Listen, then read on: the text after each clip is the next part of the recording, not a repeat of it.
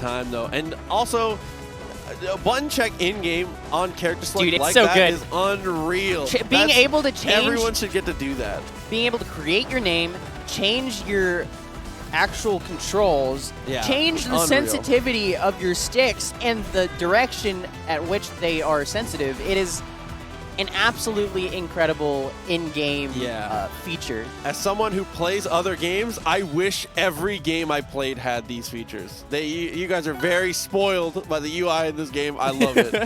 So it looks like we're going rock, paper, scissors into the... Dude, characters already locked. Looks like we're going for stages here. Oh. Also, shout-outs to Pity over there.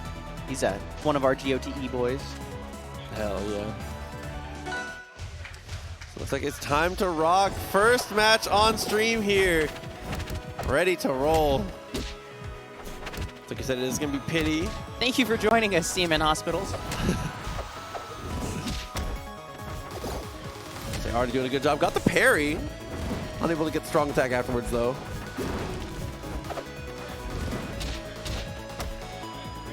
Pity currently putting on the pressure. Crusader having a hard time getting in. Yeah, so finally able to turn it around. Not able to get too much down. Almost. Not quite enough to kill, though.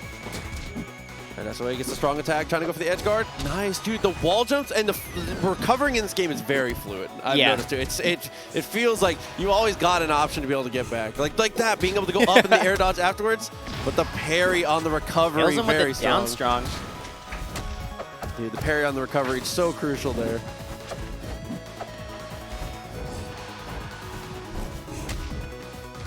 Down air, parried. Yeah, not able to get anything. Zetter, oh no, gets caught out. Still a lot of percent racking up. A ton of extra credit here from Kess, but there we go, able to even it back up. He's still at a pretty heavy damage deficit, though. Yeah, doing a good job stalling as Zetter. What a call out! Yeah. Oh, is he gonna? He tried to go for the spike, but nice tech by Pity. So the wall kick afterwards, air dodge to make it. Potential punish. This could even up really in a hurry. He unfortunately couldn't get a lot out of that due to the knockback. Doing a good job always having the flame on, though. The projectile game nice DI by him. Really working out for Pity here. Oh yeah, that's gonna kill every time. Dude, Crusader again, the parries. I mean, it's just really, that's been the story of the game here. It's just been, once the percentage is racked up, Crusader kind of sitting back a little bit and kind of letting Pity do the work for him. Shoutouts to Crusader, though. He does a really good job of just moving across the screen and setting up his smoke. A lot of force burns that I see, they just aren't as adept at being able to spread that smoke as efficiently. Yeah, but Pity has brought this back to a really even game all of a sudden. He's now in the lead. Let's see if he can keep this up. Oh, he's got fire on him. Extra knockback. Trying to get the hit where he can. Good jump out. Able to anti-air. Oh no, the bad situation here. Had to use the wall jump early. Gets caught with the neutral air though. The strong is not quite enough. Oh. Oh, he tried. Yeah, that's dead. Unfortunate. Crusader taking the first game. Very close. All the way at 100%. Yeah, it looks like Pity kind of got caught out there. The recovery didn't quite make it there, and after using the wall kick in the air and the air dodge, just it's kind of out of options. It's just good coverage from Crusader.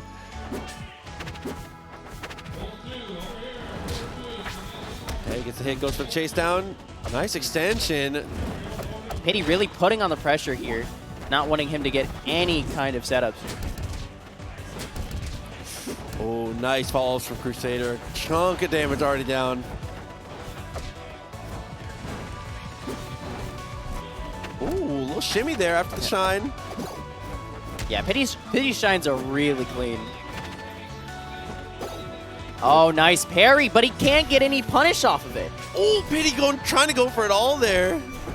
Dude, Pity's movement is so clean. Like, there are few people in this game that move as clean as Pity does. It's absolutely insane. Ooh, and tech chases with the fireball too. A ton of damage already added up. Pity almost had it. It was good DI by Crusader there. Pity, that is a key fundamental in any platform fighter, is learning how to threaten with your body. Pity's always in the exact right place to pressure Crusader into making these really crucial, like, last-second decisions. Oh, yes, and he gets it. He pulled him in with his down strong. It's just enough to kill. And is this going to be a 3-stock? Dude, potentially. Pity's looking really good here. The fireball breaks through the clone. It was a really good counter pick for Pity. Trying to be evasive all he can. Looking for the strong earliest Crusader. Pity can use the up B on the stage. Actually makes it all the way in. Oh, can he take the stock? Can he take the stock? No, nice DI by Pity there. Pity's still in it. So with the jab, not enough. Can't get any good hits in. And there he goes. The clean 3-stock. Dude, Pity taking it back after such a close match last game. You were talking about Pity's movement. Pity's conversion game is unreal. Always finds a way to bring everything together, dude. Wow. You can tell he's really practiced. It's... I'm loving what I'm seeing from Pity here. Crusader got a lot to think about here on the counter pick. That was a really good counter pick by Pity, though. Like, those side blast zones really helped him a lot. Yeah, having all that room to roam. I mean, Pity clearly not afraid to go out for the edge guards here, so having that extra space to be able to go out, so strong. Early parry, though. Crusader might have a read on the offense here.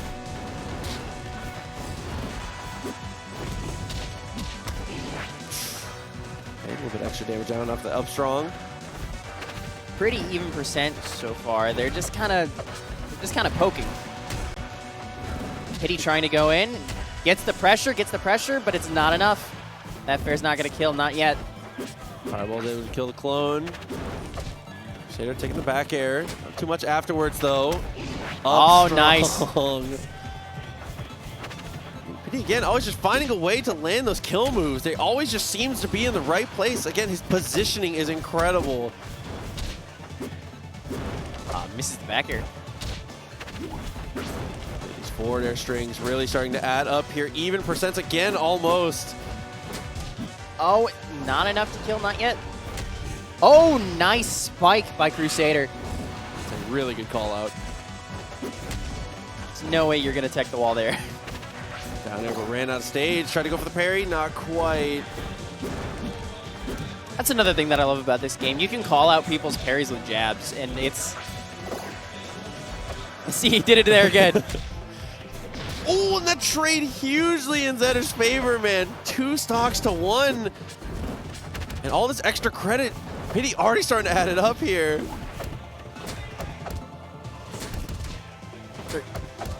Oh no, he's getting absolutely comboed here. Dude, yeah, getting caught on that platform. That smoke is really doing him favors right now. Doing a good job clearing it out. Pity space himself away again, trying to clear the smoke while he can. Gets pushed away, and that's actually enough to kill. Crusader does such a good job of moving within his smoke. Like, while Pity does such a good job, like, outside, it's really hard to tell where Crusader is. Okay, try to get this down special. Looking for the spike. Oh, no, Pity! No. Yeah, just missed positioning in the execution error on going off the stage. Crusader taking it 2-1. And that's the most important thing that I preach a lot in every game is mistakes aren't mistakes if they don't go unpunished. Crusader sees the misposition, goes off the stage, immediately dashes down there to cover. He had plenty of room to Pity had plenty of room to recover. It's up to Crusader to be able to stop that. And yeah. Damn, there were few opportunities that Crusader missed. Very few. So that's always really, really good to see, though. An exciting first match. Great way to start Rivals on stream, dude. Oh, man.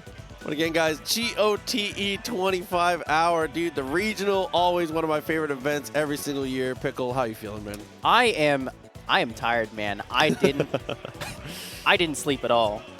So we are running on no hours of sleep, but you know what? It's all for the kids. Of course. I mean, I was in here with you. I understand. Up here setting up the stream, getting everything set up. The amount of hours that went into this to get everything set up and ready to roll was pretty incredible from everyone involved. You guys, have done a pretty cool thing here. We may be GOTE, but you guys are the goats. Hey, listen, no.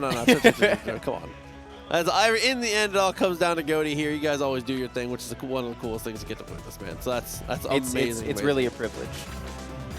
So we'll see who we have coming up next here. I do believe we are still running through top 8 I believe that was a top 8 qualifier. Oh, we just saw there. Yes, is what I've heard. Ooh, Frenchy. Okay, so Frenchy, the other character I was a little interested in. So I've watched some footage of Frenchy. I've peeped. Yeah. Loving that Crag. So I don't know if he's playing Crag in this matchup. So if I'm not mistaken, his opponent is going to be playing Crag. So I don't know if he wants to do the Crag Ditto or if he's going to play Claren. Claren, I was going to say, I've seen the Claren also. Maple? Maple? Question mark? There's warming up with Maple. Who knows? I would love to see. Oh, no. His opponent is warming up with Maple. Oh, so maybe we'll switch up here. No. Yeah, that's Elfie, if I'm not mistaken. I've seen a lot of these people play, but I haven't been able to put a lot of faces to names. Did you see? He raised his hand for rock, paper, scissors, and he went for the face. Oh, that's unfortunate. No. Super unlucky. Oh, my God. Unfortunate. That looks like the Maple is locked in. I think it is Crag versus Maple. Yeah. So, if I'm not mistaken, Frenchy is playing as Crag and Elfie is playing as Maple. I was so confused. Yeah, because that's his color. Oh man, throw up the Crag. Say amazing conversion to start there. I love Crag so much. Dude, but Maple putting in the work, even this back up quick. Elfie's got clean combos. Find the neutral again. Gets it strong. No follow-up, though. Yeah. Hit him the wrong way. Oh, no. The up strong doesn't connect. Yeah, I was trying to go for the career ender there. Isn't that up B? Keeping himself alive. Dude, Maple his actually down air is so insane to me. Maple using dude, the extra moves to be able to reach onto the Crag platform. I'm starting to understand the counter pick here. I like that. Yep. So the first stock going to Elfie. Elfie at 99%. Not enough to kill. Almost dies off the top. Yeah, still able to live this out, though. Oh, that up air does kill, though. Dude, that up air is such a good move. Okay, good job swinging down. Oh, dude, swinging on the way down. Just oppressing Crag right now. I love seed combos. They're so disrespectful. Maple as a character just feels so disrespectful to me. I mean, true. Like that. Like what? Dude, you can air dodge, you can nair, but like, what else are you gonna do? Somehow able to make his way to the ground there. Still looking for the neutral air is Crag, but he's falling so far behind. The platform is there, but and he gets stuck again. Yeah, that's so sad. Elfie, dude. Come on, Frenchy, give us that Crag, or give us Claren, man. His Claren's pretty clean. Yeah, I was watching it casuals earlier. Was definitely playing a few characters. I know he's gonna stick it out with the Crag here. With Crag, he's got to be pretty confident in it in the best 2 out of 3. I mean, especially after losing in a match like that. Oh, but it's looking like more of the same so far here for Elfie. Dash attack, not really finding much, dude, and plants are just a menace here to really stop Frenchy from getting his movement going. Elfie's positioning so well around these. He's just staying just out of his reach the whole time. Oh no, he tried to go for the down B spike. It's not enough. Oh, but he can get back. Not after that. He didn't touch the ground. No more pillar for him. Enough to finish there, dude. Elfie's so oppressive. He's only at 58% on his first stock. Yeah, always just positioning correctly here. Great conversion. Keeps it on stage 2-1 to green out for the damage. And he gets the parry. That's... Looking to jump up. No! Execution error, it looked like, but still has managed to make it back. Yeah, he didn't touch the ground. Crag just getting gimped again and again. So Crag, dude, Frenchy down to potentially his final stock here in the winner's bracket, it looks like. Just be careful how he approaches this. Restock? Kill where he can, tries to go for the jabs. Oh, no. Follow up. Maple, dude. Oh, he couldn't follow up with that. Oh, the ferret doesn't kill. Again, missed out on that. The Nair puts him off stage. Oh, he could have gone for the up air there. I think he's gonna, yeah, he's gonna lose to that. Oh, or no, Elfie dropped it. Yeah, actually able to get away there. Lands up, good. Like a wave shine almost. There you go. Oh, and that should be it. Yeah, that's gonna be enough. With oh no, he had his, I didn't see him touch the ground. He's able to make it back. Maybe he just didn't use it before that. So now, able to get the kill? Yes, he does. JV. No JV? No JV. Unfortunate. Yeah, so Frenchy putting in a good effort there, but Maple. Good play from Frenchy, but Elfie just seems to be on another level. Yeah, I mean, Elfie looking so strong with the Maple. I mean, that matchup looked like kind of a struggle too. I mean, yeah. Crag playing the neutral from afar seemed okay when he was able to get the block set up, being able to get himself rolling, but once Maple got in, it was over. I'd say just not much you can do to really get away there. Although, it's such a rough thing to watch because Frenchy was playing well. Yeah, I agree. But Elfie's just on another level at the moment. Yeah, I mean, Elfie looking like one of the strongest players I've seen so far today. So absolutely. See if we can bring more to the table here. I see two familiar faces getting to sit down. Oh no, the Roke brothers. Two familiar faces. The Roke brothers getting to sit down. Oh man. So tell me about the tournament record here between these two. Obviously, they've played quite a few times. So these two first started playing against each other in Smash 4. Yes.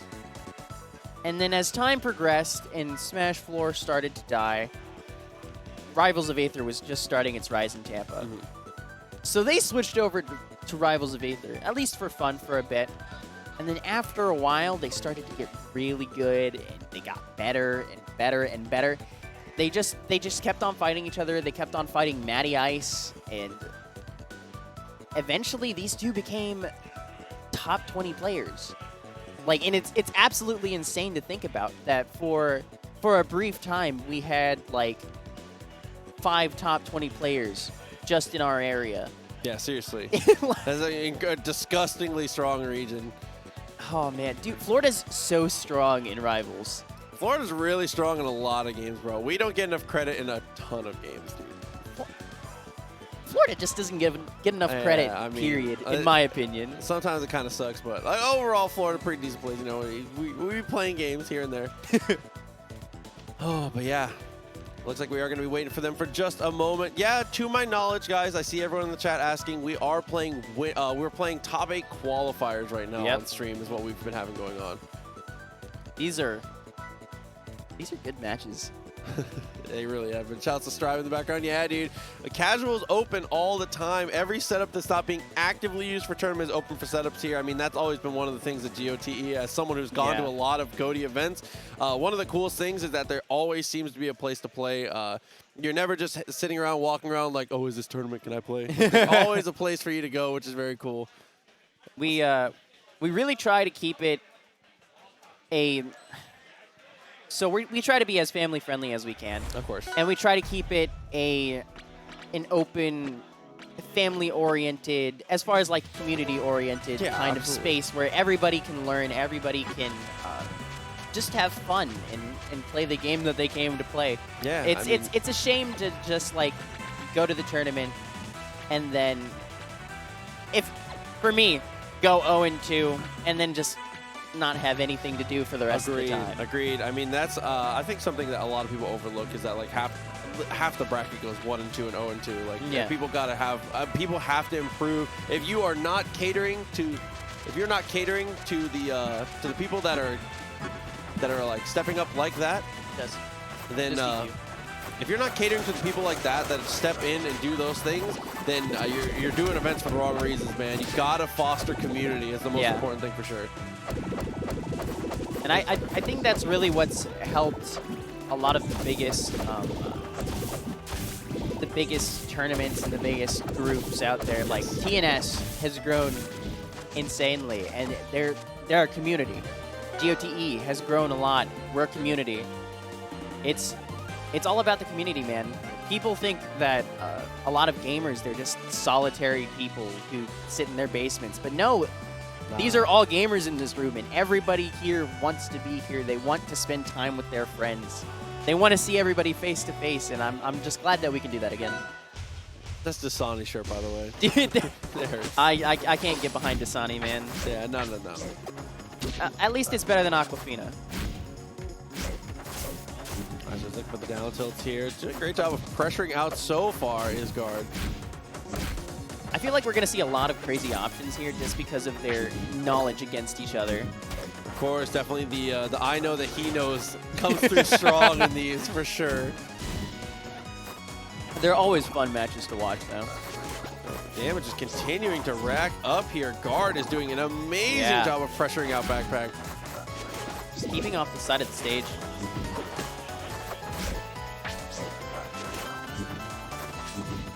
Guard's always been so good at spacing. Yeah, I mean, if you're going to play Killing, you might as well. If you're going to be a good one thing with Claren, right? Oh, able to get the strong. Almost. Yeah, it does get the kill. I like that, pushing the bubble out just a little bit. Nice tech. Unfortunately, he caught him.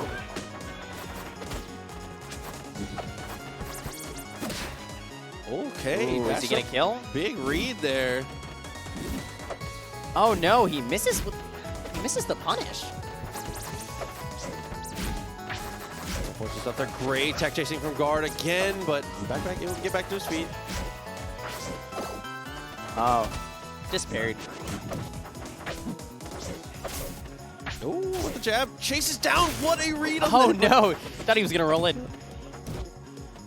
And that's just enough to kill. Oh, Backpack able to close back out. Okay. Can he get that extra % in, though? He's trying. Guard just has a little bit more on him. He's really keeping the pressure on. Really good job of using these platforms. A good amount of damage down after the bubble. He's double jump. Guard is trying to space himself out. Has really been playing the patient game very well, but oh, dude. Top of patience pass, goes for the dash attack, but he's getting punished straight away from Backpack, dude. Yo, thank you, Sam, for the subscription. It means a lot. And Sam, thank you very much. He's gonna wait on the platform here. Just take a second for himself.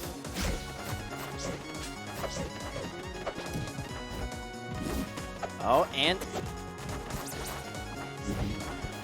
hard up stock, but he could lose his stock at any time if he just gets a few good hits in. Good amount of follow-ups to go through. Oh! I love the tech chase there, but couldn't convert. Oh, no. Unfortunate DI. Okay, good amount of damage to follow up. Tech chases here from Guard. Missed, just down. Wave dash not quite far enough to get the A lot of nice crossovers from Guard right here. Oh! Keeping him guessing where he is. Oh no, I thought that was going to spike there. Just can't make it back. Yeah, got pushed a little too far out of the way, so wasn't quite able to make it back. I think if he had side beat, he could have made it back there.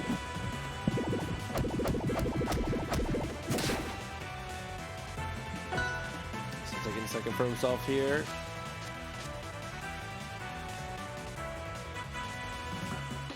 So where do you end up going here? Long and flat, I'm assuming. Have that room. He's been doing such a great job tech chasing on the ground, so there's a little more room when it comes to that. He's like, yeah, pick ethereal gates. Pick ethereal gates. Right there.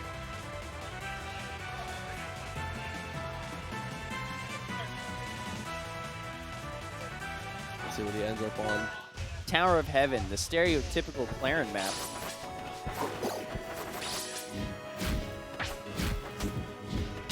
Dude, a couple good follow-ups. Backpack, dude.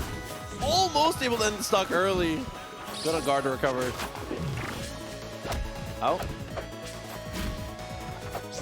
I'm surprised he hasn't gone for more hit-fall up airs. Just to grab that extra percent. Okay, another good trade. That is enough to kill, dude, with the tipper. Oh, nice little poke there. It's not enough to kill him. Still got a great situation, though. Leaving the bubble there. Trying to interrupt as best he can. Not Guard enough. is somehow able to make it back. Can't connect the second hit. Oh, just spacing it off. He got the hit, couldn't get the kill. There it is with the down strong. That little dash dance. I love Rano's dash dance. It looks so ridiculous. Oh, what a great punish.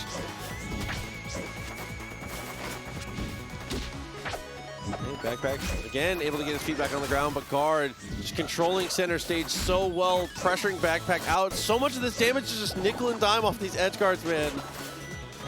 He does such a good job of just keeping them off the ledge. And again, his spacing is just impeccable, just far enough so he usually can't hit him. Dude, just what a good job, the guard side. What a checkmate situation there on the tech chase there. These are the tongue to cover just everything but tech out. Up special, not up strong, not enough to kill.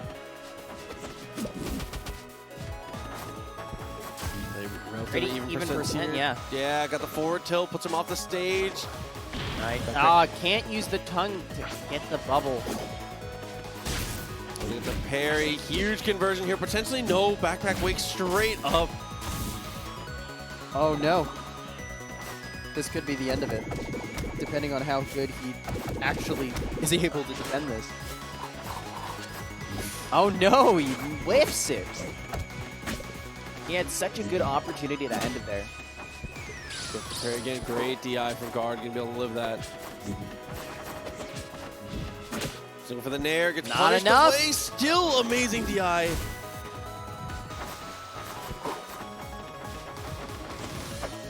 Crucial last moments here. Damage from backpack, he does get the kill. Okay. He's still in this. He's only at 51%, but knowing Rano, that's still not long enough. Damage down. 41%, only 20 separates. Gets the extra damage down. Claren's trying to get to work though. Ah, that's enough. Oh. That's just unfortunate. Evens it up. 1-1. Where's he gonna choose? Ethereal Gates? Let's see where he goes for bans. Yeah. She goes out, so let's see.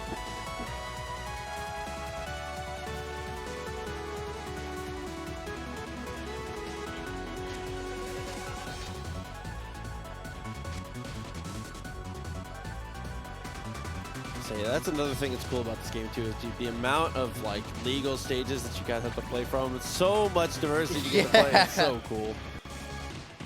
I absolutely love the tourney mode where you can actually like ban in game. All right, so this is gonna be the pick here.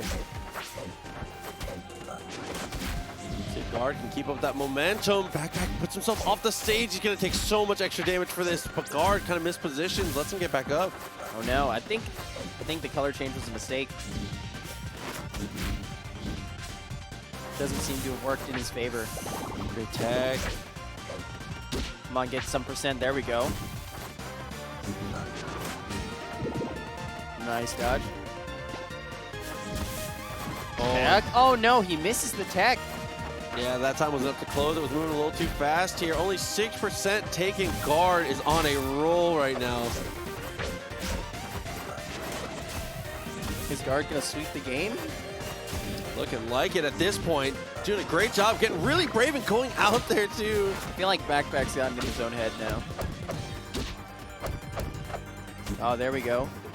Seeing a lot of his signature hit fall up there.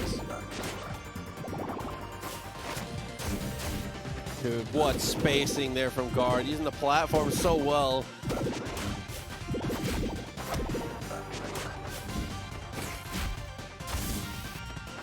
That's the kill again. 3 stocks to 1 here.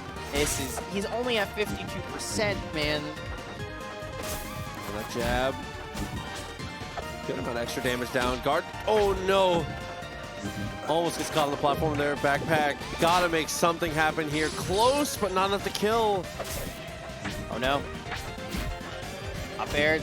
Can't really get a whole lot off of it, but Backpack doesn't do a whole lot, so he just gives him. Dude, what a string there from guard. Almost. Oh no. Good DI. Recognizing that he can't hold. Okay, good from Backpack here. Piece by piece. It's got to be a little bit of time. First stock. He's still in this. I've seen him come back from worse. Another damage down, trying to look for the reset. I like that he hasn't given up yet, though. Yeah, it's really important. I mean, you don't come this far in the bracket to give up. Close, but again, not enough. Backpack is still in this. Delta puts him off the stage. Good evasion. Trying to go for the stall. That should be enough. Guard. Yeah. Guard taking it 2-1. They did an amazing job to get for the chase down there. Was able to get him with the up strong to close it. Guard, man. Guard makes me a believer in Claren. This character's so sick. He's just so sick. I love Claren. Claren's so cool to me. I know that a lot of people probably disagree. I think every character, every single game has like polarizing characters, right? I mean, in the end, it just you play what you like. It's the most important thing. The character's fun. Like, just straight up. Yeah, I think a lot of the characters, that's one of the coolest things about Rivals itself. Again, as someone who's mostly a spectator, is just getting to see how diverse the character pool is and how, like, every character has a lot of personality to them. One of my complaints with a lot of fighting games is characters will be like, oh, well, this character feels a lot like this other character, right? Yeah. Oh, like, this guy's the Ryu of this game. But, like, Rivals, all the characters have a lot of personality, have their own, have made their own way, right? Yeah. And that's, I don't know, just a big credit to the devs and the team and everybody. And the players that I guess are able to flesh that out. You wouldn't get to see all the unique personalities that come out of the characters and how cool they are if there weren't people willing to put the time in. And another thing that I was pointing out earlier to add on to what you were saying was, for example, Raster. Raster, you have Windows, you have Maddie Ice, and then you have Throneorg. 3 completely different people who play Raster completely differently, and it's just it shows that you can do anything in this game, and it's always nice to see. Yeah, I mean that's one of the signs of a good game, in my opinion, is a game where you can watch multiple people play the same character, and it's clear night and day who's playing each character, right? Its personality comes through. I mean that's like I guess a comparable thing would be like Melee, right? When you're watching different Foxes, you can tell which Fox is which, right? It's the same thing with this game, like you said with the Rasters. It's just, you can pick them apart, and that's a sign of good character design. Being able to put your own personality in the game and have it show. Dude, so sick. It's so good. Dude, but again, guys, while we have the time, as we get things set up, GoTE for the kids.com is where you guys can go to check it out. $5 or more donated will get you, with direct contributions, will get you entered in to win a gaming chair here. The more you donate, the more you enter. There is no cap on your ability to enter. So donate as much or as little as you'd want. Any amount helps, guys. We appreciate you guys just doing what you do and helping GoTE do the thing that they love to do. So again, guys, thank you for being here with us, man. You guys are the best, honestly. That's great. Rivals parlays, chill. That's some degenerate gambler stuff. Oh my god. Oh man. Just Admiral Funk looks like he's running the bracket here, walking around, always doing the most. We love Admiral Funk. I love Admiral Funk. Oh man. When's the Apex tournament? Bro, listen. Bro, Ricky wouldn't see me in Apex, is all I'm saying. I wish we could do an Apex tournament already. Like, that'd be sick. Straight up. Well, it looks like currently we are waiting on one of the players right now. We're having having a little bit of a run around to find them. We'll have that out for you guys in just a second, as we said. Thank you for being patient with us here as we get this rolling. We are on our way. As I said, we are setting ourselves up to, we're doing top 8 qualifiers right now. So the action continues. Best of 3 is going to, I do believe, correct me if I'm wrong, I think it's actually best of 5, the entire top 8. So really? I believe there's going to be some more games here. Don't quote me. You know, that's just what I heard through the grapevine. We will see once we get up here. As people get it I set think we have Penguin up there. So I think we're looking for Penguin and Sestails. Or Sestails. Yep. There we go. All right, so what can you tell me about these 2 players? So Penguin is, as some would say, the most consistent player in the game right now. Penguin is considered to be the most consistent, and CakeAssult is considered to be the best. So that's a lot of what we saw back at Riptide. It was just one of the times where CakeAssult just really popped off. He really came through it. He took it all. But Penguin, he was playing so consistently and so well throughout the whole set. And I think we're gonna see that again here. But we'll see if CakeAssult shows up. We'll see if he can really bring it. But Sestails has really grown. The last time I saw Sestails play was, I think it was in our charity tournament, and he did really well, really well. So we'll see how he does against Penguin, the current 2nd best in the world. Yeah, I'm spoiled to get to sit in and see all this good stuff. Dude, we're so privileged to just have Penguin and CakeAssult in this tournament, man. Like, it's actually insane. All right, so here we go.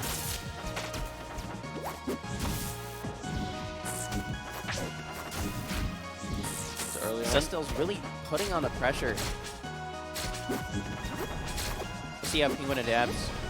They're doing a good job using the floats, getting some out of the way for the most part.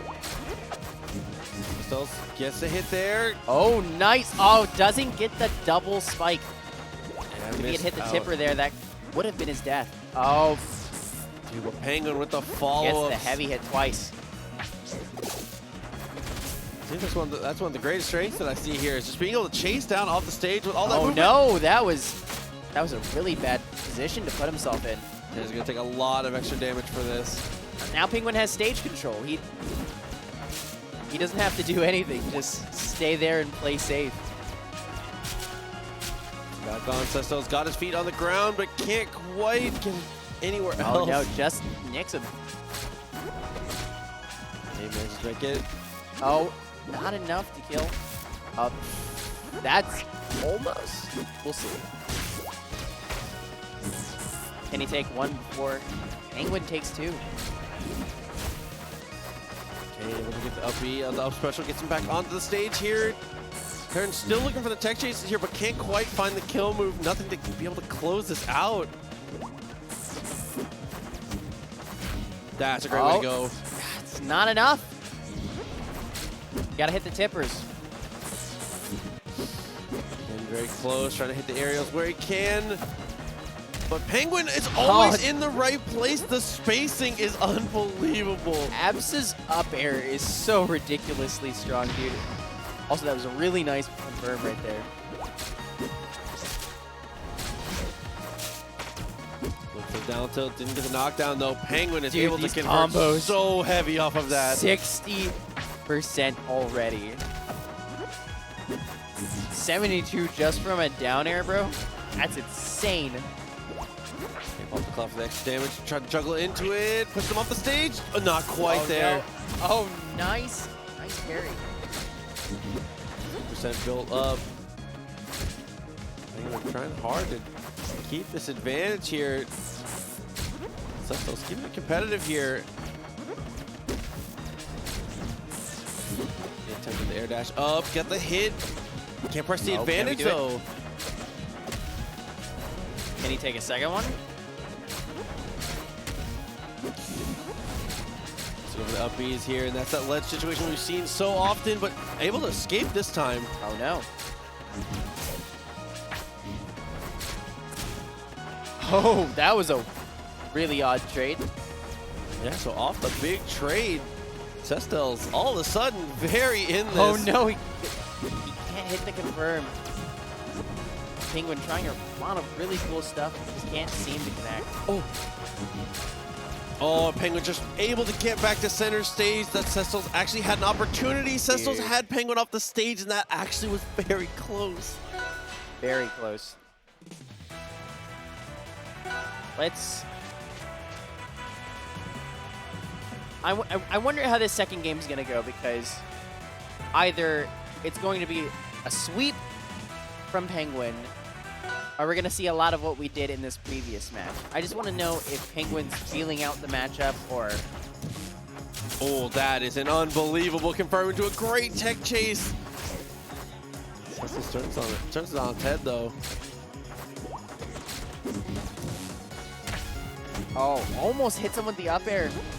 Cestel's tech just in time. Continuing to do a great job to go for the follow-ups. Being as evasive as he can there.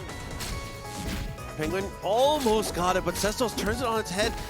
And no, Penguin is able to push not off enough. the stage. Still even stocks, but definitely not even percent yet. Penguin slowly pulling away.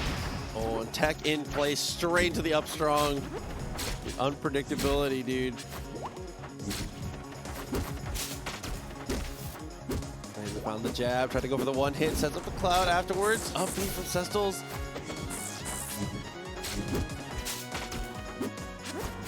Good movement on the chase, but couldn't get anything to follow it up. He's just got to close out this stock. And that's enough. Only 57% on his second stock. He can still take this back. It's very, very much possible. Okay. Oh. 46% off of that. Great tech chases on the platform. Was clean. Cestos continuing to even this up. Might get the stock. It's close. Hit him with the sour spot.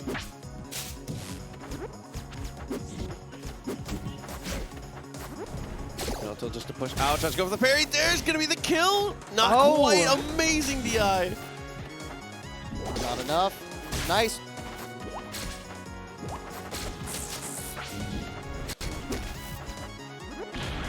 Oh no. Unfortunate DI there.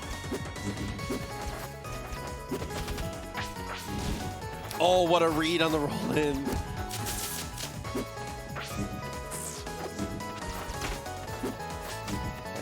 Jab. Try to go for the check chase again, Cestos. Big time follow-up. Penguin going for the throat there on the dude. The attempt to chase down. Let's see what he can do. He's at 140. Can he kill him? Wall kick. Still trying to do his best. Side B, not quite. Penguin, any touch will do it here. 124%, make it 140. Oh no. That'll do it for Penguin. 2-0. Dude, Penguin's so good at this game. I'll tell you, that was incredible. I mean, that was the cleanest app supply I've ever seen, obviously. Yeah. Say, dude, amazing stuff to get to watch. I feel like I'm learning a lot here. Shoutouts to Cess, though. Cess played really well. Yeah, oh yeah, the conversion game was really good. And Cess seemed amazing at pressing advantages, obviously. Would find a down tilt, and a lot of Clarins I've seen just go for down tilts repeatedly, looking for tech chases, things like that. Yeah. After landing the down tilt was like finding things like falling up airs and just like turning them into like really pretty terrifying situations for the other player. Dude, being able to press advantage is so important in these platform fighters, man. It was very, very interesting to watch. Yeah, I mean, a lot of players have built careers in platform fighters on being so good at pressing advantages that it doesn't matter how they play their own disadvantage, right? I mean, you can get so good at offense in these games that you can just nullify the need for defense. The best defense is a good offense. Yeah, who needs to learn how to block when you never have to block, right? I mean, there's not even a block button. Exactly, just parry. What could go wrong? Genius. Oh, but it looks like our next two players are already about to sit down here. Heck yeah. Beautiful. I'm sitting in, learning a little bit. It's good to see you, bud. Yeah, I be here and there. Oh, man. But again, guys, thank you for joining us here at GoTE. I've been having a really, really good time so far. And, dude, we keep talking about, like, I keep saying night. It's not night. Yeah, We're so early into this. There's still so much to do. Lots of Strive, lots of Marvel, lots of team battles. Smash is still to come. Dude. Man, it's going to be a long night. It's going to be a long night. I'm excited. I'm excited. I'm very excited. I'm going to need a nap on the floor at some point. So if y'all are in the venue and you see me napping on the floor, mind your business. I'll be okay. Don't look under the table. Oh, my God. Yeah, even people busting out other games too, dude. I see a bunch of Xrd setups. Everybody's out here really, really grinding. Just any game. From one privilege to another, you just saw Penguin play. Now you're going to see CakeAssult. So tell me more. CakeAssult, again, is just... He's the best player in the world right now. He's so insanely good at everything. Thank you. Dude, he played so well at Riptide. Yeah. Like, well, you're going to see. Watching his sets is just a treat. An absolute treat. Well, this is, I believe this is Crusader up to play again. Yup. Back to see the Crusader. Playing with a hitbox. Hitbox in finger quotes. Hey, it still counts, still counts.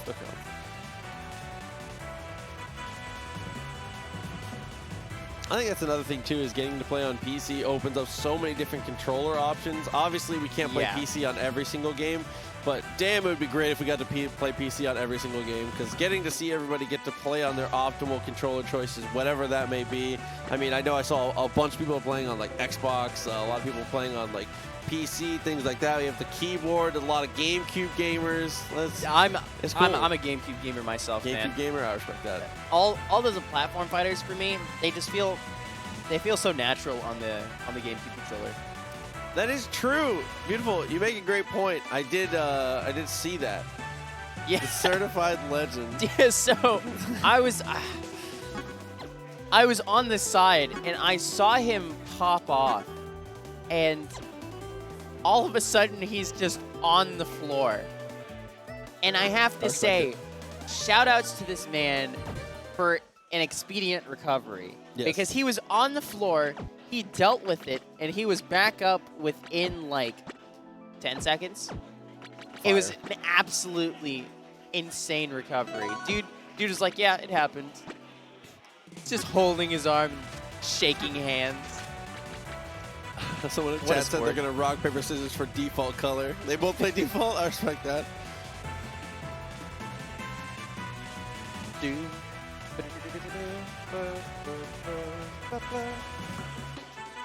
Yeah, so we're currently looking at... It's speaking to production about something here. Trying to figure out what they're needing here. Yeah, this is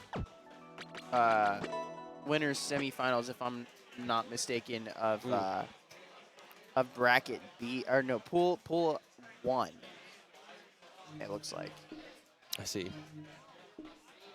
Yeah, the other pool still has Maddie and Elfie. Okay. Still a lot of things to be played. So can you check in? Can you check into the top 8 here? See who we already have locked in. So is there anyone already locked into the top 8 here? For top 8, we are currently looking at, if it loads, on winner's side right now we have Guard and we have Penguin. Okay. On loser's side we have Backpack, and that is currently the only person it looks like, yeah, the only person. That's a good look. I mean, already top 8 starting to shape up here. We already got 2 Rokes, and we got Penguin, 3 top 20 players. What more could you ask for? This is going to be really interesting. I would absolutely love to see Maddie Ice get top 8. You think so? After not really entering and not like seriously playing for a while, I think that would be it would just be a really cool sight. I love watching Maddie Ice play. I respect that. I mean, it's one of the coolest things is getting to, I guess, especially if somebody's on the return, like you said, if Maddie Ice is coming back, dude. Yeah. Dude, I'm so hyped for this match. This is gonna be so weird. Just smoke everywhere. You can't tell whose smoke is what. Thank goodness it's color coded. Let's see how it starts as we get it rolling. And you set up tourney mode. You can just push change rules tourney mode. That's broken. It's so good. That's broken, dude. Okay. Nintendo, learn. Please. Toss the 2 Marvel people sitting down next to me. About to watch old Stevie and Ronan play. Good to see you guys. I love you guys. They hate me talking about them. I love talking about them. All right, here we go. Finally getting into it. Game 1, Crusader versus CakeAssult. Ooh. Tabbed out. Okay. A momentary lapse after the tab out.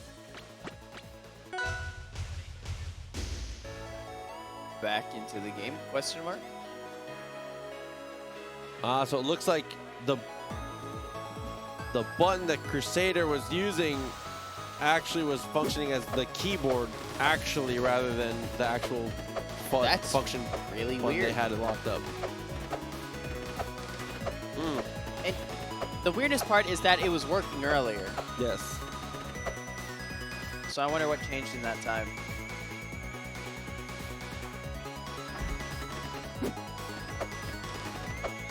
He looks just as confused as we are. Shoutouts to Primo trying to fix. Primo the homie, dude. When we were running, let me just say, when we were running TNSs at the boba shop and everything, all the Smash things like that, Primo would come through an hour and a half early with a rival setup and kept doing that over and over again to the point where they were just like, yo, can we just run a rival side tournament here? And we were like, hell yeah, you guys can run a rival. They just brought their own setups. Took their own corner of the store, just did the thing on their own, was like, yeah, this is gonna work out. We've decided. And we're back in the game. Looks like it is working out here, so I do believe we are rocking and rolling here. So it looks like Cake has taken the original skin.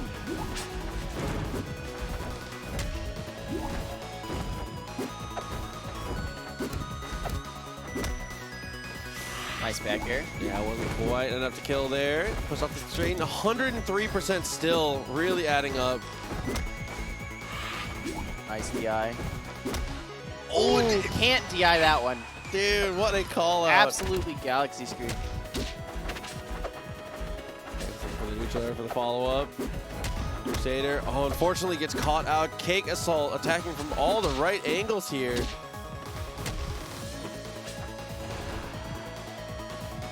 Where's he gonna be? Okay, on the ground. Trying to navigate on the platforms here. It seems like a lot of the time CakeAssult is trying to approach from above. A lot of confidence in coming down with these normals. Yeah. I mean, he's got pretty good aerials, so I don't see any reason not to. Okay, good escape. Not quite as big a punish again. As oh, okay. Dude, I love when he just jumps on the platform and down smashes. It's so disrespectful. And then the spike to follow up. First game, CakeAssult. First game going to CakeAssult, man. CakeAssult's just such a good player. It's hard because we saw that Crusader's not a bad player at all. Yeah, but absolutely. against CakeAssult, it's a different story. The next one on and rolling. Great parry to start. CakeAssult immediately just mashes out of it.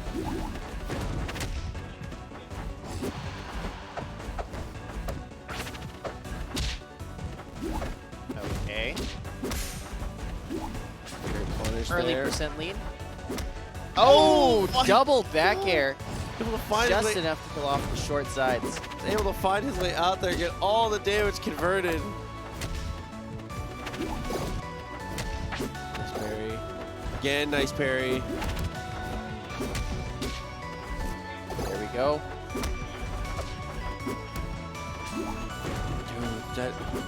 Dude, the back air activity on the hitbox is so sick, but misses the opportunity on the conversion. Oh, trying to go for it all there on the read.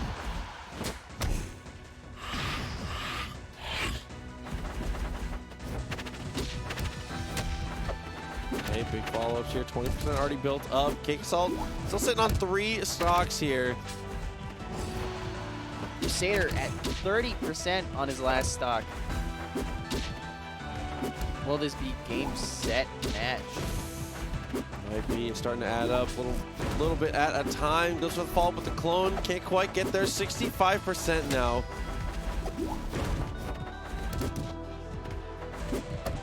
The jab. Tried to reset himself. Okay. Oh, man. Crusader. It's not a good chance, but there is a chance here.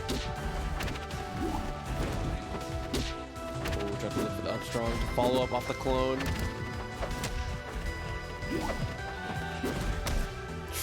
Oh, no. Oh, and just so well spaced from CakeAssult there. Able to get the down strong to close it out. So now that we've done that, we see CakeAssult move into top 8, and we are currently waiting for the loser of R, which would be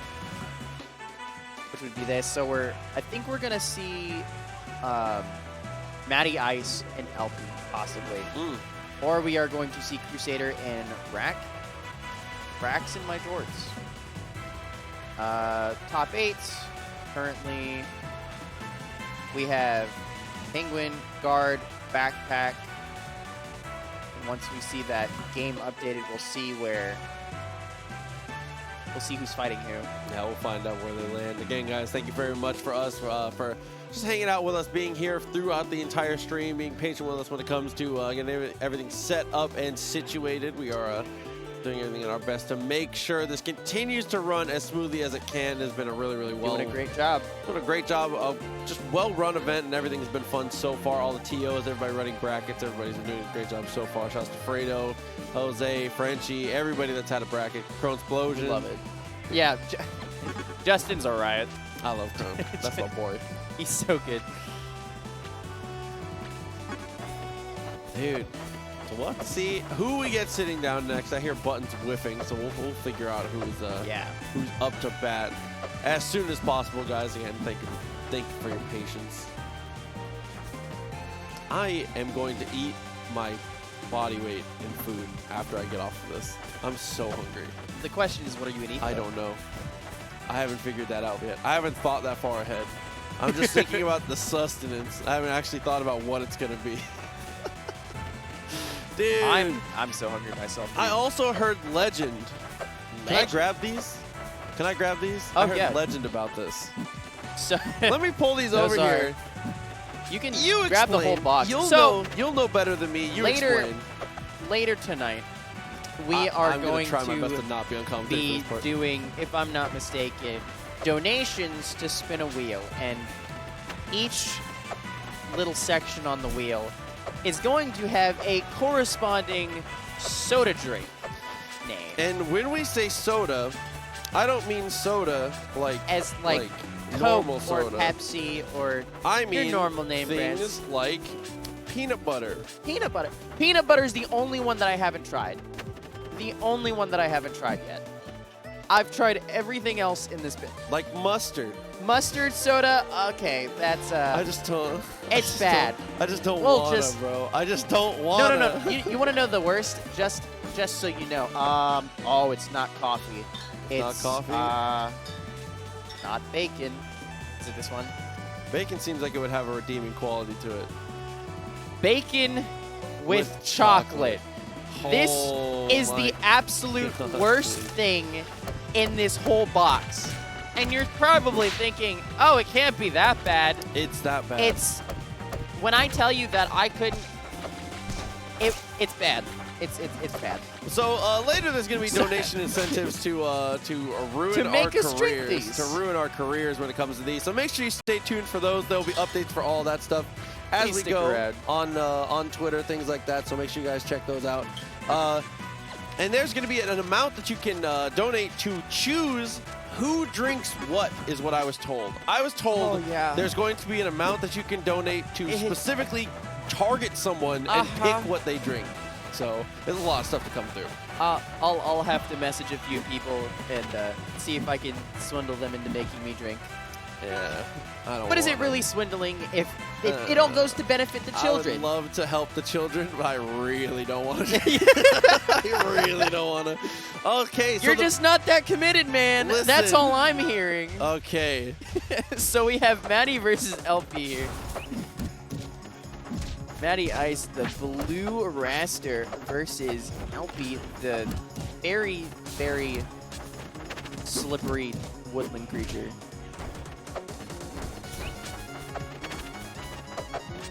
Doing a good job with the ground and movement so far. Runs up, go for the parry on the plant. Maddie not being able to get a whole lot of percent in until now. Was able to find a couple back airs in a row. Dash up and go for down tilt. Too well spaced here. I feel like this is going to be a very, very volatile match. Just a lot of very quick interactions. Both characters are very light and can hit very hard. Trying to go for the up strong. That's the plant. Goes oh, to nice job. Elfie taking the first stock. At 95%, definitely be taken out at any time here. Oh, that's it. No, nice DI. Somehow able to survive that. Unfortunately, hitting him towards the inside of the screen there made it a little tougher there. Almost, Hardy taking a second stock. Is Elfie gonna 3-0 Maddie Ice? Dude, what an incredible follow-up there. Elfie's Maple's putting in so much work here. Like, I knew Elfie was good, but beating Maddie Ice good? I didn't know that. It's still not over yet, but he's done so well so far. So there's one. Trying to escape so far. Doing a good job with the movement, just trying to be evasive, trying to not let Maple kind of impose their will on this. Good follow-ups. Are we looking at a comeback? No. Maddie Ice? Yeah, I was looking for the tornado there. Couldn't quite get the carry up. Dylan. Oh, that's it, yeah. Damn. He went way off the side.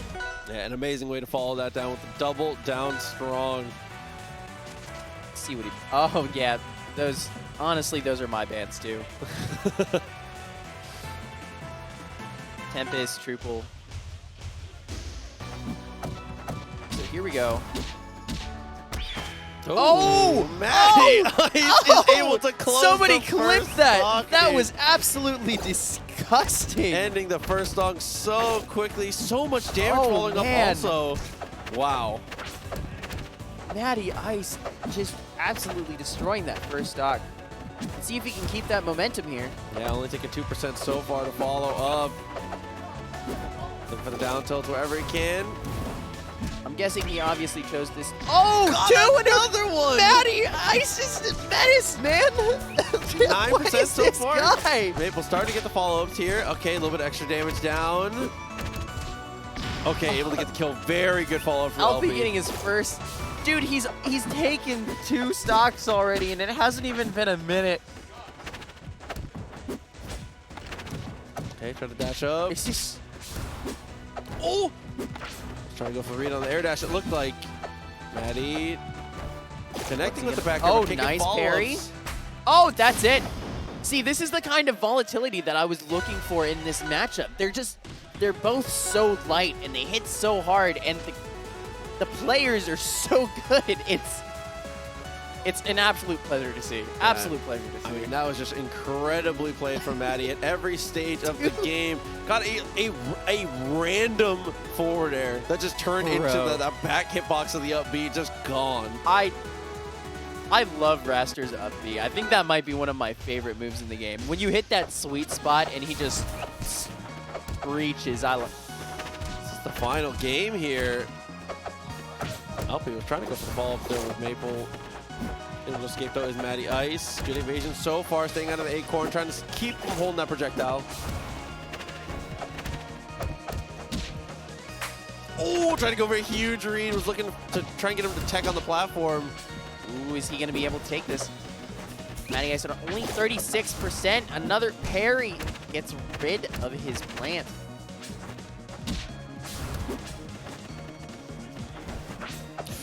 Good movement. Nice follow-up. Nice. Not enough, but definitely kept him busy. Okay, good tech away. Miss a strong. Ooh, what a follow-up! And he goes all the way up to finish it. LB, bro. Dude, taking an amazing lead, almost got the kill. Dude, I would have screamed. Oh, the plant saves the day. LP's life was forfeit there, trying to go for the dare chain. Not really nice DI by LP there. That was some CakeAssult DI right there. He's looking for back airs where he can. Oh! Ooh! That was an odd trade. Not quite. Oh, the forward strong. Just takes him out. Maddie Ice at 109 on his second stock. He's already got a seed on him. He's dead there. Yeah. Close it out, you know. Full stock in the lead. Let's see if Elfie can take this and actually knock Maddie out.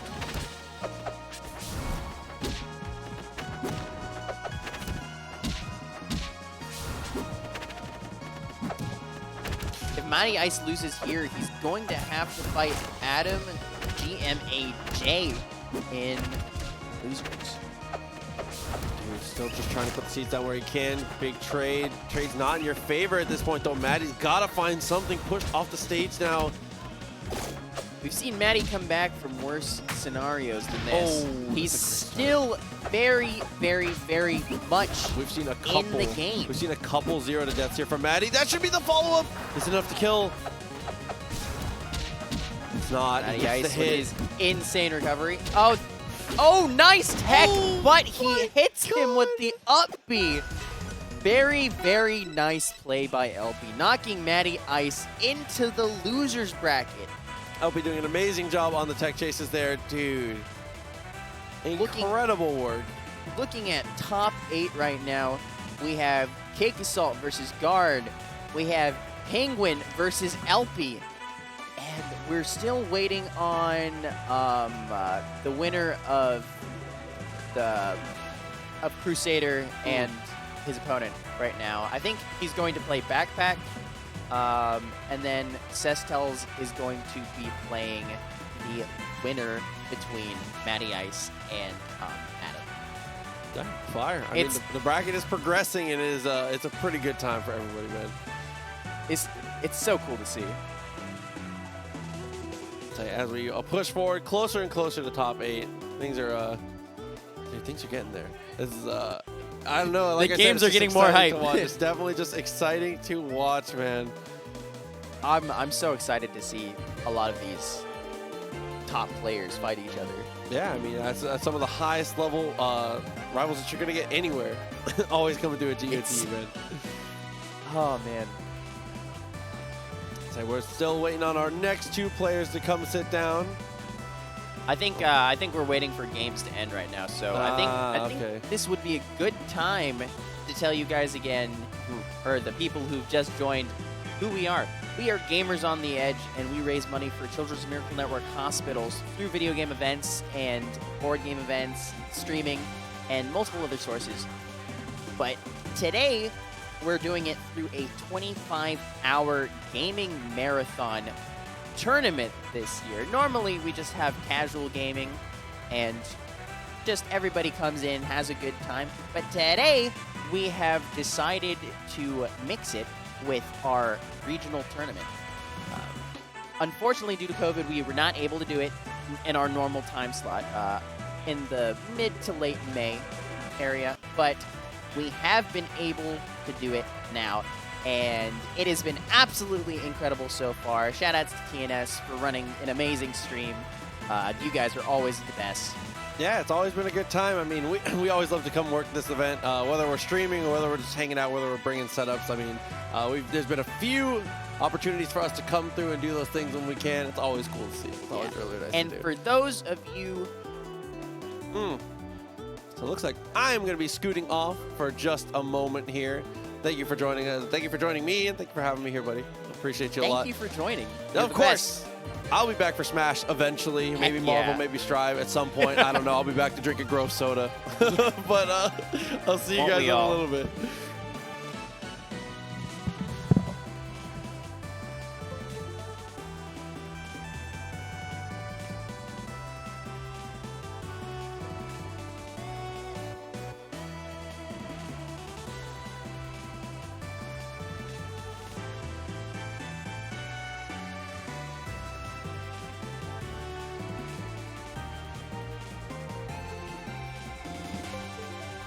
Hello, hello. I'll take it off, right? That way we can see your pretty face.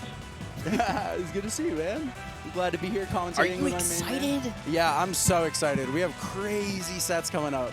Dude, this is going to be so hype. Yeah, I know. We've already seen some really good sets. I wish I could have been on the mic a little earlier, but yeah, this is really cool. Cake guard. The problems with doing well in bracket, you know? Dude, I busted out. I busted out hard, but that's okay. Your dad, Angel, told me I get to commentate top 8 if I don't make top 8, so here we are. Dude, I dropped out of Rivals and Smash to commentate. I've missed this too much. It's fun, dude. I'm glad we get to. I haven't been able to commentate with you before. So, what's up, guys? I'm Pity. He is Pity. Yeah. He is one of our best GoTE players. I was. And don't. I mean, you're still. I'm all right. Yeah, I'm pretty good, but in our hearts, I lost to some good people today. Crusader and Renzo both took me last stock game 3. There's so many good players at this tournament. Yeah, it's pretty stacked. But this match I'm really excited for because Guard and Cake have never played each other. They've not online, not at a regional, not a local, a major, anything. So this is new territory. We're traversing into the unknown. Yeah, this is exciting. And Guard told me, he's like, I'm excited. He wanted to play Cake or Penguin. I was like, dude, just make it far enough and you're guaranteed to. So, I mean, so looking at... I haven't looked at bracket like at all today. I've just let the TOs tell me where to go. So just a brief overview of who is in top 8 right now. We have CakeAssult and Guard fighting each other right now. We have Penguin versus Elfie. Another really exciting set. We have Crusader versus Backpack. And then we have Sestels versus the winner of Maddie Ice, and I think it was Adam. Okay, Adam's had a pretty good run so far. I don't think anyone expected him to have a potential chance at top 8, but that'd be exciting. Cool. Yeah, not the Crag you would expect to make top 8. You'd think Frenchy might have had a good run or something, or even Whack. Frenchy was doing so well, but he got sidetracked by Elfie, man. Yeah, I know. Elfie's so good. Elfie's on a path right now. He is. He's looking to show up because he didn't get the chance to go to Riptide. Oh yeah. He was signed up, but he's had some problems where he couldn't make it out, and I think he's doing okay right now. He's been a little nervous, but for the most part, he's excited to be here. Riptide was such an exciting tournament too, man. I know. I loved watching it. I had it on my TV all day, watching all the sets. Oh man, dude, I'm so excited. Yeah. I'm like, we are pumped. I'm not gonna lie. I was so tired. Yeah. Before the last few matches, man. Oh, I mean, how are you going to get tired watching this? This is really cool. I don't know anything about this matchup, but you have arguably the 2 best players of each character. Not discrediting SBS, but yeah. I mean, no one touching Cake as the forest burn. lot of pokes back and forth. He definitely has the percent lead on guard right now. A little flub parry punish, but force burn jab confirms anything. You got a ton of time. I mean, if you saw Cake versus Crusader earlier right before our top 8, it was very dominant. Cake just showing his stage positioning and his consistency in his follow-ups. So I think if guard can find a way to work around those edge guards and play neutral a little bit better. I just really hope that guard doesn't get in his own head and respect CakeAssult too much. I mean, both of these are very seasoned competitors. Yeah. Both of these guys have so much time and practice playing in a tournament setting, especially in a top 8 setting. But even so, I would assume that fighting the like best player in the world at the moment is gonna. Like I said, I know Guard was excited for this. He really wants his chance because he hasn't had this before.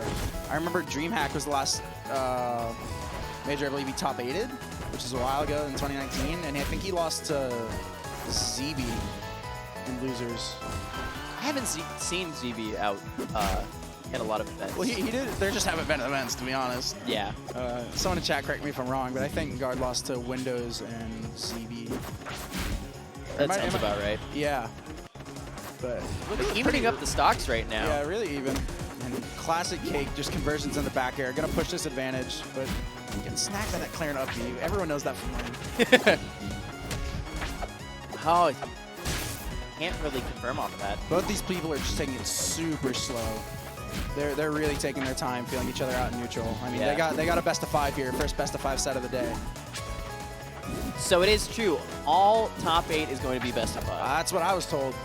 I hope I wasn't misinformed, but I hope it is. That's going to be terribly interesting. Oh, nice down smash. Really good.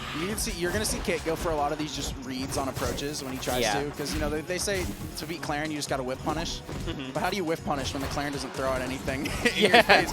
Which I think is Guard's playstyle to a T. You know, he spaces right in that area where you would come in, and he's at a good range where he can back off and reset or punish you if you do try and contest that zone. But Cake just he's the epitome of force burn. You know, just sneaky. You don't know his next move, and when he gets in, he capitalizes off everything. I think one of the things that I really have to commend Guard for is his ground movement. Absolutely. I know that a lot of players, myself included, it's hard to balance out your ground and your air movement. And like, by the way, props to you for some of the best movement that I've seen in this game. Thanks. Your effort really unfortunately, it's not everything, but it definitely is a big factor. A little movement there would help Cake close out the game, but I guess he misses that down smash. But he's got a good percent lead. Shouldn't be anything to worry about. Any good back air. Yeah, but you know these Claren edge guards. If he gets off stage, this could. All right, never mind. Yeah, and then down strong is always gonna kill. Yeah, I mean, since they buffed that move, it's never such really a strong move. It's almost like Orcane down smash, where it doesn't always purple, but you still just assume you're dead now. Yeah. It's such a cool move, too. He just spins and there's fire everywhere. Yeah, it's just a smoke cloud. Shout out to Guard with the Dasani shirt. You know he's a big Dasani drinker. There was a whole, there's a whole discourse in the Tampa Gang server one time about just Guard and him drinking Dasani. Oh, man. I asked him, he told me he should have got me one of those shirts, and he asked if I drank Dasani, and I said no. So he said I'm not worthy. But, you know, it's a cool shirt. At this point, I feel like it's a cult. Yeah. And you saw Cake just moonwalk off that top plat into a back air, and that's that sneaky, just, you know, it looks pretty predictable to a sense, but when you're not getting approached like that at all throughout a best of 5, and then it just hits you, it's hard to know when it's coming or even try and react to it, especially at Claren, who's got a good bit of startup on all their moves. So I feel like Cake is just so good at understanding his opponent. So much so. That's a really good way to put it. Like it was really evident in Riptide's set against Penguin, where I mean, like, I'd assume they know each other pretty well. After a few games, he shut off his brain and he's like, I've downloaded. I'm fighting Penguin. I know Penguin. So it's like one thing to know the character matchup, but like I think he takes into account both very well. How this person exactly uses their character. And it really does show why he is the best in the world. He's at the moment. It's not unfair to say he's the undisputed GOAT at the moment. Yeah. I mean, the rankings might say differently, but no one has been as consistent as him for such a dominating presence. I mean, Rivals is as tough competitively as it's ever been. A lot of what I've heard people in the community say is that Penguin is the most consistent. He doesn't lose to people outside of like that top 5 range, but like as far as the overall highest peak of Rivals, that would be Cake. Like that down smash just killed it 100. Guard is doing really well this game. It's kind of being overshadowed because he doesn't play as, I don't think, yeah, you know, as quick and consistently like oppressive as Cake's Forsburn, but he does just whittle you down and keep you off stage in this kind of scenario and rack on those hits into tippers, and it's showing at the moment. Guard's just another one of those really consistent players. I feel. So consistent, and if you give him the opening, you don't want him to capitalize because you're already losing neutral over half the time. Yeah. So you really don't want to give him more than he already gets. Like right here, that's so scary. Oh no, he missed. Cake with a really good DI to go up and over that, but it doesn't matter. Yeah. Guard closes out, and we have 1-1 on these two players. 1-1, First dude. time ever playing each other. This is so insane. I feel like I'm witnessing history. And if I'm CakeAssult, I'm a little nervous. Yeah. Because you've never played this character like we were just talking about. He needs to get that download. But Guard is someone who's so, I think, centered and able to control himself. Yeah. And he has a lot to prove in this matchup. Cake has a lot to fulfill. So I think Guard's looking to really keep this pace going, and Cake's going to have to figure out Guard before this set's over. I think one thing that Cake really is going to have to do if he wants to absolutely dominate this set, and that's get in Guard's head. And that has to be one of the hardest things in this game because he zones in so hard. Yeah, Guard's very focused.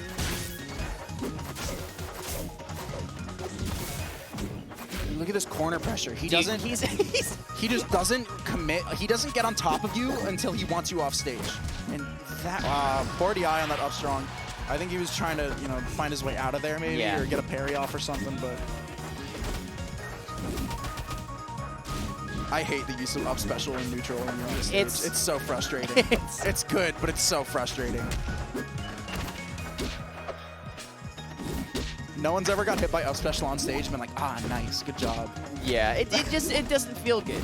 No. Like, and as somebody who plays Claret, it doesn't feel good to hit either. Like, oh, I mean, some would disagree. Oh, is that death? Oh, really low. Let's see if Guard can make anything off of this. Of course, Forsburn with crazy recovery. I cannot believe he tippered that. And he's just putting Cake his back. spacing's just insane, man. Oh, not enough to kill, not yet. Yeah, a couple more percent maybe. That does kill, though.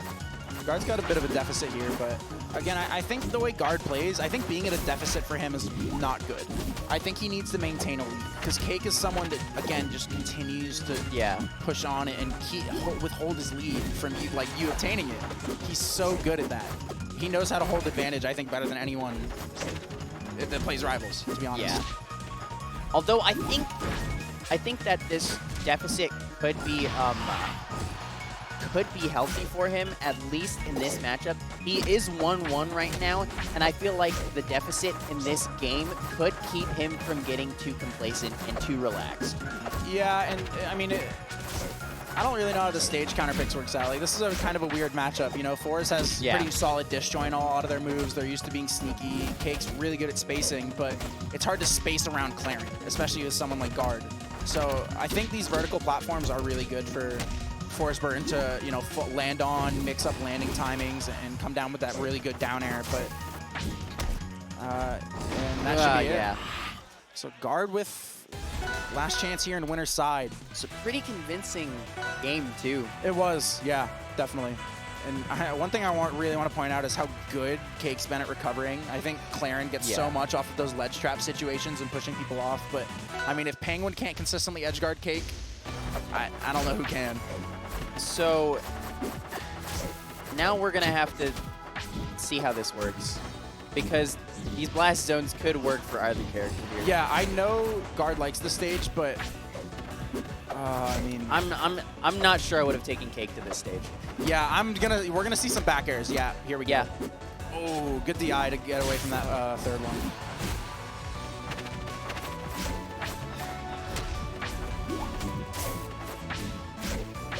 It's really even right now. Cool. I think every time they go to a different stage, they just feel each other out for the first part. Yeah. And as you see in the game's Cake wins, he takes an early lead and just holds it. But the one guard one was pretty one-sided. F smash is really strong, but not quite. Even though Spirit Tree Blossoms are so low. Guard just moving around. Moonwalk. How did he know? Moonwalk is so cool, man. It is. Guard playing very safe, giving the smoke a lot of respect because he knows how nifty Cake is in it. But catching that parry, that'll be a quick stock. 2 smoke charges on Cake right now. Have not seen him use any combusts of the like, I don't believe. Yeah. Or anything similar. I think he used a super clone against Crusader, but he's just playing his good, consistent gameplay at the moment. I think he'd rather keep the smoke up for positioning and recovery. And that, I was thinking he could have F-smashed there, and this should be it, yeah. Another thing is that, dude, that's so overkill. Cool. That was so overkill. But I feel like another reason he probably isn't using it is because, again, like that pressure right there, he doesn't really have a whole lot of time to set up his smoke and to just absorb it. Yeah. I do think you can see when Guard's on these side plats and Cake has some smoke down, Guard is just waiting. Yeah. He says, if you want to come to me, I'll throw out a move to stuff you, but he will not drop below and try and get in that range because, I mean, Claren doesn't have as great a move to clear out smoke. You have to be there. Yeah. Not opposed to a Rano Needle, Zetter Fireball, or, you know, Edelus just dash attacking through or F tilting or ice. It's just dangerous. Yeah, it's very dangerous. It's a really scary spot to be in. And Guard just being so patient on these platforms, really abusing it. He thought he had the read. Oh man, this is not. Yeah, this could be a kill. Guard, I think that's the second time I've seen that today, where he just goes for that insane read and it doesn't work out. Guard's racking up a lot of damage, and he's so good at getting these tippers, but he needs to find those tipper smashes. Force recovery being good.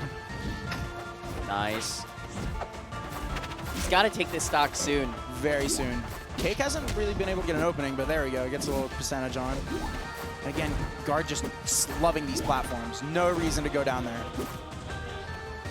Look at him. I feel like the longer Cake has this stock, the more anxious Guard gets, and it's really going to affect him. Yeah, see, I think Guard's kind of, there we go. I was going to say, I think Guard's waiting on Cake to make an overcommitment, which he tried to produce some smoke there, and Guard just got a tipper down smash and resulted off of it. But this, almost it. Looks like, oh, that was a really, really nice spike there. Perfectly timed down air, and that's so not, like, enticing to go for as a force burn because you know how big Claren up B is. Claren up B is so insanely big. And you know people would choose to parry or punish option after, or maybe throw a move that's disjointed below it to catch. Or maybe make him tech and catch their option after that. But for him to just call out the Guard's not going to down air and send it, that was pretty good. It's so good. Yeah. That was such a good set, too. That was awesome, yeah. I think Guard played really well. He definitely has that, I think he got what he wanted. He wanted to play Penguin or Cake, and speaking of, here we got Mr. I think no matter where he places, that specific experience was well worth the rest of the tournament. And Cake got some experience in there too, you know. He's learning that Claren Guard matchup, but I'm really excited for this set here. Maybe more so than the last one, because Penguin, Mr. Consistent, doesn't lose to those people outside the top 5. Yeah. So good. We're going to see if it sticks. Against Elfie, the man who has just been, you know, consistently over the years getting better and better and better and better. Yeah. And now, dare I say, he's the best Maple? I can see that. It's hard to say because he lacks a lot of results, but I mean, this could be his chance, even though it's not counting for RCS rankings and such, but this could be, you know, it counts for seeding and such for future tournaments, but this could be a really good chance for him to show everyone that he can do just as well offline as he can online. And again, I feel like everybody going up against Penguin and CakeAssult, at this point, it's it's more about experience and keeping learning. Your nerves intact too. Yeah. Like how it's got to be so nerve-wracking. Yeah, it's hard to not just feel defeated the second you find out you're paired up against them. I mean, they are always the people in the top 3 grand finals all the time. So, I mean, beating one of them almost guarantees you a spot within that top echelon, and we're starting off immediately on a stage that I know LP loves. And again, another matchup I don't think I'm too knowledgeable about, but you don't see a lot of matchups like this. No, and I don't know how much experience LP has against Absa specifically. Well, so far he's doing really well. I mean, but I think if you're gonna beat Penguin, you need to capitalize off those conversions when you have off the side, because Absa being light and floaty can be really hard to confirm off of when you get them at around this 100%. And, Absa just blows you up at whatever. So. Oh, I thought he had not enough, on him, which would have been a kill, but dead even right now. But I'd like to think that. Oh, that's a kill. Really good. I know I said Absa's really floaty and such, but I mean Maple has so many nice tether confirms around certain percentages that I think LP knows to a T. Yeah. There's a nice read from Penguin. I wonder how much wall cling we're gonna see in set. So I talked about this a little earlier with Garden Sestels. When you're watching Penguin play, he just throws Cloud over the edge. Yeah. And he is so ready to react if you instant double jump and try and get on, and he pops it, and you end up towards him. Also, that was a really, really nice, quick kill from Penguin. You've seen it 1,000 times, but it's still so impressive every time. No, him and Cake, Mr. Consistent. Just a big momentum shift. Sorry, as you were saying. No, it's all right. But, the ledge trap scenario is so rough. So maybe having that wall cling can really help LP get away from that scenario. But I think we're going to see a lot of vertical kills with up air from Penguin. But, as we just saw, he likes to carry off the side with the sweet spots too. Yeah. And he can do that with anyone. I'm surprised that wasn't an up smash there. Yeah. I mean, I think Penguin has a good idea of what's going on and such. Yeah, absolutely. I mean, he's the professional here, so. Yeah. I hope LP's not, playing extra safe, because I think he already plays a very good and patient neutral. Yeah. So I wonder if he's a little nervous, he might be overthinking things, which you don't want to do. You want to stick to you want to stick to what you know. He's doing pretty well so far. I was going to say, so far he's looking good. This isn't something that I'd say is out of the reach, even if he loses this game. And there is the stock off that Nair. He's at 110. Any really big hit. Oh, that was a really nice. And LP playing really safe. That fair's not going to do it yet. Good DI. Nice job. Oh, that's a really unfortunate situation. Oh, wow. That fair was a very heavy overextension. Oh, please. Oh, man.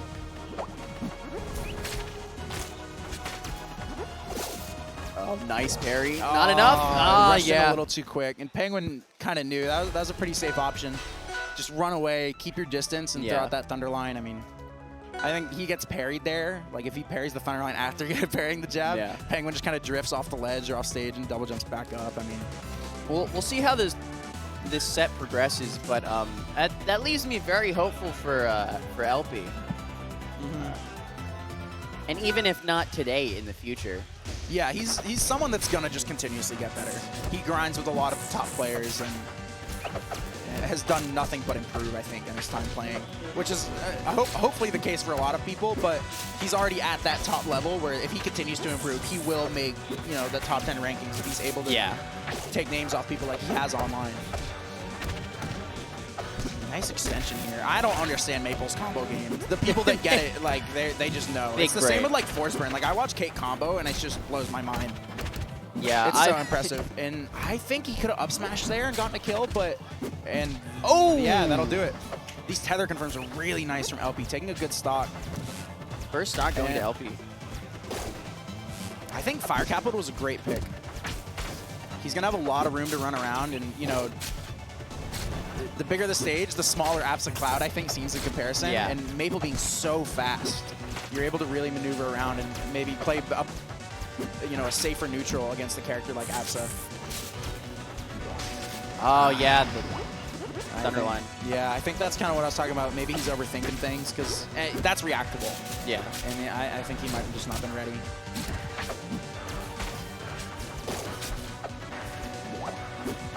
So while he does have a lot more room to run around, I hope that the size of the stage doesn't make him forget about the cloud. Yeah, definitely not. And I mean, it's such an integral part of Abs's gameplay. But I also think this is really good for Elfie because he's really good at his tether confirms. Yeah. More so than like re-wrapping and killing with smash attacks. He's so consistent with getting those tether nairs and reaching with these F smashes, I guess. But you know, when you send people up towards the blast zone, it doesn't matter really how tall it is. You can just send them up again. And so, I mean, but Penguin also just gets those consistent forward air chains and you die. It's all about the consistency to it. And there's one of those that I was talking about. And not enough yet. Yeah, just definitely not a high enough percent. Penguin has not been able to edgeguard Elfie very well. I think that wall cling, as you mentioned earlier, is really helping him stay away from that cloud pressure and avoid direct hits from sweet spot fairs or... Again, getting caught by that thunder line. He's not ready for these. Is he going to lose all 3 stocks to that? That would make me cry. I don't wish that for anyone. I don't wish it, but like... Oh, no. If I'm Penguin, he's not reacting to those. Well, you know, 3rd time's the charm. Maybe. And like... Again, as you were saying, you just got to go with what you know, and if that's what's working. Yeah, I guess so. But when you see someone so experienced as Penguin, I think they've got quite a bit of tricks up their sleeve. Yeah. And I maybe you're right. Maybe he's just throwing it out because he knows it's going to work. Oh, sneaky turnaround seed off that down air. I love the way Elfie uses down air. He's reaching with these forward airs. That wouldn't have killed anyways, but I guess it would have given him really good positioning. Yeah. But he's rushed. He's super aggressive right now. He just backs away to put down Lily, but he's running in. It seemed to be working. Ooh. Are we going to see Elfie take a game here? That would be exhilarating. I want to see a really good set here. I want to see this dude grow as... Oh! That was so smart! That was so good! I think it didn't purple because I think Penguin might have been able to tech because he was right on the wall, but the crowd going, like, Sheesh. honestly, like, how... I'd have gotten caught by that. Yeah. Like, 100%. Yeah, I mean, you expect him to just up B maybe, which has, you know, double hit. You can get a little hit pause on it. You don't want to get put in tech lockout because I think at that percentage, up B might have just killed anyways. Yeah. But, you know. But, wow, that was... Elfie taking a game off of Penguin. Looking good. And a good parry to start off. He's gonna try and send him into that Lily again, but I think he's a little slow. You know, I love both of these guys, Penguin and Elfie, but it's cool seeing my doubles teammate. Yeah. You know, maybe put the work in on the person that made us get second. You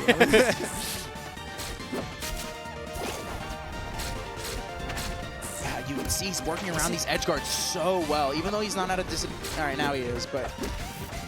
Oh, no. Nice DI. Elfie's disadvantage state has been really clean. His recovery so good. It is. Like, I say his recovery is so good, but Penguin's coverage is also just... So how do you get past it? You have a good recovery. Yeah. You gotta know your mix-ups, and he's been... That's time. Oh, yeah. That's unfortunate. Put him in the cutscene. It's like 64 all over again, just to hit stun the video game. Yeah, even if you know your drift DI and such, I mean, Penguin's that good where if he knows he's got you off that platform or at the right timing and... Got those reactions. Yeah, and this might be another one. Uh-oh. Yeah. The up air. That was really good. That is routine from him. He could do that against anybody, any day of the week. And here we are on a Saturday. He's working the maple. If everything ends here, Elfie got that one game. I hope it doesn't. You know, it'd be cool to see him do a little bit more because he is playing well. That game might have, you know, he gave Penguin what he wanted, but...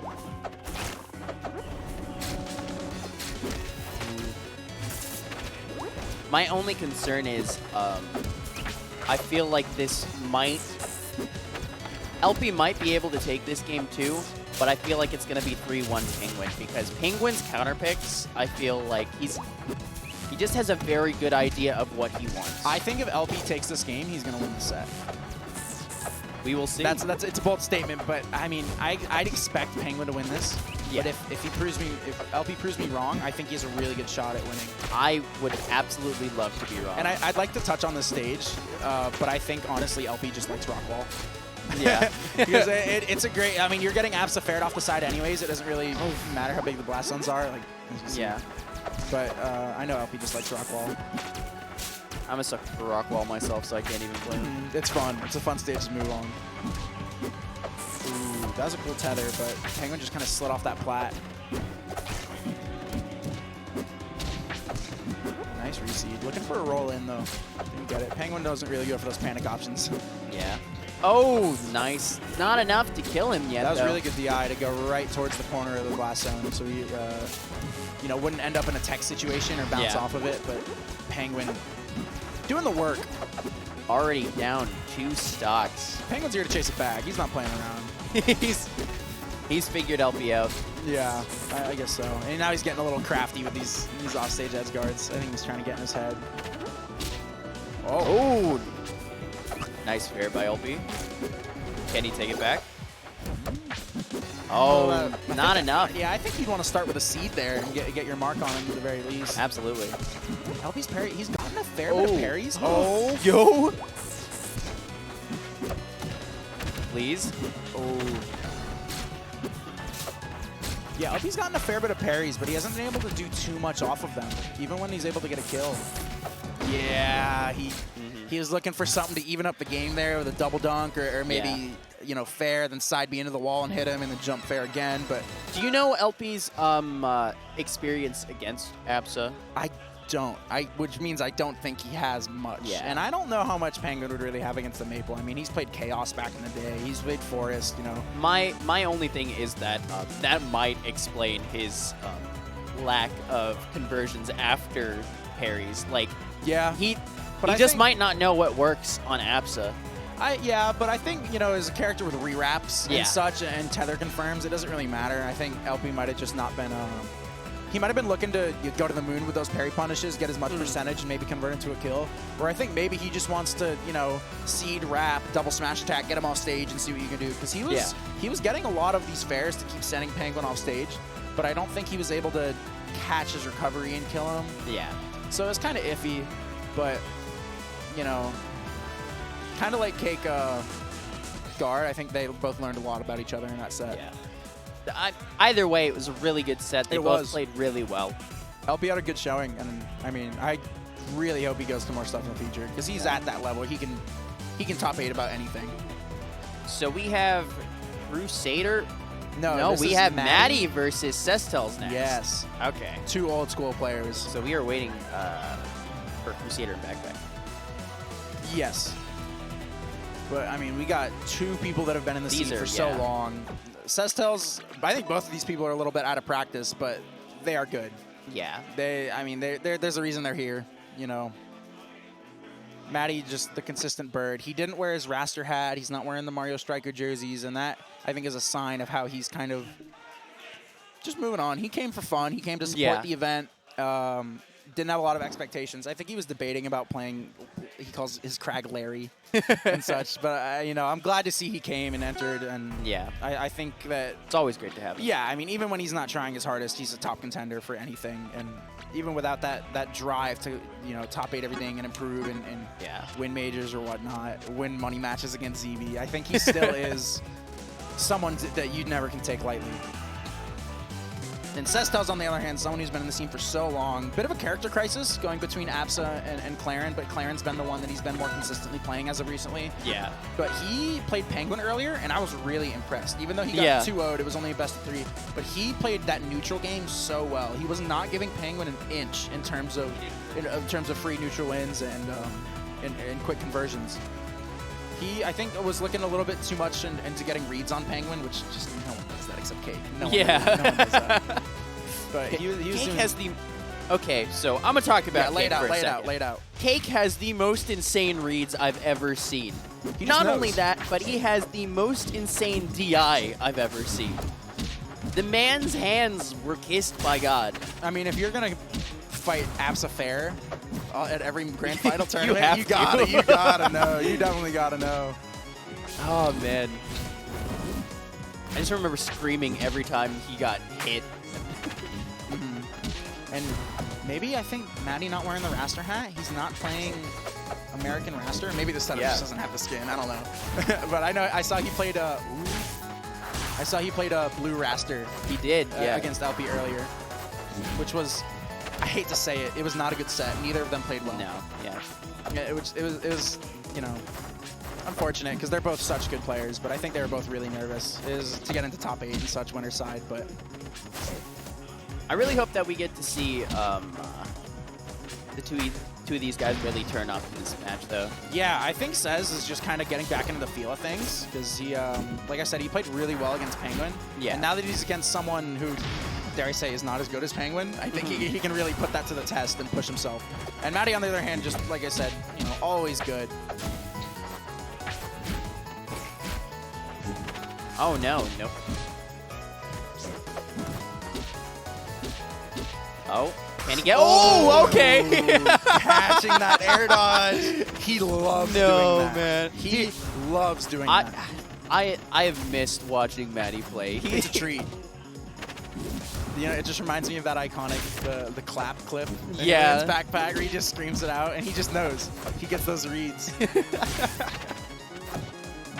Oh, man. Good weight and that up tilt so strong and just died off the side. Ah, that's, hate to see it.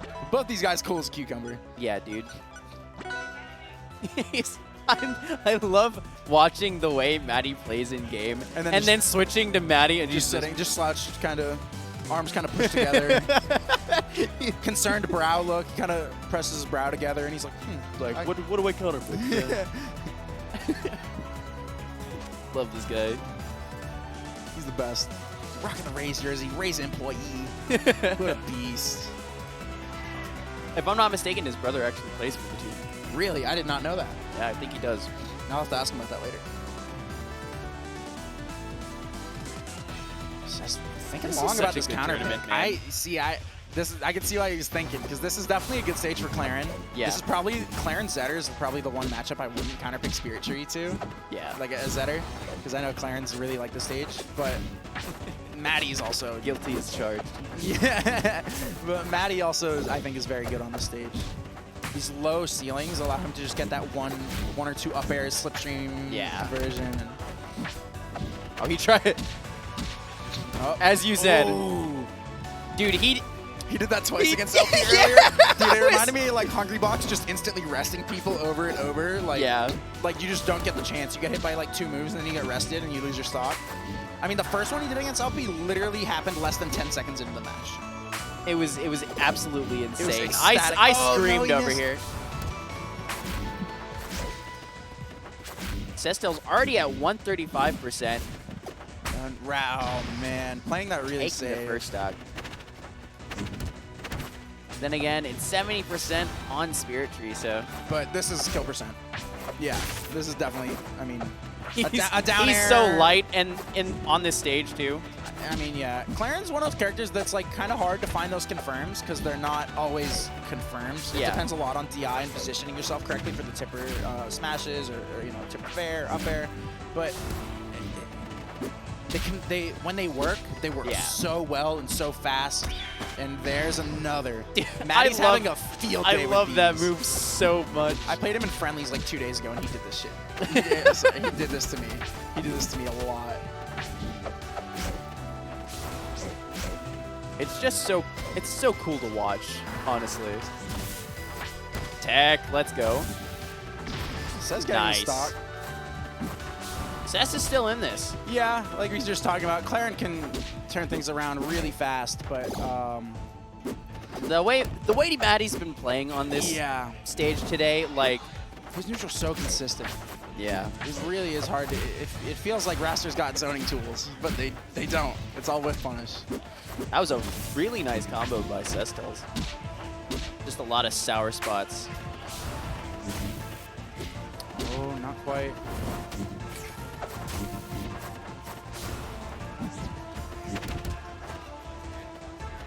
Can he get it, though?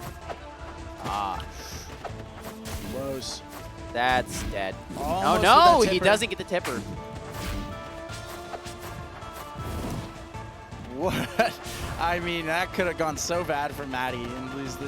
Oh, look at that dash dancing! This is beautiful.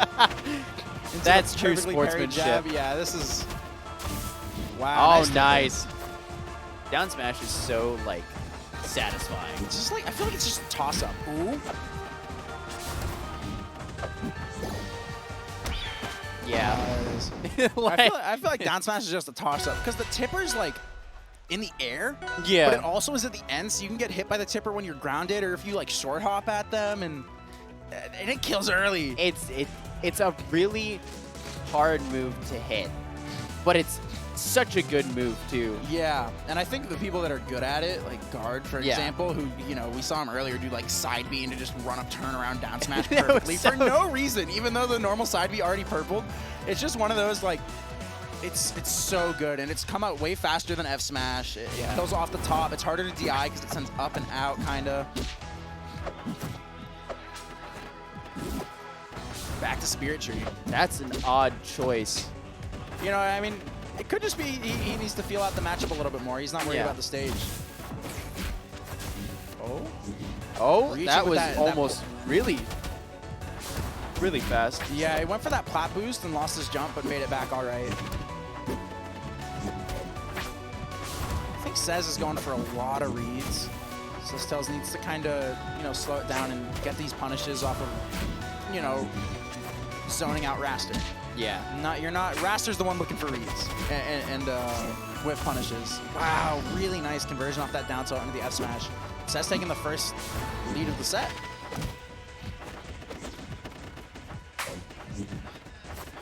Still at 133. That'll do it. Maddie's not missing that again.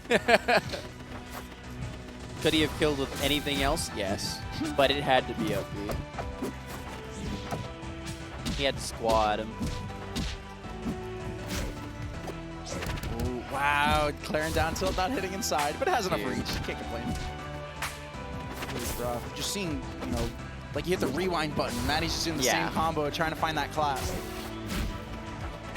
And it's something interesting you notice between, that's twice you've seen Tipper down tilt into Cez going for a dash attack. Guard likes to opt for that, I think, baby dash jab. Yeah. And Tipper that, and he, I think against Penguin, he used to jab, jab, jab, and Tipper all of them. And Maddie again, doing the squaw. He's just having fun, I feel. Yeah. I hope he's enjoying himself, because I'm having fun watching him.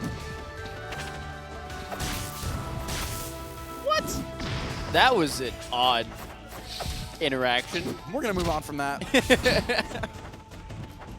Oh. Yo, thank you, Poltergust, for donating $50. Much appreciated. Missed Thank you so much. And right at the end of the set. But that is... Yeah. Cez played pretty well. I think, like we said, kind of same against Penguin. They need to find more of those consistent. Thank you for following. You weren't even following. Thank you for following. Donate and then follow. I like the way you do things. You had to announce yourself and then you follow. Thank you again so much. All of the proceeds from sorry, cut you off. All of the proceeds from Twitch and from this tournament go to benefit Children's Miracle Network hospitals. It helps us do what we do, man. Such a good cause. And you guys can check out the GoTEforthekids.com. GoTEforthekids.com. If you go there, I am unsure of whether this is where you donated through, but with the giveaways, the raffles. Yes, there is a raffle. And for donations of $5 or above, you get raffle tickets. And you could win a Techni Sport gaming chair. And when I tell you that these chairs are amazing, I'm not telling you this because we're sponsored. I'm telling you this because they are just good chairs. We get the good chairs because the sponsor. Yeah, we get the good chairs. They're good chairs. Imagine winning a really nice gaming chair for $5 raffle. And if you don't want to wait for the raffle and you just want to buy the chair itself, you can go to I am having an absolute malfunction in the brain. Technisport.com. Maybe we can get it in chat from someone. And you can use the code for the kids. That is the number 4, the kids, and you get 10% off your purchase. Don't forget the arcade cabinet. The arcade cabinet? What is it, 400 games or something? I think it's 420 games. Oh my gosh. It's so many games. Imagine winning 420 games for $5. Dude, it's like, so cool. It's so cool. Shout outs to Doc and Pies for making that. Of course. As you can see on the stream right now, donate at GoTEforthekids.com. Go check it out. Can't hurt to just look. If you see something you like, go follow this man on Twitter. And you know who else you should follow on Twitter? The man behind the stream. He doesn't get the credit, but he deserves Admiral Funk. He's amazing. You saw him earlier at Not Funky Enough. Never funky enough. Funky, and then enough is just funky backwards. We love the man. We do. Everyone here is doing such a good job.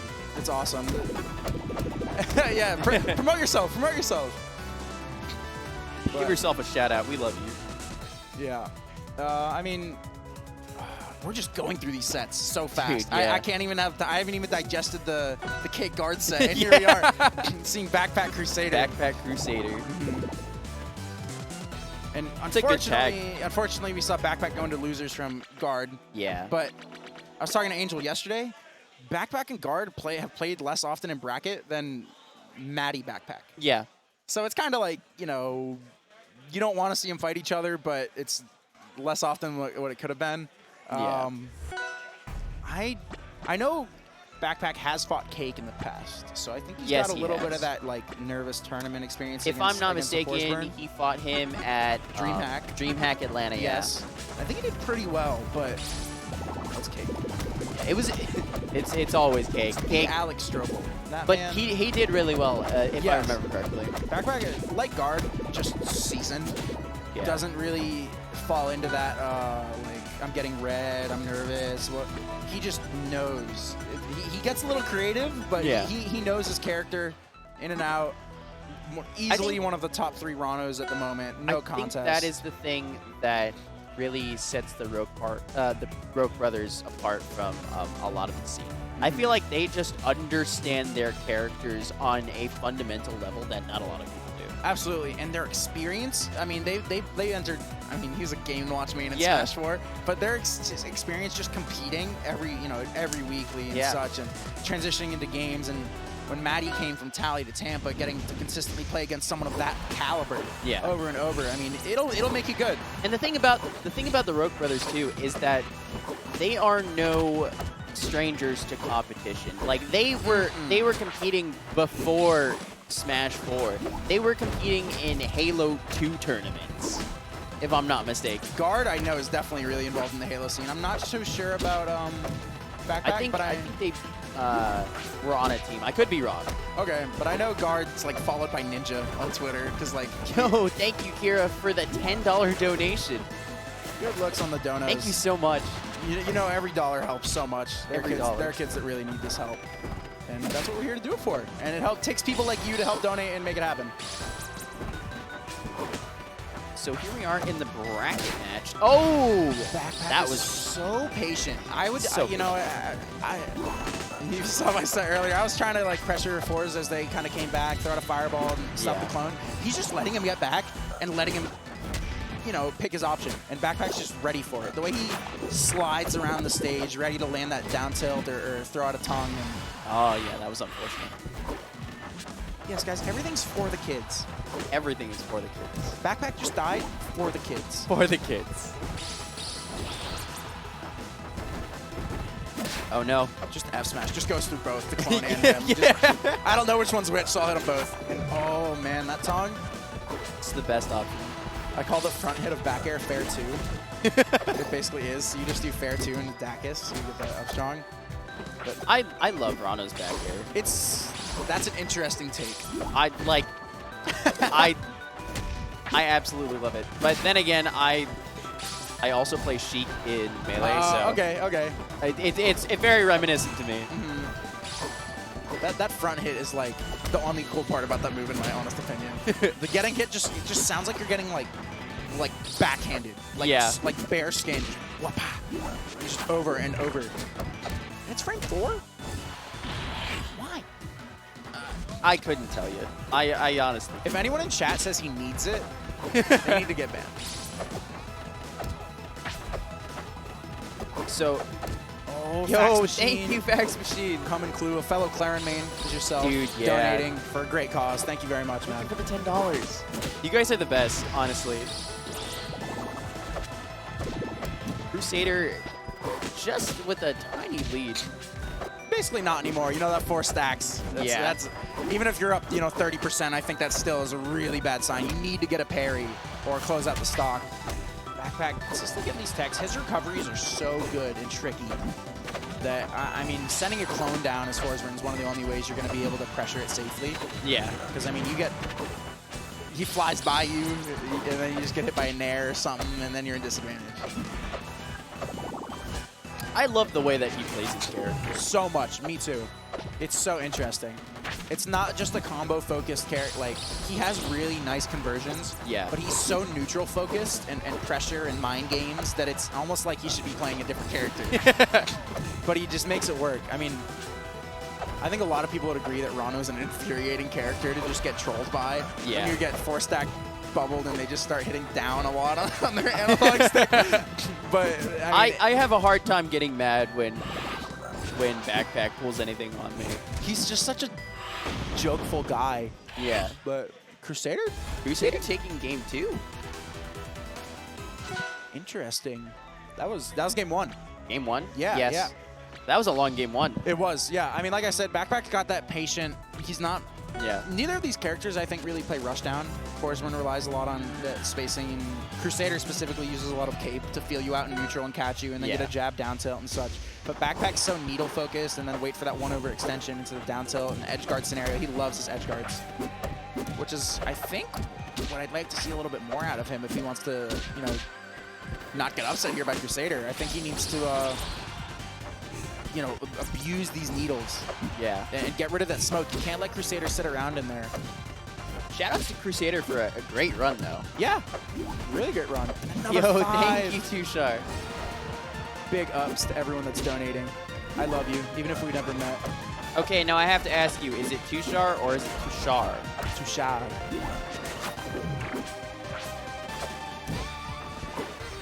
I don't want to get your name wrong.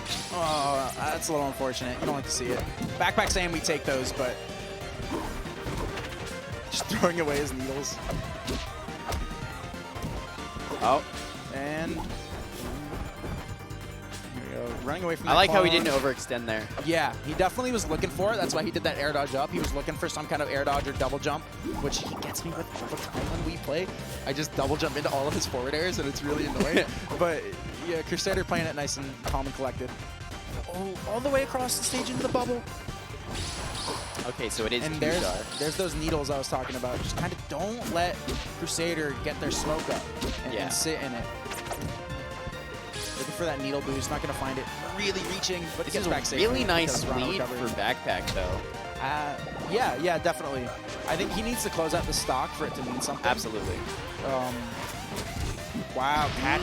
That's one of the only moves in the game that can stop Rano from just freaking canceling his up special on the edge. Oh, panic options. Backpack's so grounded, neutral. Right I don't know now. if he was like not expecting him to teleport right in front of him, but the needle was an odd option in my opinion. And then just back air. Yeah. Just Rano back air. It's so fast, you can't. No hits that you just can't react if it happens like that. Like, it's pretty easy to predict when it's coming because it's such a good and consistent move from the character being Poison Frog. But, oh, that. Yeah. Crusader said right back at you. Don't DI this. I think that was a lot more impactful for Crusader. That was a very important stock for Backpack that he didn't want to lose so early. Yeah. Oh, no, that was... Oh, Backpack burner's wall jump. Yeah. It's back okay. Backpack's combo game, I think, has been a little bit lacking. Yeah. And I don't know, he is playing patient, but Crusader likes to play that patient game as well, so I don't think Backpack should play to their strength. He should be playing to his own and play those mind games. Oh, not enough. Sweet spot. I thought he was going to go for an up air there off that super jump. Again, fishing for this down tilt up strong, but Crusader's got some pretty decent DI, and Backpack can't find it. Oh no, I'm surprised he didn't go for a back air there. Backpack leaving a lot of smoke clouds up for Crusader to use, but there it is. That should be it. Oh, that was just... Yeah, no that up was, smash. that was no hot. Up smash. That I'm was just going hot. to spike you. I'm going to be honest, that was hot. Backpack just... I don't even know if he was going for the spike. I think he might have just wanted to send him back out. And I think the not the spike sweet spot, but the normal sweet spot of Florida that sends away would have purpled it that percent. But like, you get what you get. It works. Yeah, it works. If you ask him, he'll say it was on purpose. Guaranteed. Crusader going to take some time with this counter pick, I think. I mean, after taking game 1 against someone seated a bit above you, you got to be taking this really seriously. Pickle, we got a lot more rivals. We got a lot more rivals. I looked away, and you switched to me. I was yawning. I'm sorry. We got a lot more rivals. Come on. Oh, man. Let's maybe see. Backpack likes to do his little ritual. I think he used to like to stand up, pull the jeans up. Yeah. Him and those jeans. And stretch it out. Yeah.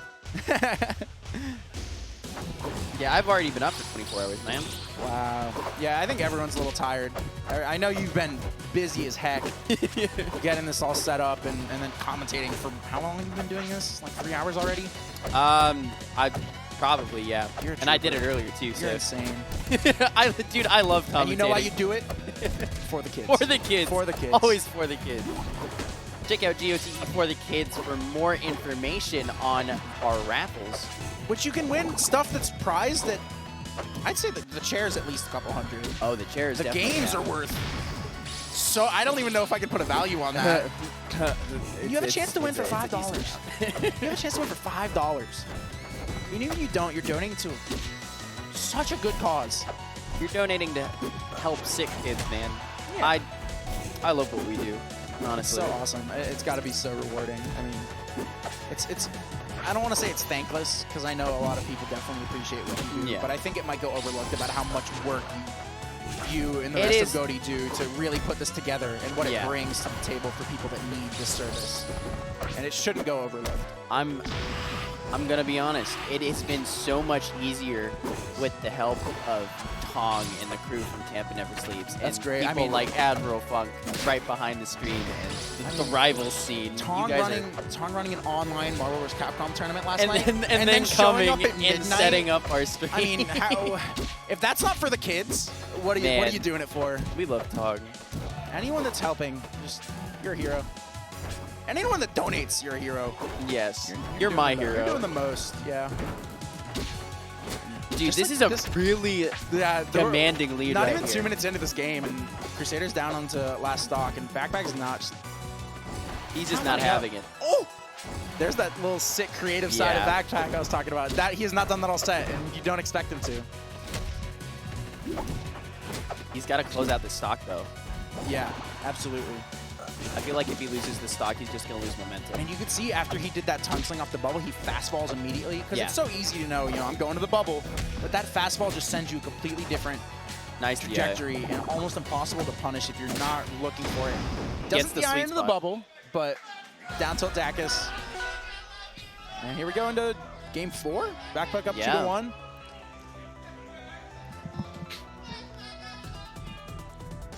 Crowd cheering for Backpack, the local hero. He's just a lovable guy. You can't. He is. He's so wacky. He is. He honestly is. But he's such a nice dude and fun to be around. He'll just put a smile on your face with anything he says. Absolutely. And man, is he handsome. No one wears jeans If only like that, we man. could all be so handsome. It's not possible. He was handpicked by God. It's the hair. It's the hair. It's the muscles. It's the way that no one wears a tank top like him. Yeah. He's special. He's just got to have his arms out there, man. Yeah. Him and Renzo had a forearm comparison contest. He didn't win. Renzo's too forearm heavy.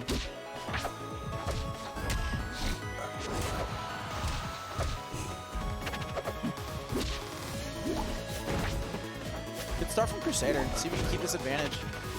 Yeah. Oh, nah. I think they might rely on Cape a little bit too much to secure some follow-ups, whereas, you know, you'd see, I don't want to base everything around CakeAssult because no one can just play like Cake, but you'd see him really look for that way to push off stage and then confirm the down air. And my friend, Nasty Crime Boy NCV, donating $10 for the kids. He was supposed to be here. You're my hero. He couldn't come last minute, unfortunately, which made me and so many so sad. We wish to see him, but I love that you're donating for a good cause. Thank you, brother. Oh, dude, just putting the pressure on right now. Oh, that was absolutely insane. And he's doing the dance. This is the backpack special. You get a little lead, get in their head. We'll see if Crusader falls for it. I wish that more people would get in their opponent's head.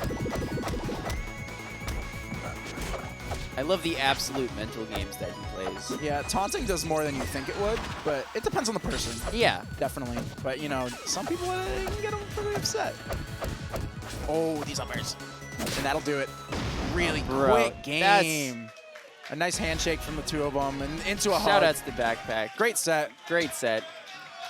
Great run from Crusader, man. Applause. Really good run. I think they both played really well. Like I said, it was kind of upsetting seeing Guard and Backpack have to play, but Backpack continuing to progress. Maybe we'll see a run back. I'm really happy that Crusader made it this far because I haven't seen Crusader's name around. Yeah. So it just seeing again people grow in the community, just get better. It's it's a lovely thing to see. The Sweet Spot lads, Crusader and Elfie, both making top 8 and doing very well for themselves. Crusader got, was it 7th? Was that first round of top? Crusader, yeah. Or no, because that was first round. It was, okay, my bad. So, yeah. He and Seskel's tied for 7. We're going right into Guard versus Maddie Ice. Guard versus Maddie, bro. This is gonna. I think this might be the person that Maddie Ice dislikes fighting the most. Just because it's the matchup. The matchup's annoying. The way Guard plays is so anti-whiff punish. Because like I said earlier, like how can you whiff punish when they don't throw out anything for you to punish? Yeah. So it's kind of like Maddie has to find these openings. He has to work so hard to get it on Guard, but also he knows not only the character matchup but the player matchup. Yes, these two have played a lot, but like I said earlier, Maddie and Backpack have played a lot.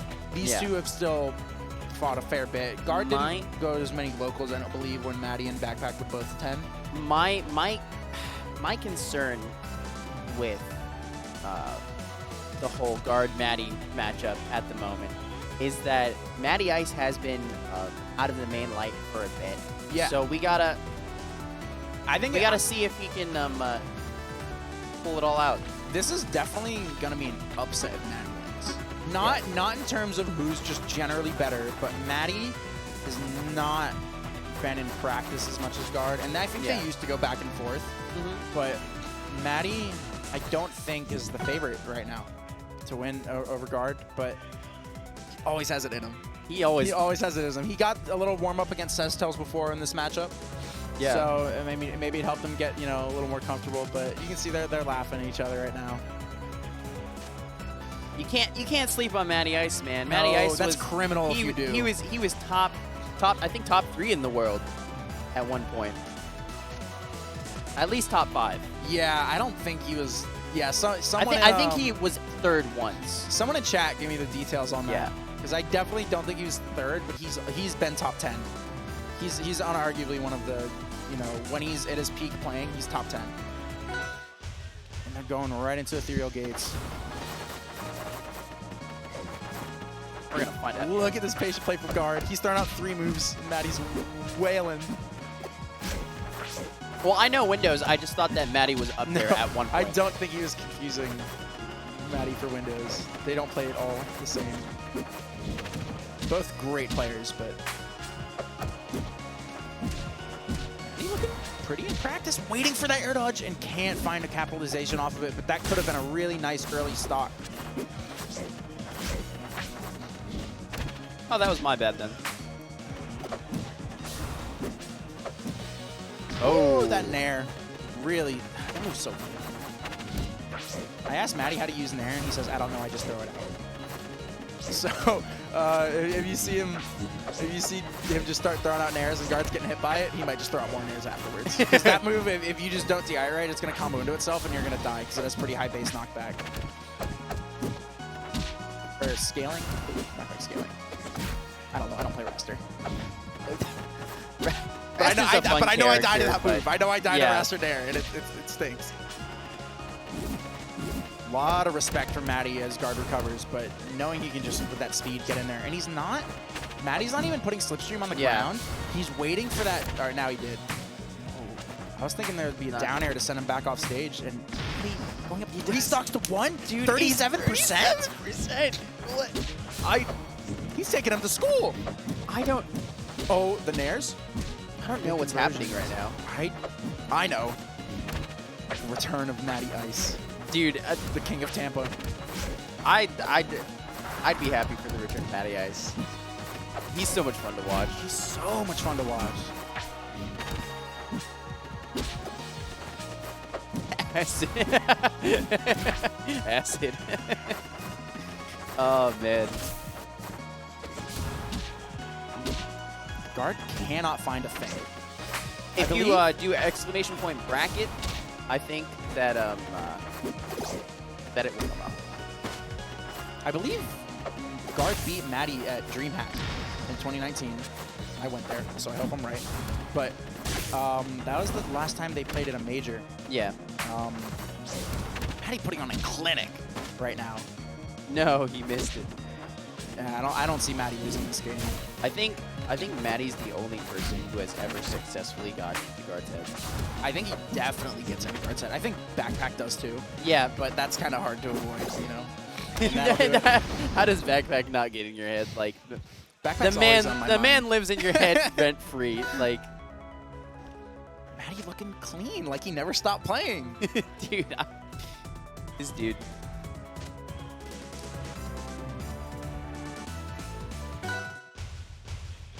Report, a classic. Yeah, that's what we saw last game too. Start off with that patient neutral, and then it just clicks, and then they start going at it. Well, Maddie starts going at it. I think Guard still looked a little lost. Oh, interesting down air. He had to read the DI on that side B to get that tipper, but I guess. I feel like that was a very odd and unoptimized option. Yeah, but it was quite the read, and it gave decent damage. Didn't find that tipper. That definitely would have been a stock. And really give the eye to avoid that tipper up special. That could have caused some problems. I like this change in momentum from Guard, though. Yeah, I think he's taking more of an aggressive stance. As soon as he gets that advantage, he's not going to, you know, work around what Maddie's doing. He's going to hold his position.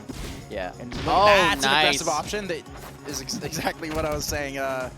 He keeps advantage, and he needs to pressure it. You need to take advantage because, you know, Raster's floaty. Raster gets those high percents. It can be really hard to find the kill on him. But, you know, Guard also very high percent. Maddie pretty good at finding his confirms. And straight claps, these reads. He tries for one there. Yeah, that's the Maddie classic. No Raster does that besides him. It's so cool.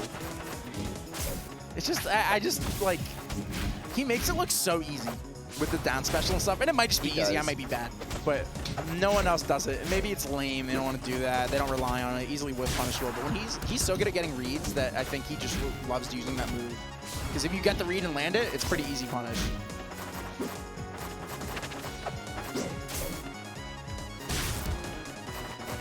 Got to take this percent back, though. Yeah, Maddie needs a patented Raster combo with that quick forward smash. Yeah. Ooh, oh, nice down air. That was scary. Didn't get anything off of it. I would have died there. I would not have thought to just down arrow.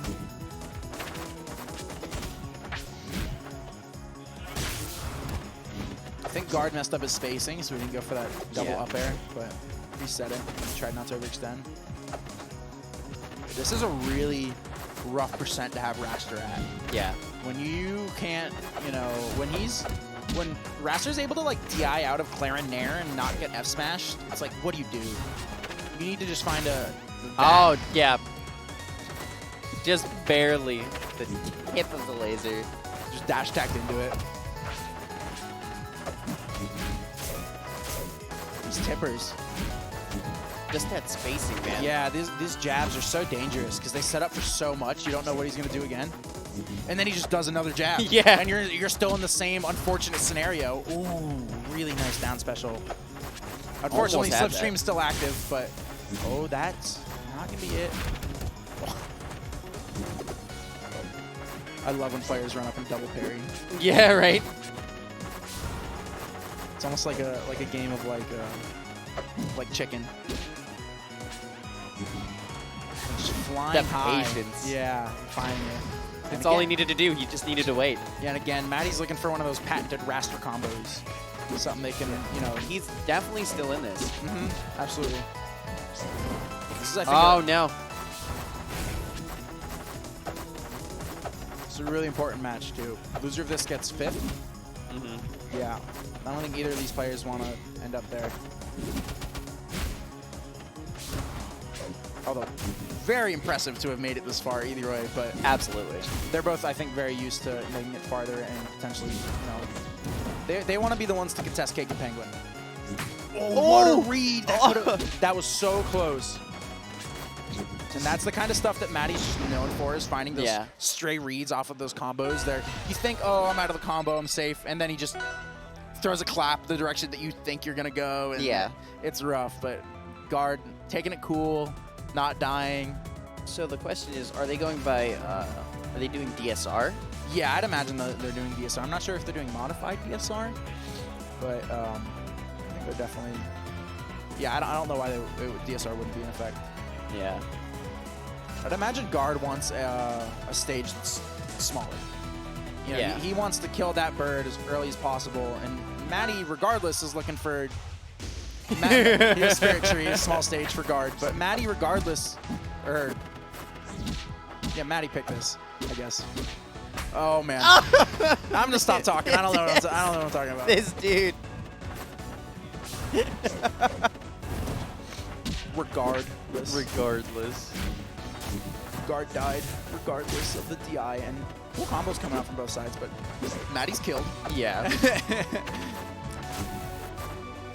Oh, I thought maybe just another back air there might have kept him in a better position. Reach him with these down specials. Man, oh, that was Guard a really nice confirm. Good at that.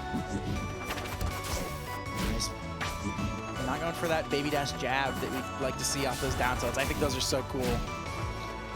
Down tilt feels like such a lazy option from Clarence after a tipper, but it's so good. Like, that's what I what else are you going to do? Yeah, we saw Cestel's making top 8, and he's doing it because it's a good option. But I cannot lie, the baby dash jab tippers are so cool to see. Yeah, Maddie loves the stage. He's so nasty. Maddie Schneis. Maddie Schneis. Eesh. Rolling those Maddie dice. There's so many more jokes. I know. I was gonna start. I was gonna say it, it, but it's not yet. I don't think the people need it. Oh my god. Bro. Oh my goodness. That's not enough. Oh! Maddie! What a legend. It's also interesting. I mean, I just saw him use Tornado for the first time in a while. That's such a good option because it's basically disjointed. Yeah. And it's quite easy to control. You can move around, a lot of multi-hitboxes. But Clarence is such good disjoint, and Guard's so good at spacing that I don't think that's an option that he's been opting for. And might I remind you guys, this is for the kids, so please keep our chat, no profanity, keep it nice. We're here for good cause. We got some good games going, so let's stick to the discussion about games.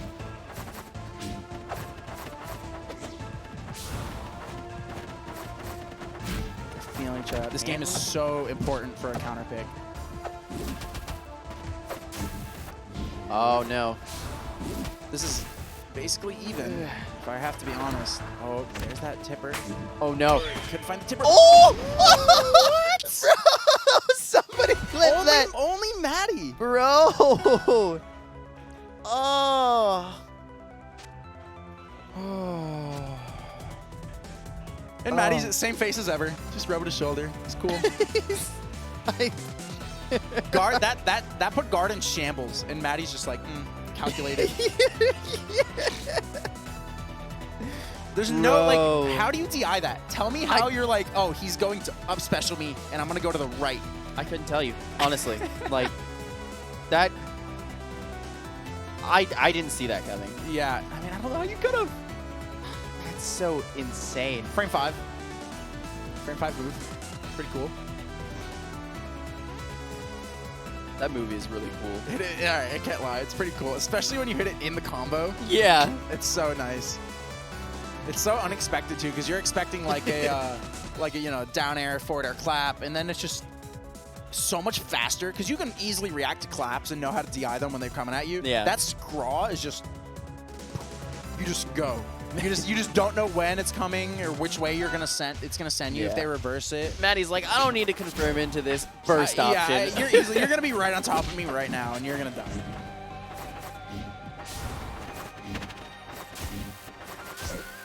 Oh, that double 10. So what is that, like 16, 18%? He's just dink. It's so ridiculous. And that's coming from somebody who plays the character. Look at these side specials.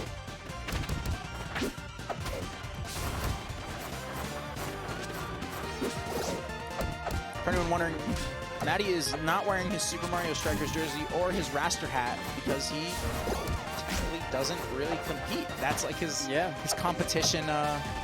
He's retired the hat and the that's his competition attire. He just showed up today because he wanted to have fun and support the cause. And man, has he showed up. This is Maddie having fun. Yeah, this is Maddie enjoying himself, and I hope he isn't having fun because, like I said, we're having a lot of fun watching him play, even if he doesn't care about results or whatnot. This is I hope that this is Maddie having fun because look at him just clapping. I feel dude, how can he not be having so much fun right now? Like I know he enjoys beating up guard. So I can't believe anything other than like he's internally like grinning like a child under that mask, even though he has the same expression whenever he does some crazy stuff. Yup. Just like, how did you? I like to imagine he has a little smirk every time he hits an up B. You can see it in his eyes. Oh yeah. I mean, he always has the eyes of someone who's smirking, but you never know. Oh, that was. I think it's hard to tell whether these two are playing to their full potential because they have so much experience against each other. Yeah. Where it's hard to tell if it's like a player-dependent read or you know, they just had a good feeling. Nice stick. I mean, it's. Oh. But yeah, no, I definitely get what you mean. It's a very. Like I want to almost optimized matchup as far as the players. I want to question some of the things they're doing, but I can't because they've done this so many times over. And like it's obviously working. So yeah, clearly. I mean, they're going back and forth. Guard has a good lead right now on Jules Vale that I believe is one of his favorite stages. I'm surprised he didn't go for Cyclone there. I think the delay on Cyclone really could have helped him. Just making it back. This could be a lot of damage here.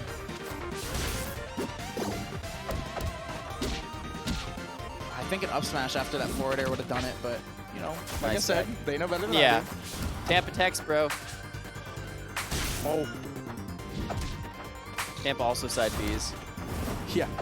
Guard's throwing out a lot more side Bs than I think I'm used to him using. I don't know if he's fishing or trying to catch Maddie being aggressive. That was really nice. Yeah. That was a really nice way to close out the set. Not the set, the game. Yeah.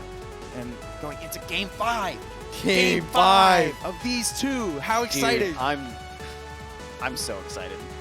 Tampa Bay Rays, Maddie Ice versus Dasani Guard. He's repping his team. Versus Dasani Guard.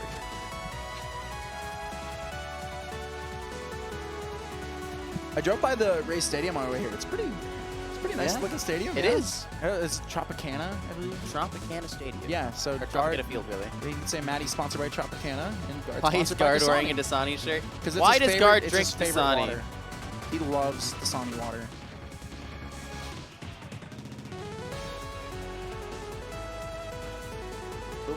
what is that man's like food preferences like? Guard? Yeah, because I don't imagine if he's a picky he eater. likes Dasani, like what? What else? You think he'd get offered like a nice New York strip, and he's just like, where's the A1? Like,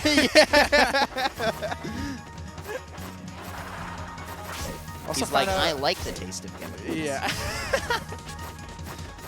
I love when my someone put it like, I love when my water tastes like a cup that hasn't had all the soap emptied out of it after being cleaned.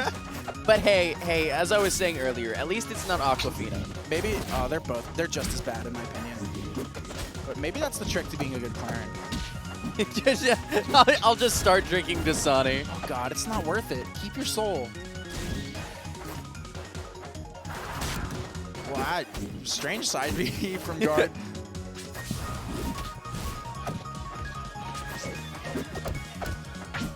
Maddie a little bit behind, but really needs to find this way to catch up right now. His guard's one hit away, one side B, one read, one tipper half smash, anything. Close this out, and such a small stage, I think, is a good pick for Maddie. But you need to make the most of it. I'm not gonna lie, part of me really wants to see this upset just because I want to see how far Maddie can go. Having fun. Having fun, yeah. Just because I think as a competitor, he got in his head too much. He might have. I think that was part of what made him so good. Yeah. How composed he could be, but also when he's under that pressure, how it makes him want to get better. Yeah. But right now, I mean, I think he's playing off pure instinct. He's playing. How do I beat guard side? And it looks like he's doing pretty well. I mean, even that last stock up very quickly. Oh man, you love to see Clarent upbeats in the middle of the stage. Right? It's so cool and fun. It's the Dasani. Oh, that's a Dasani drinker upbeat if I've ever seen it.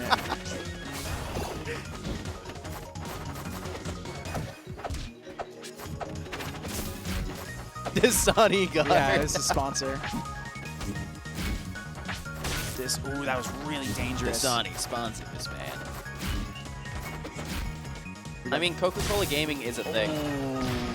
That was a nice side beat. Yeah, very nice. He's gotten a fair bit of those. Maddie, one good two or three hit conversion from evening this up, but I don't think those random claps are going to be what he needs. He needs that. Oh, that's yes, exactly what he that's needs. so good. And we have last stock game 5 of this classic matchup between the two. Who will win? Who will? Oh, no! Oh.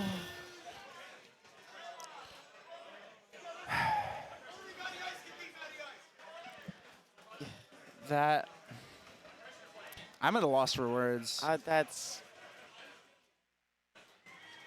unfortunate. Everyone kind of bummed out about that one. That one really hurt to see. Maddie, I hope, isn't taking it too hard. He was here for fun. Yeah. Guard probably popping off on the inside, but no one likes to see that. Yeah. Yeah. I was just hyping up final stock of game 5, and that happens. Man. GG's to Maddie Ice though. He played so well. Yeah, he was doing really well. That Good for him. Dang it. You hate to see it end like that. We don't even get a chance to mourn the loss of that final stock. We're getting right into the next set of Elfie and Backpack. Elfie and Backpack. A much-awaited set. A little debate between the seeding on this one, but in the end, and I would agree with people that are saying these two are very evenly matched in terms of their potential and current skill level. But, only one way to find out. We got to see it happen. Yeah. I think it's hard when two players have never played each other in an offline setting. Absolutely. Especially when they don't play a lot of the same people. In fact, Elfie wanted to go to Riptide, but wasn't able to, unfortunately. I think we talked about it earlier, but he would have had a lot of, it would have been seeding so much simpler. Yeah. But Backpack are, a regional dominant, consistently beating, I shouldn't say consistently, but has in the past taken several sets off the top people in Florida. Maddie Ice, Windows, Forest. Yeah, he did beat Windows at the Gatorland. Oh, I went to in the past, but he's gotten some really good wins. Definitely, and LP's, like we talked about before, on that track. He's on that path there, so it's such a toss-up when you're trying to see these two. Do you want to go with the consistent choice of Backpack having more all-around, consistent, good placing results, or Elfie, who's been recently playing and entering recent tournaments and taking names off of very good people, but online, which some people don't consider as much of a, you know, give it as much value. I think it's a toss-up, but oh, here's Backpack standing up, stretching the jeans. Love it. I love it. He does it. He does it all the time. We'll see how it goes. I did that to him at Gatorland last time. He stood up, and I stood up with him. Yeah. We sat back down, and he stood back up again. He had to do it himself. Thank you, Biogenics TV, for the subscription and the shout-out. Oh, Biogen, I wish I was here to see. I wish you were here. I could see you.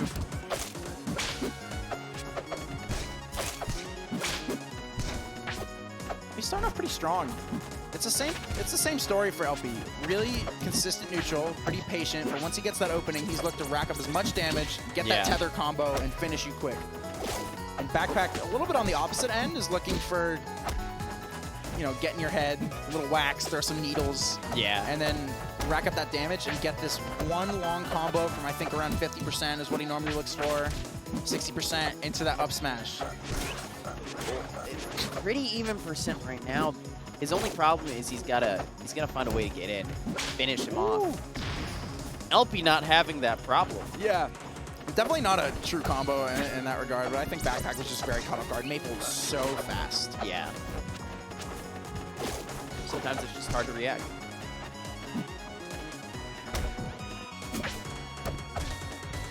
He's gotta take the stock, man. Yeah, there we go. And I know Elfie has a lot of practice against Squanto, who's arguably the best Rano at the moment, was ranked 8th on the last rankings. Heck yeah. But again, you know, you can think of online versus offline what you want, and they have only practiced on online. But, you know, you understand the character, you understand the character. Yeah. And Squanto is very good. Backpack, very different style of player, though. And I think this is going to come down to a lot of neutral. That's something Backpack, I think, enjoys playing.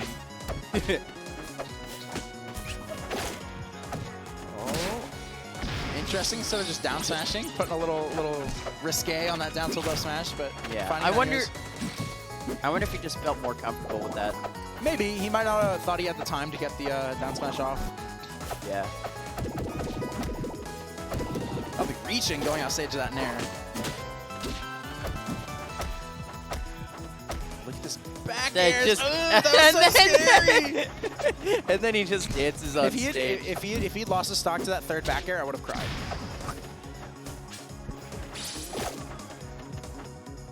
Oh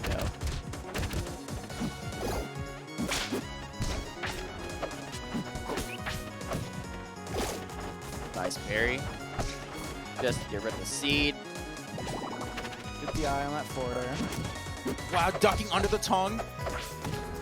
Elfie's just throwing jabs, left hooks on this platform. He's got him in the bubble. Oh, and that kills. Yeah, caught the jump out of the bubble. It's a little panic. Not many people would think, you know, air dodge away or down in that scenario. You kind of just want to get out of there, but that up smash just kind of reaching a bit off the platform and closing out. And oh man, this could be a really good set. They were kind of going back and forth there. That was a little bit more fast-paced than I thought it would be. Very combo-focused. I think both of them are feeling each other out. Elfie might be a little bit more nervous. While both of them play characters that play camp, I feel like both of them are too bloodthirsty and too eager to to destroy. Like, yeah. They're waiting for that one opening, but I think Elfie. Oh, that was scary. I think Elfie plays a much more like, I don't know. I feel like they're actually pretty similar in the way they try and play neutral and then find an opening and get as much off of it, but then not overextend. But Backpack playing so consistent right now. Elfie's having a hard time getting in and closing out these stocks. Even racking up damage. I think Elfie's having a hard time consistently winning neutral or getting long conversions to get damage on the Backpack. Wasn't ready for that wrap, unfortunately. I wonder why Elfie seems to be having trouble. Because theoretically, they should, like... I don't know. Elfie looks really nervous, in my honest opinion. And it's unfortunate because that may mean they're not able to play to the best of their potential. But, you know, that might be the difference between online and offline. Yeah. You don't have to sit next to your opponent. Yeah, I mean, there's bright lights in front of you. You got a lot of people watching and cheering for you. And what a good wall jump not there. wearing headphones, which could also mess you up. I mean, that could be a choice, personal choice. Yeah. Wow. A lot of people do it, but also to go from, like, your own home. Yeah, with your own, maybe your own music playing, you talk to friends while you play or something. But I don't, a little bit back, Elfie F-tilted backpack. He died so hard down that he was able to hit the ground and detect before running into Lily, and that would have been a guaranteed stock. And that's just, I think, maybe Backpack's just a god at this matchup for some reason. Yeah.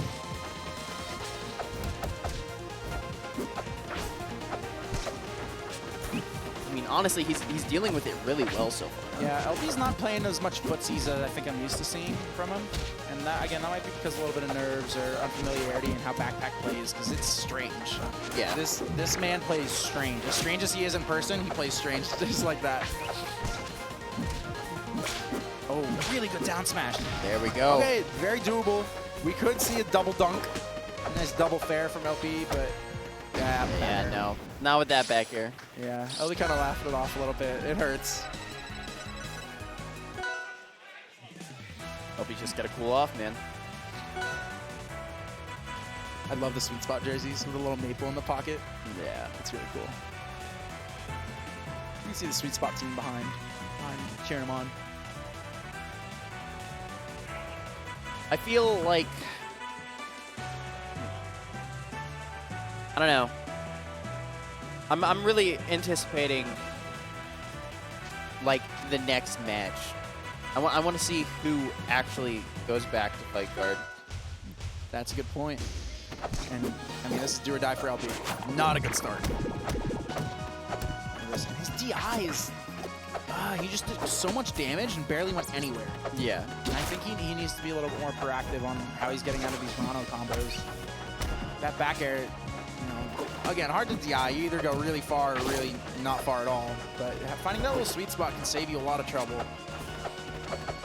Look at backpack. Oh, man. That's the stock. Nope, didn't down smash. There it is. Backpack is in his zone right now. He's in his comfort zone. He's so on fire. It's honestly insane.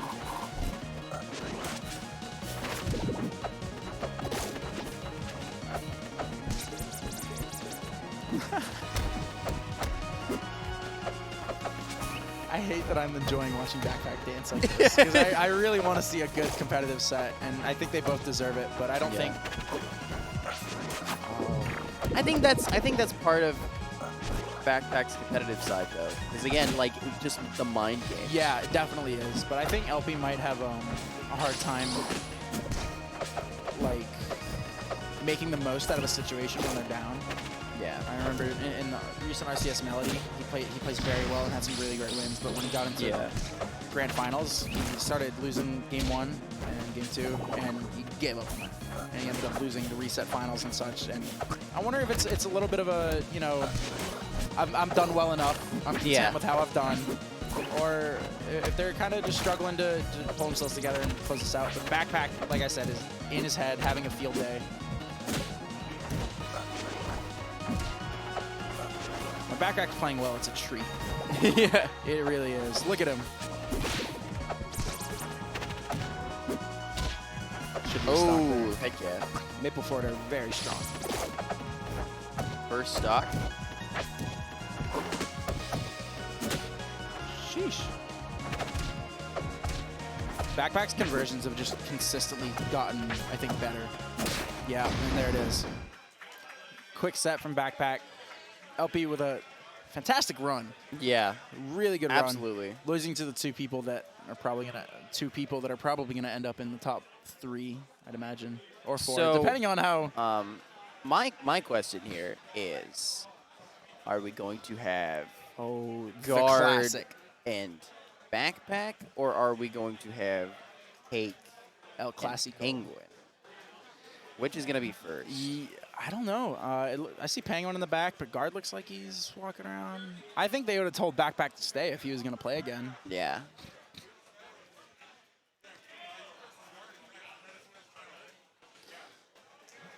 I don't know. Both are going to be really cool. Oh, is he saying? Not sure. Oh, yeah, he's taking his stuff out of his... Nice. Heck yeah. Here we go. Dasani versus Jeans. It's Dasani versus Jeans.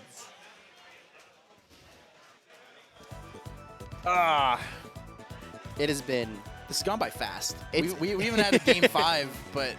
Dude, it's been so good so far. Yeah. Also, is it me or did it get like cold in this corner? I got a nice little cozy sweatshirt on. I don't know. I haven't felt it. Backpack is playing good right now. I mean, they played before, but it was only a best of 3, and Guard, dare I say, steamrolled him. But Backpack's had quite a bit of games to warm up, and he is looking good. Like I said, his conversions are getting really consistent and racking up a good bit of damage. And Guard had a really close set with Maddie Ice and ended up winning off of an SD that was really unfortunate. But I'm wondering if that might have, you know, I don't know if that kept Guard hot and in that competitive mentality. I don't know. Again, it's kind of like we were talking about with Maddie and Guard, where you don't know if what they're doing is like optimal or if it's just a personalized thing. I think this is going to be very... The thing in the search bar, that is it. Pickle here helping with some technical difficulties. Yeah, I had to get them logged into one of the tablets for bracket running. But again, I mean, these two, I think they genuinely just treat each other as competitors. It's not like it's my brother. Like Guard said, if he thinks if he lost the set earlier to Backpack would have popped off on him. And I'm like, I don't know. But if he did, like, I mean, it's a good win. Yeah, I mean, like, again, he's your competitor. You have to forget your familial relations. Backpack is the man. He tweeted out, he said, when we're in bracket, we're not friends. You're just in my way. Yeah. And I don't know if anyone else could tweet that and make it as funny or true. But honestly, I respect the focus. Yeah, I mean, he's kind of... That's someone that's just, like, conditioned through competing, that knows, like, I'm just here to win. Yeah. Like, we can be friends and stuff, but I'm going to beat you. It's my job. That's why I'm here. Yeah. So, we can be buddy-buddy and stuff, but as soon as that game starts, I'm here to win.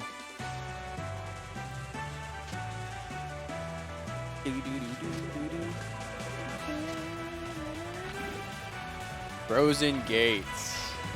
Ethereal Gates? They're not going to Frozen? All right. Frozen looks so good, though. Oh, my gosh. He just runs up and tugs to start the match. That's a way to start. See, I think now Backpack's having fun. Yeah, and I think that's when you really have to be careful. I think Backpack, even when he's just having fun, he's playing it like his absolute best. Yeah. Because he enjoys getting in people's heads. He enjoys... I feel like when he's having fun, he is at his best. Like, yeah. I don't know if it's like mutually exclusive. Like, you can only play your best when you're not having fun or whatnot. But he's definitely someone that when he's in his groove, it's just when he relaxes. Yeah.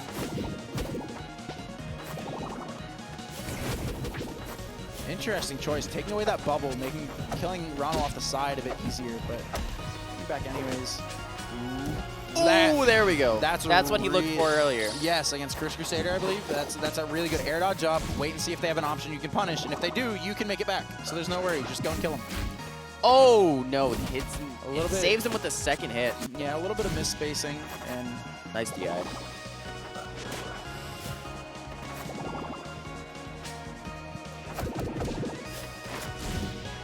that would just do not much you can do that. Yeah. There's that jab. I love that jab. Ooh, catching on that down air. Look at him just waiting. He says his he's not getting reactions past so good. Guard is just not letting Backpack get past a certain point near that end of that platform.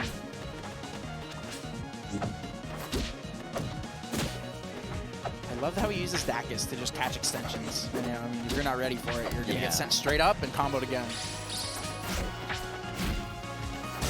Trying to catch a roll in there. Backpack is a little ready for it, though. Very even game so far. Can he do it? Oh, good tech. Oh, nice. Putting the bubble there? He's going to try and send him into it, maybe? Yep. He's just waiting. Wow. Dude, are you this man? Who does that besides him? Man. Who would just sit there instead of like trying to send someone off towards the top? He's just like also I don't know why guard drifted in. No. But you know, Backpack does what he does. Conversions 80% out of nowhere. Please clip that, guys. Like that was. That might be a stock. Ooh, never mind. No, he's insane. Look at him. He's rising up. Oh, no, he fell out. No. Yeah. You can't infinitely rise with down air on bubble. Unfortunately, Backpack didn't quite get high enough above the bubble before he started, but we're not fair. Almost. Oh. It almost worked. Like. Yeah. Backpack is so close to getting this one final hit to send guard away, and you know guard is feeling a little nervous right now, but that's it. Fair two. Fair Look two, at this Dacus. man go. He's on a warpath. Just right back into it. He knows what he wants to ban. Guard knows where he wants to go. And we're on tower. 2.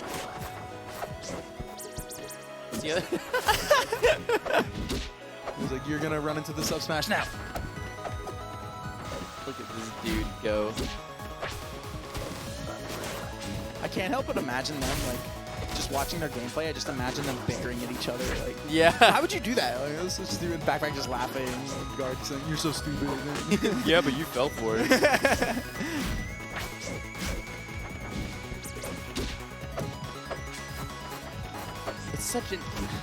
It's such an interesting matchup. Yeah, and I think these two showcase it better than anyone else that plays this game.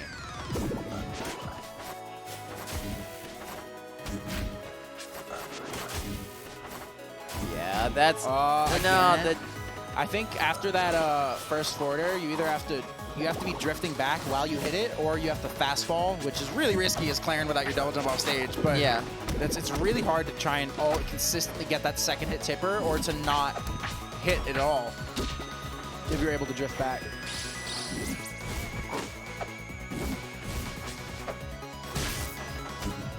Oh no.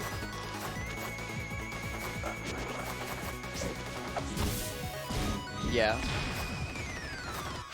First stock going to guard, but taking his time. Nothing crazy still right super now. high. Guard needs to find a very Yeah. I say if he wants to make the most of having this little lead, he needs to get back off stage and rack up some damage. But just like that, they're back to even basically.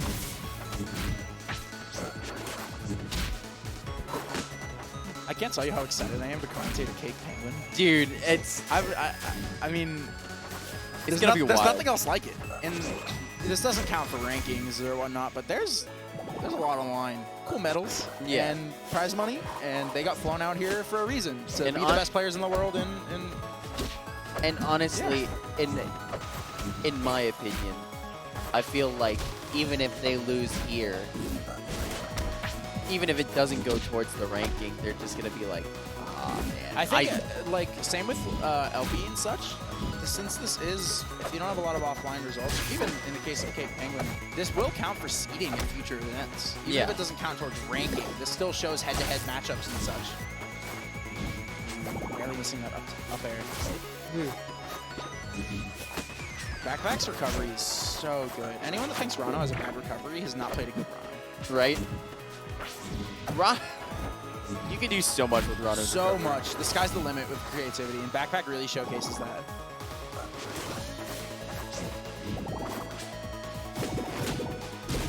Look. Yeah. You're safe. Kind of if you forgot not F smash or something in that scenario, but good Backpack. He's definitely having fun.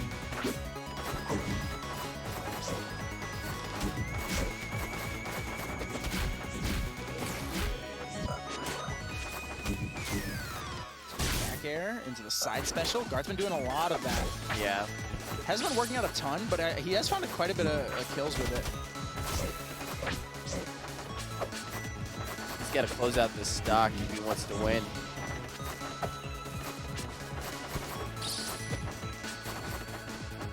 No, it's hard to analyze. Like they're playing so methodic. It's I mean, Backpack just chooses at random moments when he wants to go in, and unfortunately, Guard loses there, even though he had the lead, which is really unfortunate.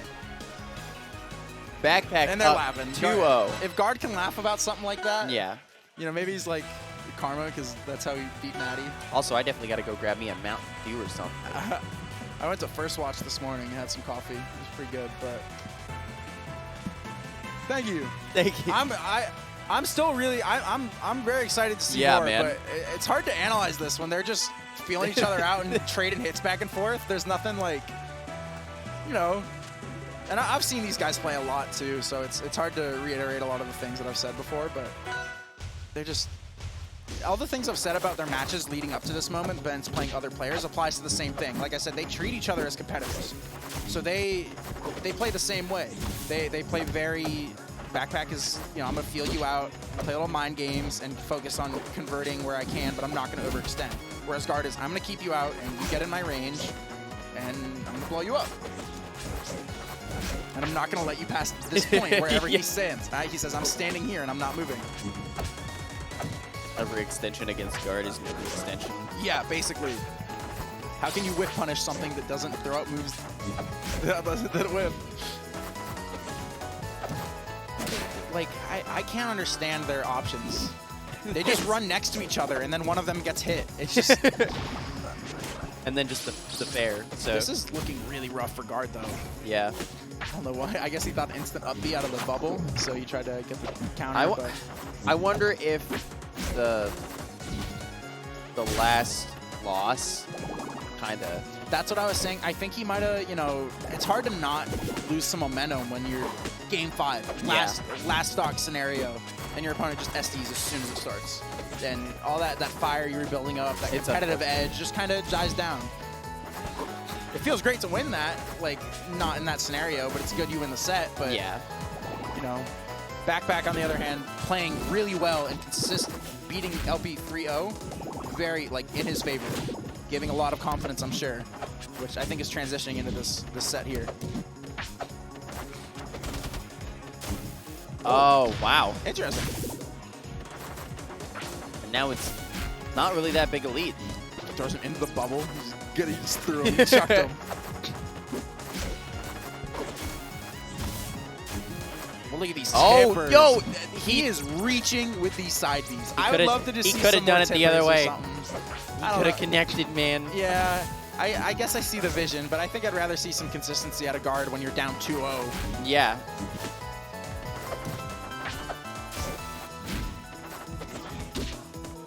I think that's dead, yeah. Oh, no. Nice recovery. Didn't give him a chance. You have to work for everything against Backpack when he's off stage. He makes you play his game, even though he's the one at disadvantage. Yeah. It's so frustrating to play against, but it's really interesting to watch. If you're any Rano mains, take notes.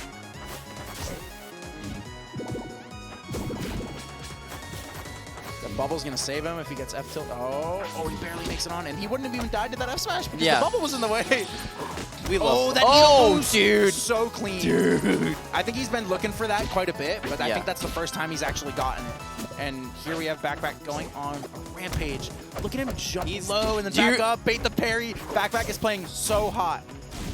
Dude, I'm not going to lie. One of my favorite things to watch Rano do is just hit fall up air into like because you don't know what they're gonna do after. Yeah, they're gonna go for that fair two. It's always a toss air, a nair, a forward air. He might just up smash you. Backpack is he's not like the sickest player, but he is so fun to watch and try and make sense of the things that he's doing, and you're like, oh, I wouldn't have thought of that. Yeah. He's so. There's so much ingenuity. Yes, definitely. Look at no way he confirms all this. Oh my goodness, bro! I would have Guard actually shot back in his chair. He was like, "Oh crud." That would have been so cool. Lands in the bubble. The bubble is safe. You can't die when you're in the bubble. Another bubble come out. Ooh. That was a nice one. It was good tech, and that isn't it. Get the eye from Guard. Still has a chance. Going so deep. Please. Is this gonna? That's the kind of stuff that Backpack does that's so good because it's him, and you don't expect him to do it. Yeah. And he goes for it again, and that might have cost him this game. Yeah. Yeah, can't get into the bubble. He went deep. I don't want to say he threw that, but I don't think there was any reason for him to try and end that game so hastily. Yeah. I think he could have. He had a lot going for him in terms of keeping guard in disadvantage consistently. Yeah. So that match was still anybody's game. Yes, but Backpack kind of there was definitely a few opportunities. Or I don't want to say there was definitely impatience. Mm-hmm. It might have been. He might say, I got 2 games to work with. I'm gonna drop down on him. But he just wanted to choose a better stage. You don't want to give guard the chance. Yeah. It's so scary. Earlier game 2, instantly ban, stage pick. Yeah. Now look how much time they're taking to think about this, because I think laugh about the milestone. I think after losing that one, Backpack's like, hold on. I lose one more and we're dead even.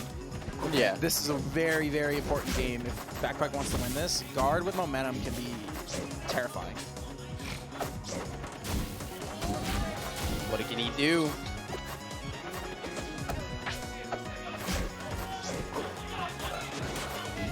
I love Backpack does that so often. He tongue slings and then just wave dashes back. Yeah. And what he does when I play him and I get hit by it and it annoys me so much is he'll just tongue again, but grounded version. So you try and avoid the aerial tongue and then he wave dashes back and tongues you again, and it's frustrating. He's so good at mixing up his options off of the sling though. You never know where he's gonna go or what move he might use. This might be a stock here. Just consistently using forward air to keep him away. And I've seen him do that before in the Claren matchup. Look at this discipline. But he'll throw the bubble in front of Claren up B, so it multi-hits and it goes really slow. So before they can even get their second hit out, it's really laggy.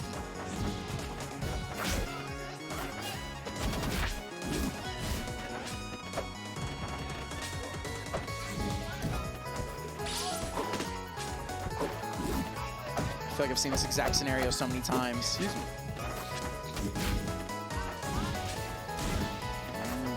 That was a Hail Mary F smash. His guard ran away.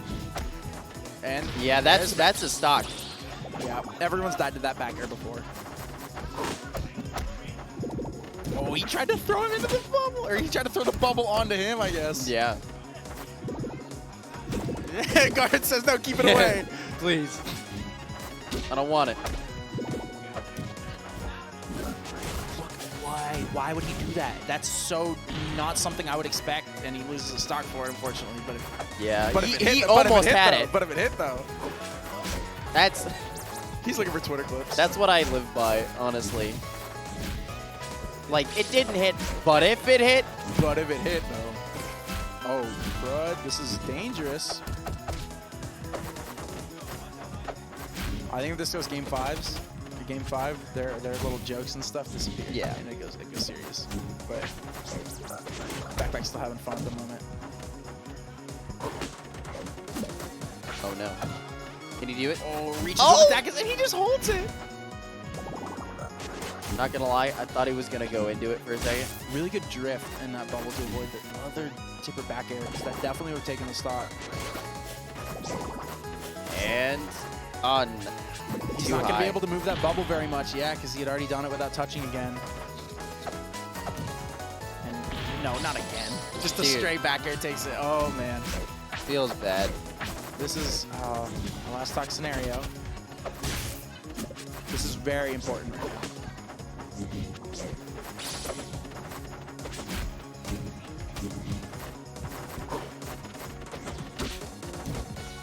Oh, he's got the momentum. Can he keep it? What an F smash. Oh, that No way. He's just going to keep F smashing it ledge? Interesting option to just send him up there. I thought he might have gone for a tech chase on that platform, but... Oh, not... Oh, he sends him in!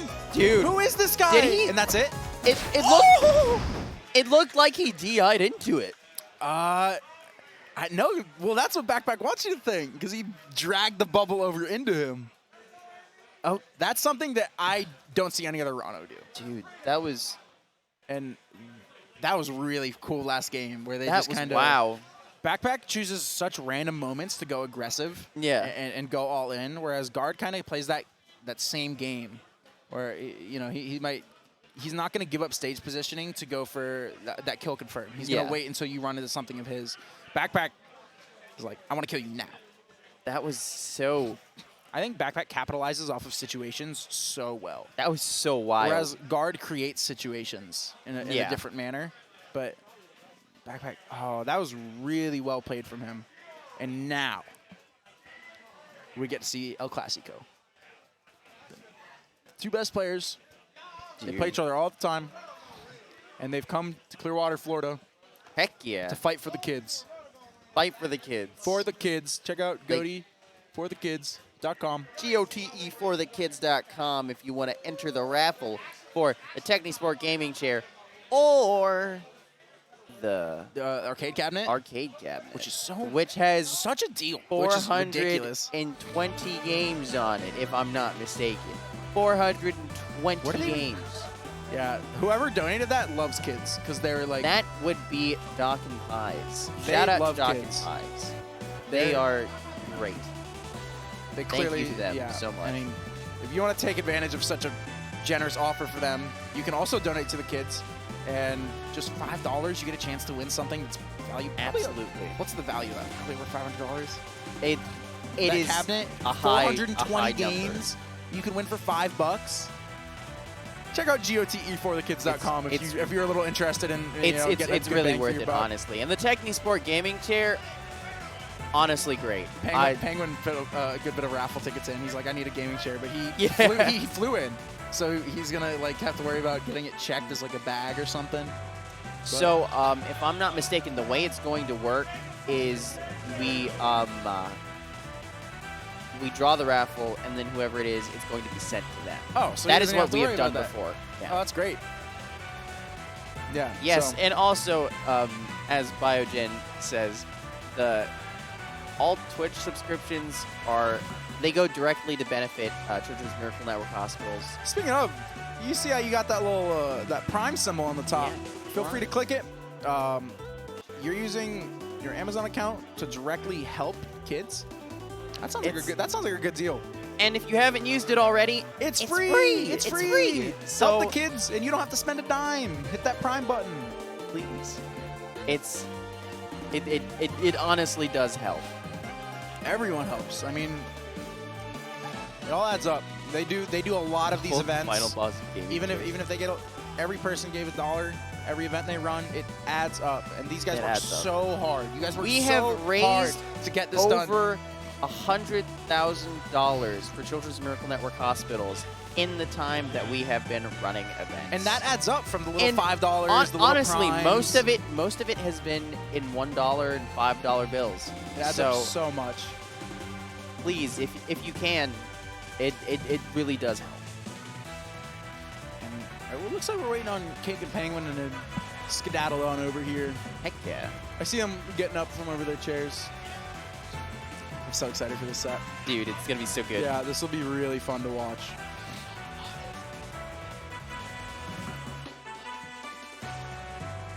And Backpack waiting losers finals for the loser of this.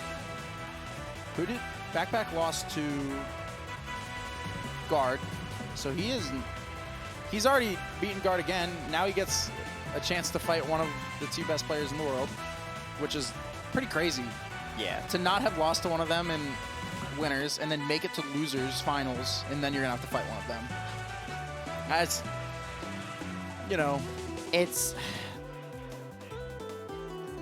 we are going to be taking a little bit, yeah, we'll just freestyle for a little. We'll talk to chat. Hi, Genovo. I don't know if you're still in the venue or not. How are all of you on Twitch right now? Like, tell us about your days, because our day has been pretty fantastic. So fun. It's been such a good time. I went 1 and 2 today. I got like 17th going 1 and 2, but I knew because yesterday Angel was like, if you don't make top 8, you get to commentate top 8. Yeah. Like, cool. I win either way. So, yeah, it's been a lot of fun. I don't really I came up here just wanting to have fun. And regardless of how I did in bracket, I've done that. So I've accomplished my goal. And I know you guys come here with the sole purpose of helping the kids. It's for the kids. Yeah, dude. And it's going great. Hey, guys. I'm joining you. Oh, that's great. Yeah. What's up? Welcome. How's everybody doing Admiral in chat? Funk. The production doesn't often get to talk to chat, so I'm trying to jump in and join the round table. He's doing a lot of work behind the scenes, and you don't even get to see his beautiful face. I was doing commentary. Now we're here just running the stream, making sure that the scene transitions are going well. How do you feel about that? Hope everyone's enjoying it. Yeah. Honestly, your transitions have been good. I caught you yawning, and I'm You sorry. caught me yawning, and I was like, oh, come on, man. I thought that was pretty good. You got to let him know. Doesn't happen often. I think that's the only time I've actually seen you yawn. So he got it. He actually perfectly captured it. Ooh. Oh, you ask and you shall receive. Yes. Water, please. Yeah, that'd be perfect. Thank you. I love my mom. She's good. She's a wonderful lady. She is indeed. I was, I like walked by Angel and I was like, I'm gonna go get a drink. Do you want one? And he's like, oh, don't go out there. The vending machine's like, we're selling them here for like $1. So I go in and I was like, 2 waters, one's for your husband. And she goes, okay, that'll be $2. And I was like, really? She's like, no, I'm kidding. She's just she charged me $1, and I obviously I'm paying. I do my job. We appreciate your patronage. Yeah, such a rip-off, a single dollar bill. Could not imagine. Is this your Mountain Dew? Come and get it, Galvin. Galvin, you should have been here. Thank you so much. Galvin, we miss you. I miss you in specific. Yeah, I don't think I'll see you at Gatorland, Galvin. Unfortunately, I can't go. My phone's at 3%. Oh, no. Here, I can pull bracket up on mine. Even though there's no need because we only have 3 matches left if you include grands. I used the remaining battery to ask for this Mountain Dew. I'm like, I need something, please. Well spent. I am a good paying Samaritan because it's for the kids. For the kids. That's right. And guys, whoever, of course, subscriptions go to towards the donation goal. They are being directed towards the fundraising effort just as much as direct donations at GoTE, number 4thekids.com. And thank you again to everybody who has already donated. Like, you guys are making a difference. I know that you can't see it a lot of times, but as somebody who gets to work in that world, it really does make a difference. It adds up. Absolutely. It really helps. And I'm getting made fun of because earlier I said epitome instead of epitome. Yeah, I got a few notifications about it. Oh no. Slip of the tongue, and you don't get to live it down so easily. The epitome of hyper. Also, my @is pity flip. Pity flip. Yeah, flip. Flip? Yeah. Pity Yeah. flip. Pity flip. I got you covered. Thanks, bud. I was waiting for that. I was like, I know I was this waiting. We got some time, so I'll throw it at you now. It's all right.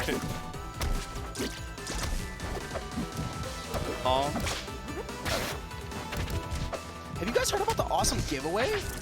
The raffle?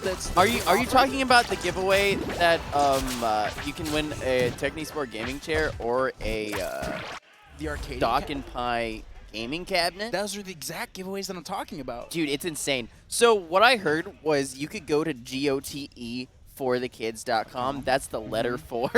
Yeah. I accidentally said the letter 4 earlier rather than the number 4. Yeah. So that's the number 4. And you can donate.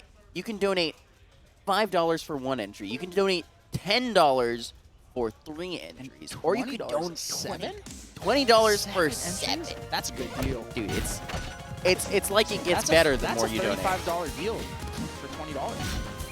Imagine what you could insane. do with those $15. You could get another 4 entrants. That's crazy. Yeah, Biogen, you missed it. I said the letter 4 earlier. I was on with you. You've with been here Admiral for a while. Funk. No one can blame you. Oh man. I'm just like the character. The character. That's the they. The Smash player 4. But yeah, no, if you guys go to GoTE4thekids.com, you guys can donate and enter to win a Technisport gaming chair and a Dock and Pie gaming cabinet? Gaming cabinet, yeah. Such a snack. Honestly, Technisport gaming chairs are some of the best gaming chairs that I've had the pleasure of sitting in. I need one. I need one. I use one at home. Me and LP got second in doubles, of course, yeah. listening to the 2 people that are about to be on stream. But that's in the middle. But I asked Angel, I'm like, can I just throw my winnings directly into the raffle? And he's like, what do you get them? I was like, oh, But like, honestly, they're good chairs and they last a while. Like we used to back before COVID, we had two Technisport gaming chairs that we'd had for years. At the local venue? Yeah, at the local venue that we went to. The chairs that I'd seen so many times in all the clips? Oh, yeah. We used them at our local events. We used them at our regional events. We used them at, like, various other events that we would go to. So thousands of people sat in those chairs. Like tens of thousands of people. And you know Tampa's not a quiet my place. friend still uses one of those chairs. Like, he donated for it. Hey, where'd the other one go? Just curious. You didn't, like, throw it out or anything? Both of them have been donated for. Yeah. I'm glad. Just you want to make sure you didn't put it to waste. You know? Yeah, no. I know some people would like a free chair, just saying. Well, it's not a free chair, but I can give you a deal. Oh, so if you go to technisport.com and you use the code for the kids, you actually get 10% off your order. Or the number? The letter okay. for it. You can actually get 10% off your order. Nice. It's actually really nice. Yeah. Y'all writing that down for the kids? And 10% off of a gaming chair. I mean, it's actually a really good deal. Posture honestly. check, by the way. Posture check. Posture check. Get her gaming chair. Also, look at these 2 very handsome men yeah, man. on screen. Cake with the flow, Penguin with the nice beard. I love that he wears his mask so it doesn't mess up his beard, because when I wear mine, it just destroys my beard. Like it gets all scruffy and stuff. So I really respect the way that he wears it. Also, he's got the drip. Look at both their shirts. Cake with the slippy tee. Yeah, dude. Long sleeve. I don't know what Penguin's is, but it looks cool. I like the patterns on the side. Yeah, that's what I was looking at too. It's very geometric. It looks like a tour shirt. Huh? Like a band. Oh yeah. I know what you mean. Oh, the other side's like green and blue. Enough about his fashion. Never enough about fashion. Yeah, this is such a treat. It's good to watch these guys outside of a major event. They come in here and get to compete. Who else would have guessed? Cake Penguin Winners Finals. Correct. Dude, it's absolutely insane. And these guys... I sat down with Penguin earlier to play some.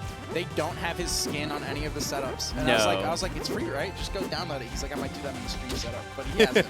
So, looks like Cake is, or Penguin is not using his certified owned skin put in the game by Dan Farnese LLC. We cry. Yeah. He almost shed a tear when he couldn't pick it. I don't think I've ever seen Penguin show emotion.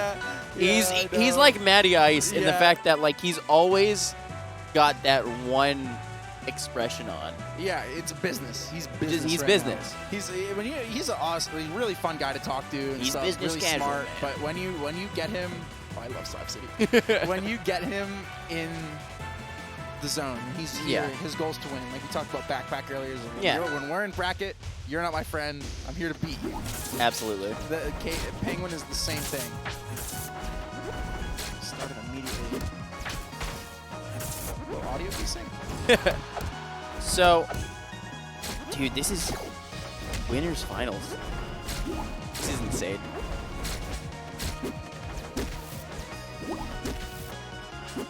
Very even person. This has been very even so far. That was just a random down strong. Okay, you can see how he knows that second hit F tilt's coming, so he just crash cancels it. That's something I think I saw Sestel doing against Penguin, but he wasn't ready for it. Because as soon as Cake got hit by that, he was in there to punish it. I think Sez just took the damage and was like, okay, I'm not in disadvantage.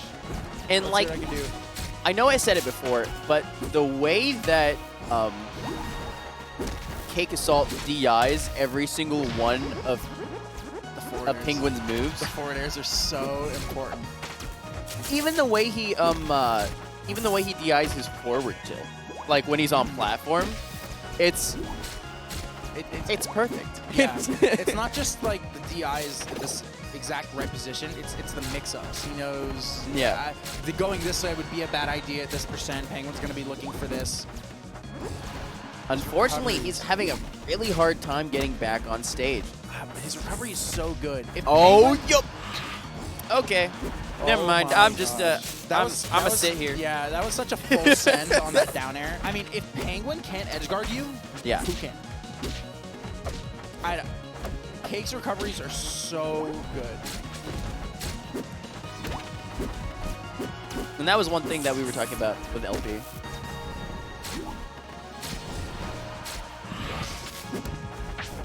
Just a lot of very good recovery against the dude who has mastered edge guarding. The cloud, the way of the cloud. Look at this plat movement. Just, he's so precise. Cake is so precise. Oh no. Oh, okay. Penguin at 69%. CakeAssult's definitely got to work a little harder. Maybe another one of those down airs we saw before to close out the first stock, but yeah, it's not making it easy. Cake's stuck on this top plat. Oh man, that's rough. Yeah, no smoke down there. Gotta use it. Get it up. And just gets rid of it with the cloud, yeah, leaving Cake no room. Late on that dash attack. Not enough to kill yet. Should have buffed it more.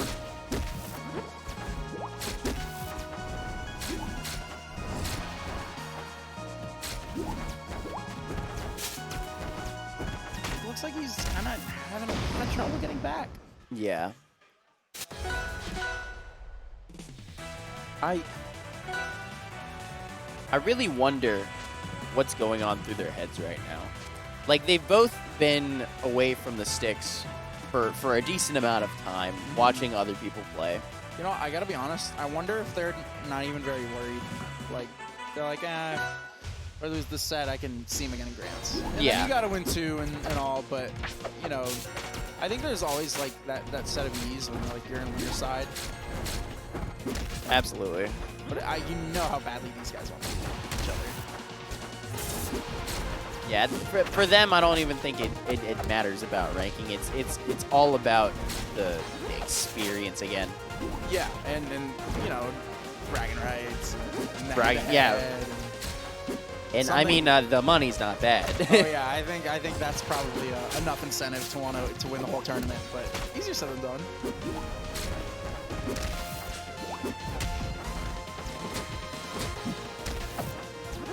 Oh no. 117 on CakeAssult. Oh, that was a really odd interaction. Not enough to kill, not yet.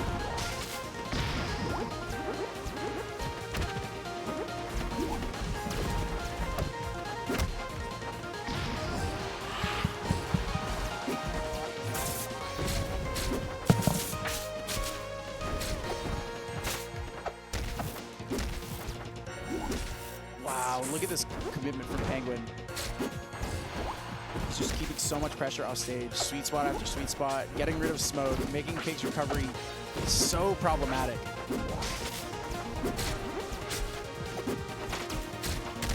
Penguin's done a really good job of just keeping CakeAssult like off stage and just yeah, I mean, you saw that neutered almost. He hasn't been able to do a whole lot of anything. He doesn't look like he has against opponents before. It's just kind of, you know, he's playing Penguin's game. Yeah. And Cake is the best when he's controlling and putting you in disadvantage and able to control the pace of the match. So Penguin dominating the space as we normally see. Looks like he's doing it so well that Cake kind of can't find his footing. And so, if I'm not mistaken, I think a similar thing happened at Riptide. That was a very nice down air, by the way. Where Penguin kind of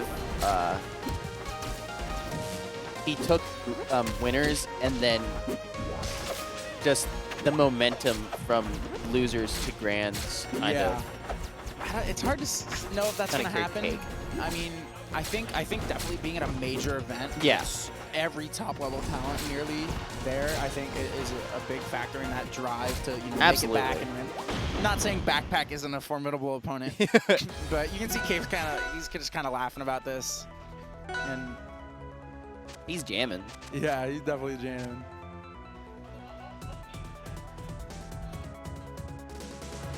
Did he win winners? Yeah. Penguin went through losers, but Cake won through. Penguin reset bracket and Cake. That's what it was. Reset, yeah. But that's kind of like the same thing, like. And again, that's why I was like, if I remember correctly. It definitely. Pretty sure that was game 10. I would have remembered better if I would have been able to go. FD is not something I would have expected from Cake. I don't know if I've ever seen him counterpick FD against Penguin.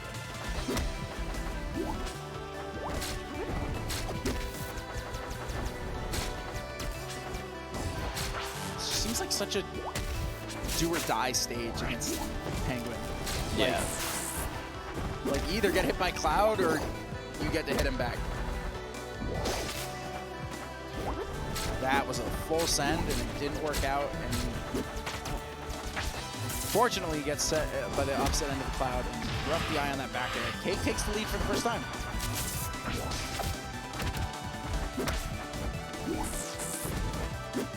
Maybe this is what Cake needs. You know, you're saying, I was saying before, Penguin's been controlling the gameplay so much. Cake needs to find his way to get it in and shoot his way in and keep himself there.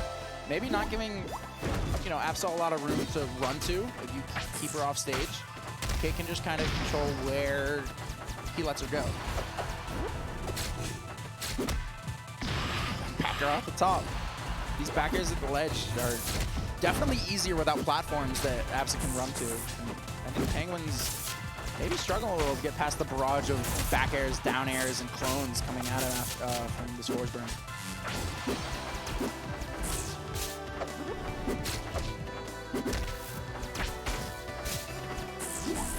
Cake's definitely doing a lot better on this map. Yeah, absolutely. For stage. The patience. He just lets Penguin come back, but he's still holding center stage, and that's really hard to do on a stage that isn't FD, where Absa can kind of float between the platforms and such. Yeah. And that might... couldn't quite be a stock. Cake's still a little bit lower. He has a sizable lead, a full stock lead. He needs to find a way to not lose this stock, and then get... Oh, I don't want to say it. I'll jinx it. And there it is. Nice. That was definitely it's an option. It was a very odd thing to see. Yeah. Like I honestly don't even know what that was not a Cake option. I don't think I see Cake do like cape into down smash very often at all, but maybe that's why these two play a lot. You maybe that's why it worked. Yeah. Yes, Menace. Cake counterpicked to Endless. I was in shock too. I don't think I've ever seen that from him. I mean, it worked, so. Yeah. Code kill option. And this is basically FD when the platform's on the other side of the stage, so it's FD half the time with a Randall that goes up top. I guess. I don't know. Oh my gosh. He's so low. He's going to get a double jump from that smoke cloud. And air dodging past that up air. I don't know if that would have killed, but yeah. He's still racking up a lot of damage right now, and Cake needs to find a really solid conversion to at least get even in percent without losing the stock, or else this could be the end of him in winner's side. Yeah, catching that tech roll with the up smash, even after missing the up air. Penguin's option coverage is so good. Seeing the Cake's DI earlier, Penguin's DI. I think anyone else would have got hit by that double back air and died. They're both just such top-tier players. Yes. It's honestly... They're the upper echelon of this game, undoubtedly.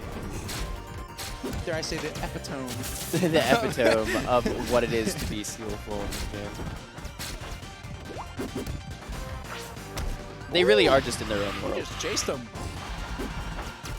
Yeah, they're there are very, very few set of players that can match these two in terms of their skill and knowledge of the game. And ability to actually execute it is so important. The ability to do what your mind, have your hands do what your brain wants to do is difficult, and at such a level under these nerves and such, it's impressive. Honestly, it's super, super impressive.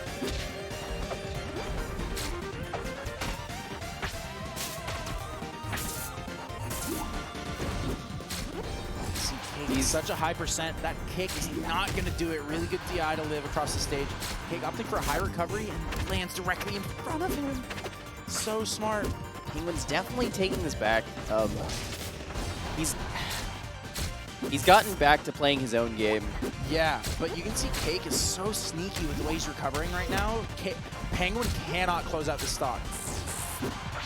I think that can be a problem sometimes for Absa. You know, you need to find, if you're not getting those early up to up airs, you need to get forward airs off the side. You just a raw sweet spot. Oh, there we go.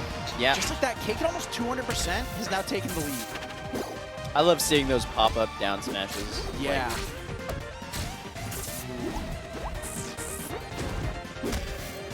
Oh, yeah. You know, extra credit. Not the trade you necessarily want, but oh, no way. It's not the trade you, it's the trade you deserve. Scary for Penguin. Game 5 Cake is not something he like. He would love to get a triple fair and close this out at the moment, but that fair is not going to do it. Forward smash, sorry. Will it be a reverse 3-0? Are we going to see it? That would be exciting. I'm still stuck on that endless this counter pick. Dude, yeah. Absurd, and up smash not connecting. This is so tense. Penguin's playing very safe. Just jumps into that down air. The way he controls clone is magnificent. He just knows how to send the clone what direction, and we are going to Game 5, Cake Penguin in Winners Finals. This is going to be interesting. Yeah, I mean, Endless Abyss is off the table for Penguin. Well, no, Penguin could go there. It's his counter pick. Yeah. I don't think he'd want to. Because he didn't win on it. He's gonna, oh, please don't go Tempest. Dude, I'm not a Tempest fan. Please don't go Tempest. Well, I don't really trust Tempest fans, not gonna lie. I had Riptide. I called that they were gonna go Tempest on the final game. Yeah. Oh, Jules Veil. Okay. They just went right back to it. That's fine. Penguin said it's not the stage. It's me. And I'll do better. This is a fairly neutral stage, I believe. But then again, I could. Yeah, I love when this on the stage. All the music in this game is fire, dude. Yeah. Some are like very replayable more than others. I can actually listen to them. Tower of Heaven's probably one of those that I always like. Tower of Heaven's really good. Penguin? Yeah, Penguin definitely. He started like this last game though. Yeah, it's kind of hard to make sense of what's going on for Cake because Penguin just plays it so I don't say effortlessly, but like it's routine. Yeah. He knows how to cover this option and pick apart this recovery and find this opening, and the next thing you know, your stock is just gone. And Cake looks like he has to work so hard to get in. But I know in reality this matchup could be really tough for Absa because Force just blows her up. And I know it's a weird thing to say, but I feel like at this point it's hard to commentate because I feel like the characters and the players themselves speak for most of the match. Yeah. Like you can watch these two play and go, oh, it's Cake Penguin. Yeah. It's like watching a story. Almost, yeah. Like it's like watching a movie of a bookkeeper. Yeah. Like you kind of know what's happening, but something exciting could still happen. It almost seems like what's the word? A disservice to like overanalyze it. Yeah, because I'm not gonna act like I know more than these guys. Because it truly is a spectacle.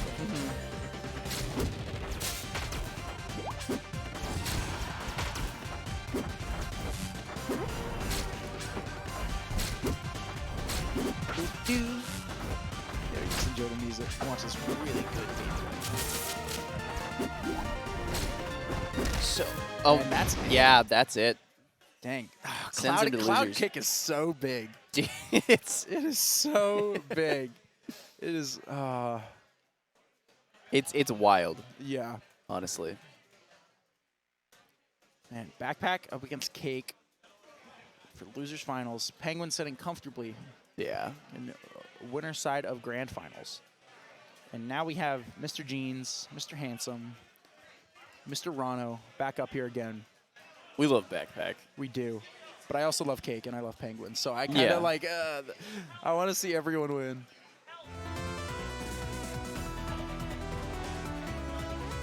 Backpack, I think Backpack is very anxious to get this chance. Yeah.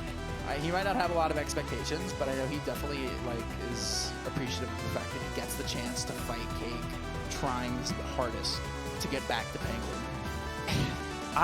I'm honestly looking forward to this match. I really enjoyed their match at DreamHack? At DreamHack Atlanta, and I feel like I feel like there's more at stake here now that I forgot because you went to DreamHack too, right? Yeah. Because they played off stream, but we were able to watch it. It was only best of 3, unfortunately, but it was really good. I think it went to game 3. Yeah. But it was really good. Now that there's like a 3 out of 5 and yeah. Huh? Good break. We can get someone else on here.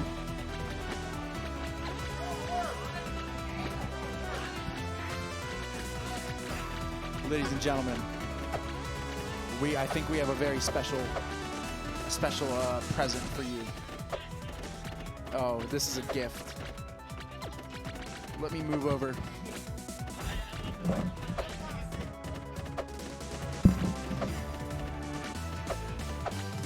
All of you watching at home, please enjoy the stream and commentary as I welcome the Throne Orc to the microphone. Hello. And he is here. Oh. Torque.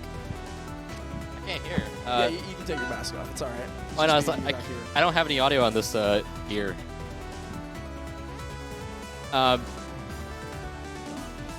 Did it split out? I don't think so. And Torque, are you excited for this Losers Finals? Yes, I am. Oh, I can hear myself now a little bit. Good. All right. So the reason I'm excited for this is because are they getting into it? They are. They looks are. like.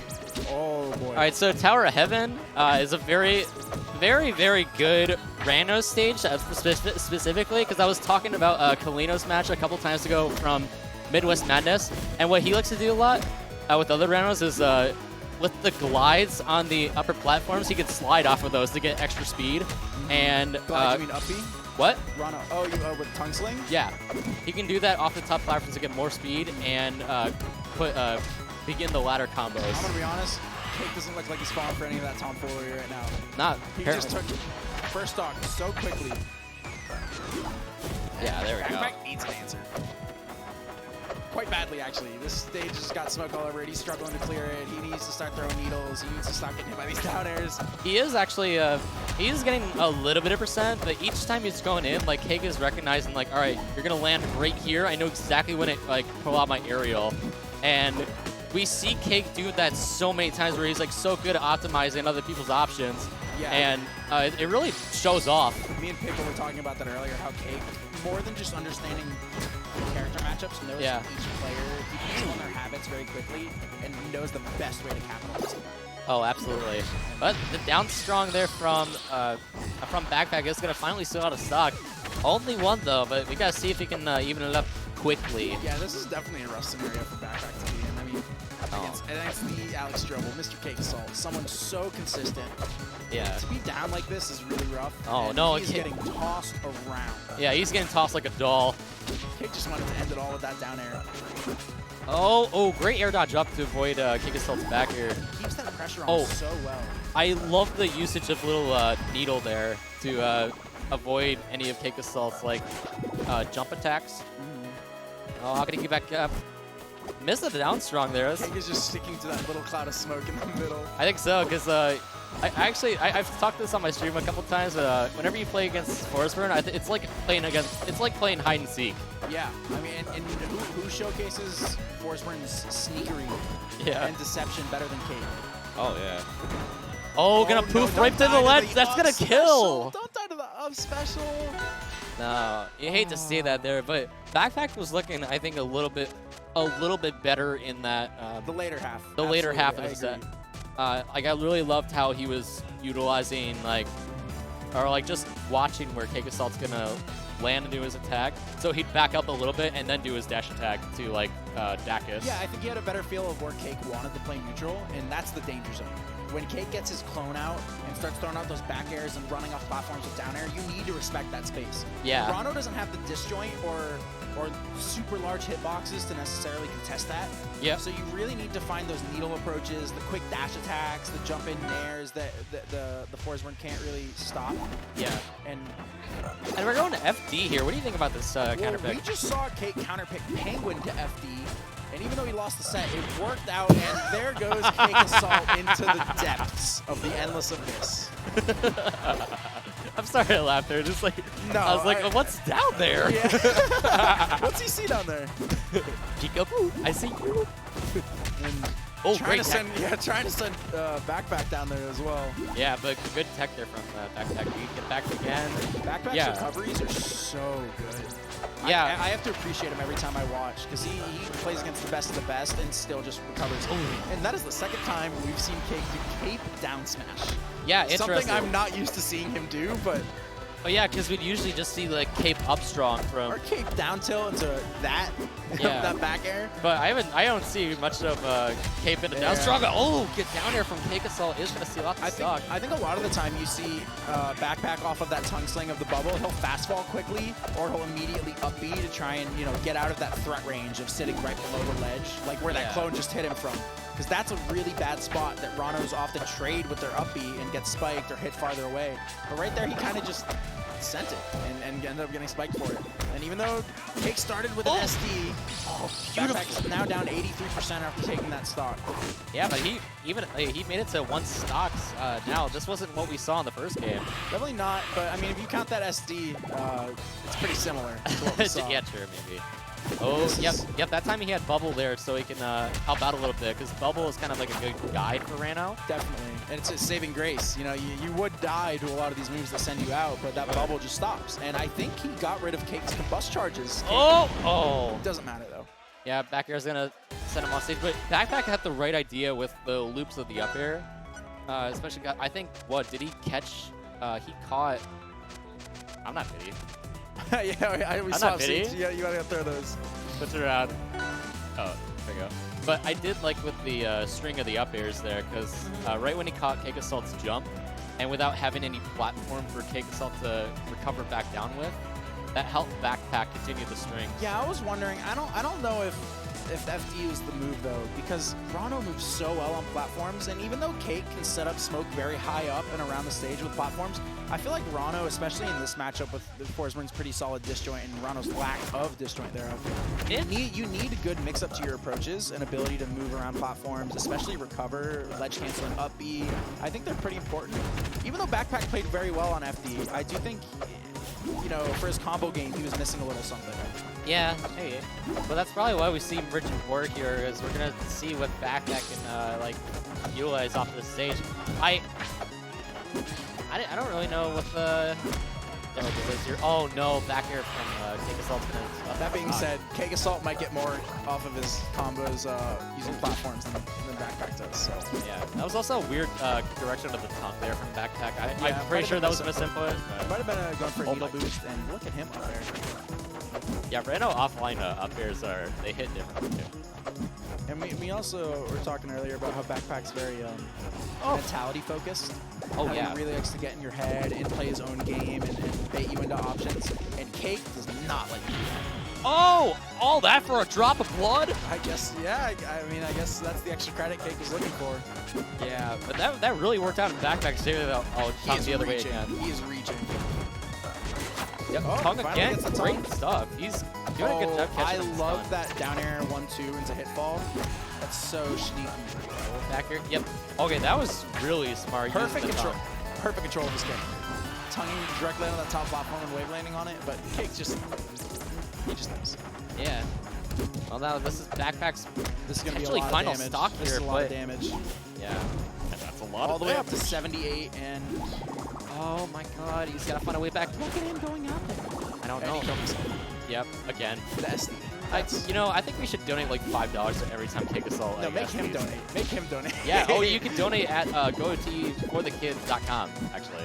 But There Upstrong goes the is gonna do set it. so fast. Speaking of donations, if you head to GoTE, the number 4, GoTE4thekids.com, for just $5, you can help out a great cause, and you get entered into a raffle for a really cool Techni gaming chair and a game cabinet that has over 400 games in it. Yeah, over 400. For $5, you get the chance at these, and it goes to a good cause for the kids. Did I mention it's for the kids? Mm-hmm.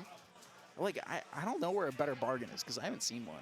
Besides these $1 water bottles, I mean, they're pretty convenient, but I mean, $5 for that stuff sounds, Oh, yeah. Streamer. yeah, can you swap our names at the bottom? No, wait. No, Oh, no, you he got did, it. but like, could you put my sponsor in there? Okay, thank you.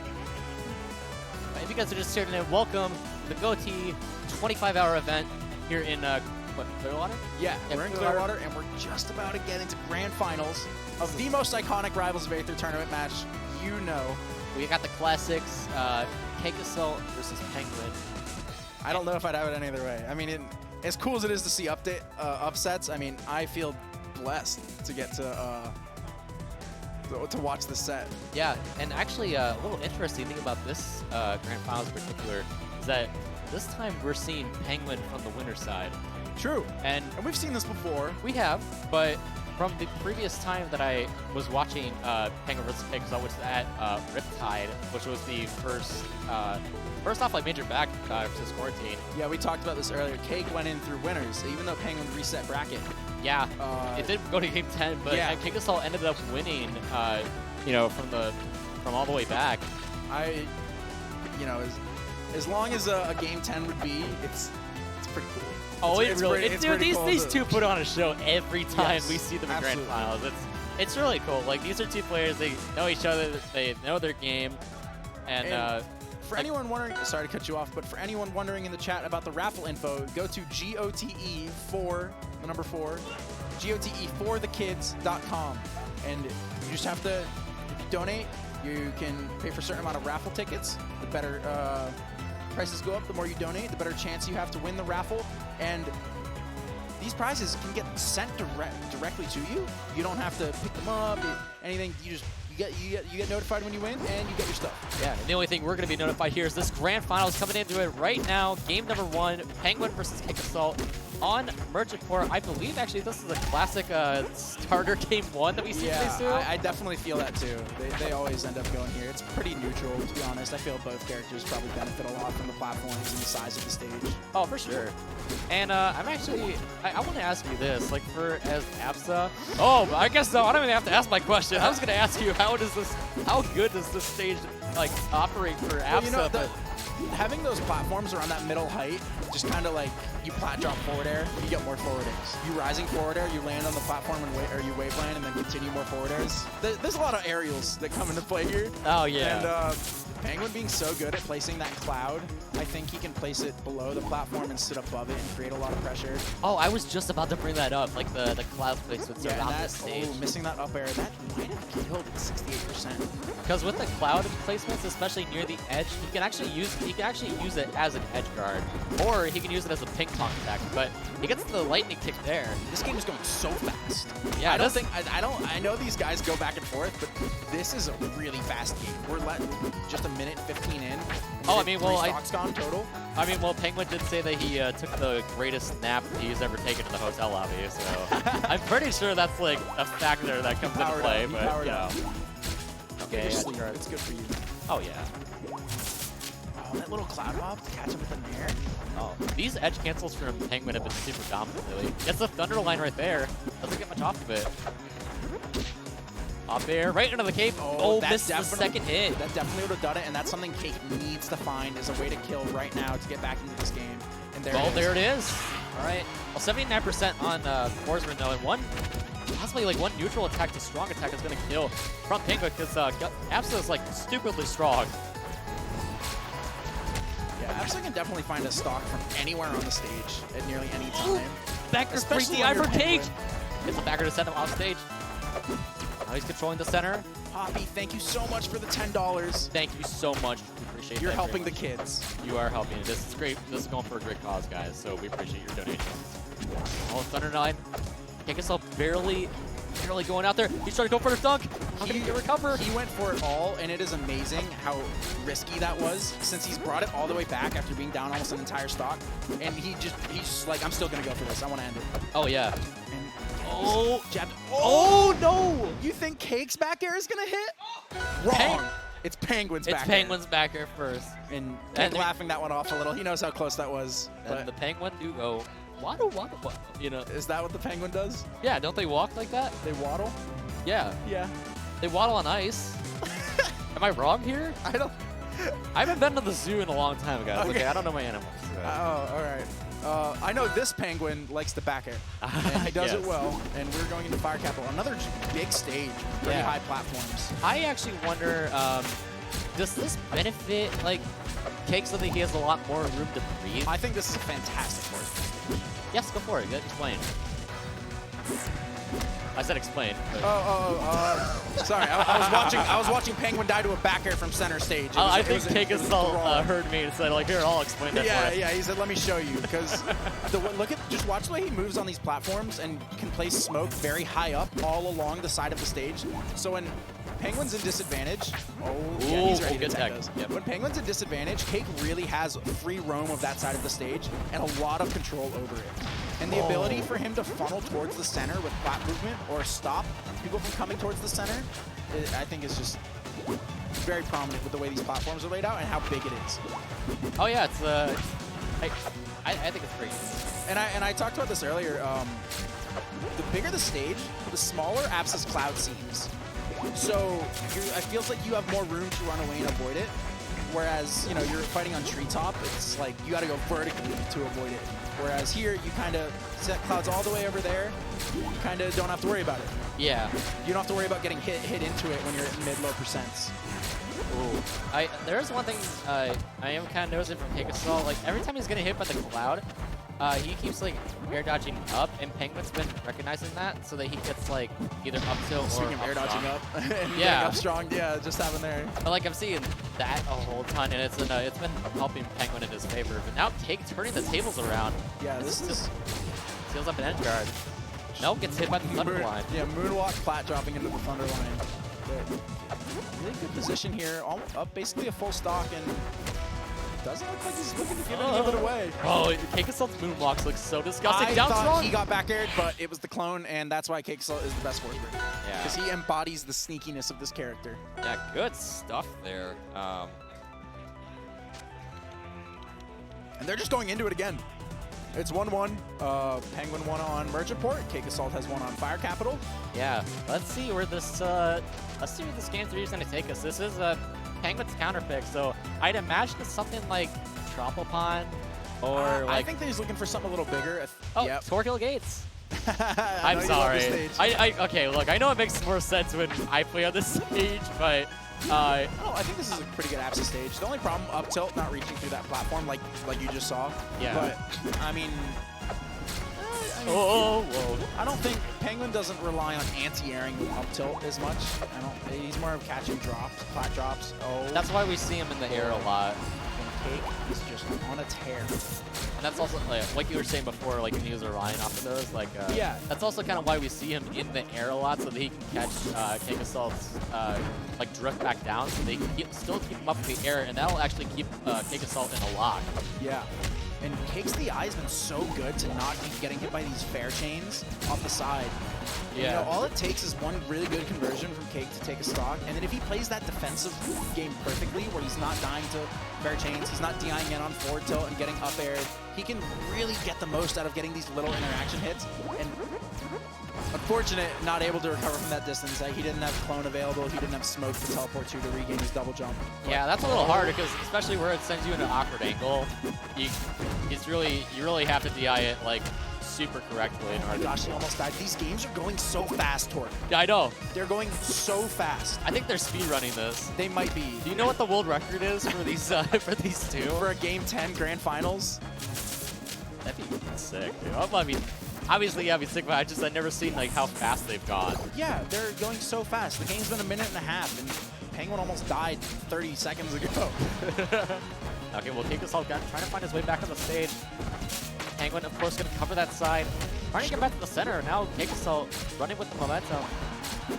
Trying to make the most out of getting Penguin off stage here, and that up smash won't find where he goes, so he tries to go for an up tilt. We've seen so many of those from CakeAssult. Like we see him get the one piece hit of Cape, but we can't see him get the second bit. I think that's partly due to Penguin's fantastic DI, knowing how that Cape is going to send and where he needs to go. And look at the beautiful setup. And this is where we see the transformation, guys. Last stock on Field of Gates is where everything turns purple. The music starts getting more intense. This is really a matter who can take this next stock. I'm calling a Cape down strong. Or just a back. I can probably call it too, because the Penguin's at 100%. Like, any weak strong attack or something from CakeAssult is going to kill. Because Penguin's kind of like... Oh, sorry. Absolutely, yeah. But I don't know. I mean, it depends on where that back air sends from, and Penguin's DI is near perfect. That, Cake's DI also being perfect. Not falling into these. And not purpling, but still going off the top to that up air. Wow. I don't know if that was faulty DI or... Well, the other problem with that was that we saw CakeAssult kind of air dodge inward towards the attack that led Penguin to do the up strong, like in the air. Yeah. And we have seen that a little bit from CakeAssult.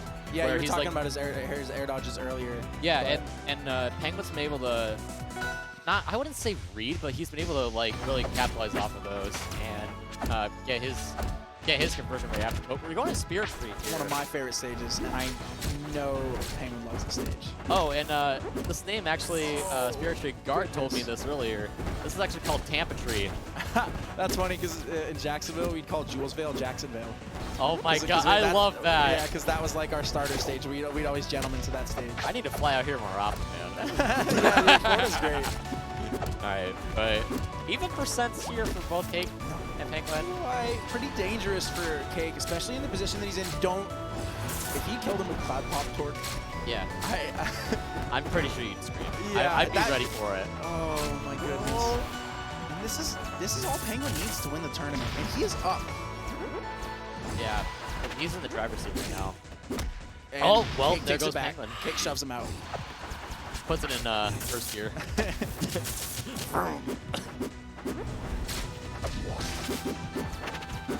Alright, both players just kind of dancing around here. I respect this though, because we see Cake a little bit like kind of backing up, waiting for an approach option from Penguin. Because from what we saw, I think from the last game, it did look like Cake was rushing a little bit towards Penguin's approach options, and that's what led Penguin to get these conversions. So now Cake's trying to play like wait and go, or wait and punish a little bit. He's kind of mixing it up at both sides. I think he's just trying to work around Penguin's wall. You know, Penguin has been controlling the center stage extremely well, and this is a really good chance, but Penguin knows how to DI that more than anybody else. Yeah. And I mean, I know I've been hit by that. And I'm Brasser too, so that would actually kill me at 40. Yeah. You need to have perfect DI and then drift so you don't... Eat the McDonald's. Ooh, oh, back air though is going to steal Nair the 1 stock. back air is so hot. I love that. Because Nair 1 is such a, like, strange looking move that sends backwards. Yeah. So it sends up perfect for that back air if they get the right DI. And Cake just knows it. He just knows it. Oh, Penguins are, I guess, still off stage. Great. Spirit Tree coming in very clutch with that end of the platform. Cake racking up some quick damage with these back airs. Can we talk about that drop down back air that we saw? We can after we acknowledge that this is last stock. Cake's last chance at resetting the bracket. Potential SD. No. Penguin doesn't do that. CakeAssult going to try to keep the train going. Parries the Thunder line. He's got a chance here. He can force us to game 5. Kicks. Back air. No, great DI by Penguin. They're just kind of dancing around here. Cake has got to find one strong attack or something to get force this set to game 5. Oh, downer, that would have been scary, but... Not sure if that was the option select he needed, but Penguin's looking to end it here. He didn't air dodge up like you were saying. I'm on the edge of my seat right now, dude. I can't do this. This is a really bad spot for Cake. He didn't go into his cloud. He's missing a double jump. Oh, he gets hit by the poof. Not the poof. Oh no! Doesn't jump the correct way. Just makes him chase the cloud. Oh, he got the clone. He didn't get the real force bird. What's he gonna do here? Penguin's gotta find one aerial attack. Or it's probably good for done strong. Oh my goodness, they're giving each other so much respect right now, and it's impossible to believe that no one has died in the past 30 seconds. Oh my god! And I can't. Oh no, that's bad. This That's is bad. really bad. This is. Gets his double jump back going into that smoke cloud, and he's able to avoid. Oh, he fell for the platform. That was so smart. Fantastic. Oh my god! Gets hit by the poof again. He's gonna die to that poof eventually. Yeah. Oh my god. CakeAssult needs to find this. That up tilt will also kill soon. Oh my god. That's it. That's it. We're going into game 5. You gave yourself a little nod from CakeAssult. Like, gosh. I don't know how my heart would be pounding out of my chest. You think yours was? How do you think I felt during that money match earlier today? Mine well, was pounding. But you won. You walked out with $100 more bucks. I don't care, dude. My heart was still pounding. But still, man, we got a game 5 here. Man, that really would have. Everyone in chat, drink some water. Yeah. Hydrate yourself, because I'm sweating. I need to keep my body hydrated. I need water right over here. I'm thirsty. You guys have Do you guys have water bottles back over there? Yeah, not at the moment. Could you call Angel over here? Angel's busy. He's doing other stuff. What? I want to do a torque chug on stream. Not during grand finals. No, I know. Well, how about afterwards? You should have done it, but when you were advertising your money match. Well, I would have, but we were on a tight schedule. schedule. Blazing hideout. Oh, interesting. What do you think about this stage? I honestly don't know. It's another one of those scenarios where Absa can't really approach through the bottom platform without full committing. So Forsberg being above and on that plat isn't too dangerous. I think as long as he's like not landing or in disadvantage coming onto the platform. Like you just saw him have the full hop nair to contest Cake going up to that platform. And that's something that Absa probably doesn't want to do because it's a pretty vulnerable position. Ooh, there's that first down strong that we see from CakeAssult this first stock. And even though the stage is massive, the blast zones aren't too far away from the edge of the stage. So it's really long across the entire thing. But if Cake gets a back air from ledge or Absa gets a forward air from ledge, you're dying all the same. Right, okay, Cake has so much momentum at the moment. Oh my god. Yeah, I think we see. Oh my goodness. Send him down into the fire. What's down there? Just fire. You can just see the fire. I'm kidding. You ruined the jump. God dang it.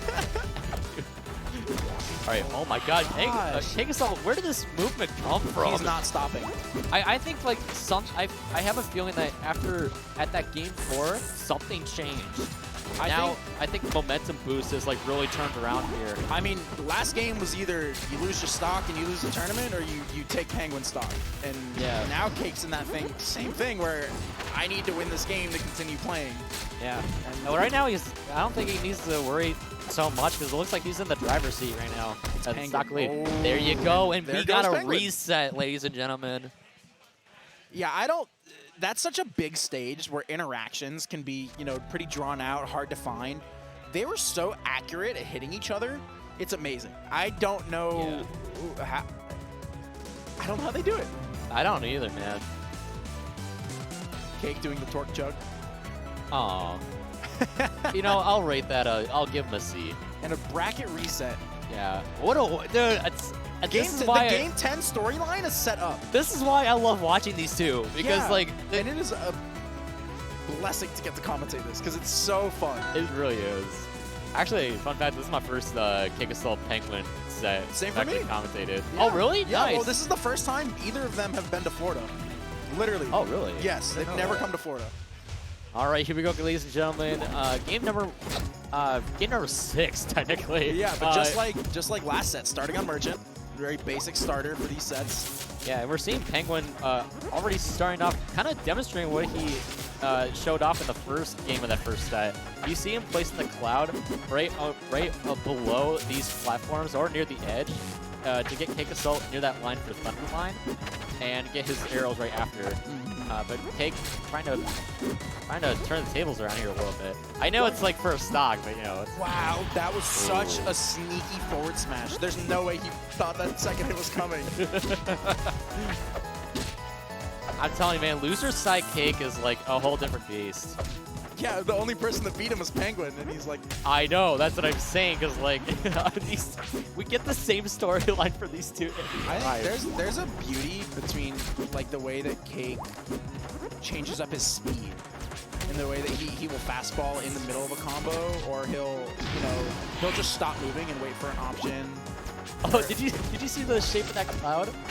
It was like, it looked like he made a tower of blocks. He's playing Tetris. Oh my god, I love Tetris. I'm not that good at it, but like I love the music. Oh, good ping pong, but Cake just DI straight up goes to the top platform. Yeah, at this point, it's looking like we're seeing a little bit of nerves here from Penguin. That's it. I don't know if nerves is it. I think Cake might just... when you watch these two play, a lot of it comes down to, can Penguin control the pace of the match, and can Cake control momentum? Wow. Cake needs to keep momentum and keep swinging hard, while Penguin needs to not let Cake get up and running. And if Penguin can keep Cake off stage, not let him get these free back airs in, return back without taking too much damage, and then I think Penguin has a really good chance. But right now, we're just seeing Cake steamroll. 3 stocks are coming out, and that's a really bad sign if you're a Penguin fan. Yeah, totally. It's hard. I'm not really a fan of anybody because I love everybody. I know. I was talking about like backpack and losers finals. Like it'd be great to see him like keep playing. Oh yeah. But I love everyone here. I want to see everyone do so well, and they all want the best for themselves. But I think everyone here is friendly, so no one wishes hard. It's sad seeing someone you like drop out of bracket, but I know at this stage in the bracket, you're playing for yourself. You're playing to win. Truthfully, yeah, I agree with that. These are two of the closest friends, and they're just beating each other up. Torque receiving a water bottle. Thank you guys so much. And that's going to be the first stock. Parry. Oh, we haven't seen too many of those, to be honest. Yeah. But, I mean, Cake is at 104, though. Yeah, I think Cake's movement has just been so on point that he hasn't really needed to parry a lot of Penguin's options. Instead, he just kind of moves out of the way and then approaches at the correct timing. Yeah. I think so. Yeah. Oh, Penguin trying to find... Yeah. We see that edge guard a lot, but it looks like Cake, every time that Cake is in that situation, he finds its way to weave around that cloud top and then get back behind Penguin, or to either get sent up in a way, but he always keeps enough like composure to have his resources ready and be able to react after he gets hit by cloud. Yeah, and I also think that like the clone into the smoke, like near the edge part, I feel like that's a very good factor that comes in, because that kind of messes up Penguin and thinking like, oh, did I hit the right force burn? Yeah, like, yeah. It's really, like I was saying earlier, when you play against force burn, it's like playing hide and seek. And Cake is the one that uses that the best. He especially, I don't know, he uses smoke mostly as a zoning and projectile almost in neutral, but when he's returning from stage, you can get mixed up so easily when he has like 1 or 2 smoke clouds and he throws out that clone. It's really difficult. Yeah. Fellow Forsberg Gangsta Gwyn taught me that. Yeah. He taught me that he calls it Naruto syndrome. Whenever you use clone, but you always go backwards and you send the clone forwards. But if you watch him, you can tell he's really good at mixing up when he himself goes in, compared to when he's just sending the clone in. And I thought the Naruto syndrome thing was really funny because he's known for just using shadow clones in. Ooh, again that was that a forward air? Or was that lightning kick? That was forward air. Yeah. Okay, yeah. Oh. That was a very slow purple. Yeah. But, that CakeAssult going to go up 2-0 in this set. From a game 5 in the first set, and then resets it, and he's on the verge of 3-0ing Penguin. On the verge, but, we've Easier said than done. Yeah, easier said than done. We have seen Penguin from behind a lot in these situations, and we do know for a fact that he can clutch it up, like, super quickly, and which I think this stage Tower Heaven is really going to come into play here. Yeah, I think this is a fantastic apps stage. It just gives you a lot of room to work around with the cloud and move up and down and stay out of like the threat range of the force burn. as long as you're careful about Forsberg coming off that top flat, like you see Cake do right now, swinging the down air, I think you have a really good chance to that long area off the stage where it's just nothing you can fall into. It's a really good chance for Cake or Penguin to continue edge guarding. Oh, there we go.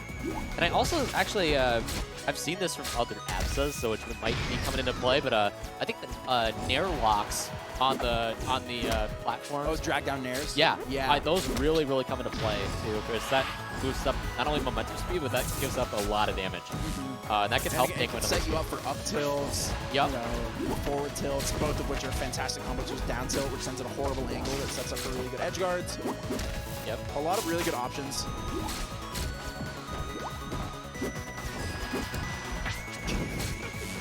I'm sorry. That was funny. All right, here we go. Yeah, like I was saying though, like this is a big momentum shift here now for Penguin. Yeah, like Penguin? Sorry, you go first. I was gonna say it sounds like he definitely has found his footing. I'm agreeing with you in the fact that he looks different than the previous games, and it's good. He needs this. He needs to find something, or else this is it. Oh, lightning kick into the cloud pop. Nice placement with the cloud. And those high smoke clouds are so useful for Cake to mix up his recoveries, and it makes it almost impossible for Penguin to know exactly where he can lock down this Forsberg. Yeah. Oh, there again. There's those Nair locks I was talking about, where he'll do Nair, and then right when he lands on a platform, cancel it, and then go for another drop down aerial. Good placement with the cloud here. Can he catch CakeAssult? Look how much smoke is around that left side of the upper part of the stage. Get the extinguisher. Need Orkan to use some bubbles. Yeah, because then, like, wait, doesn't lightning make the smoke even get bigger?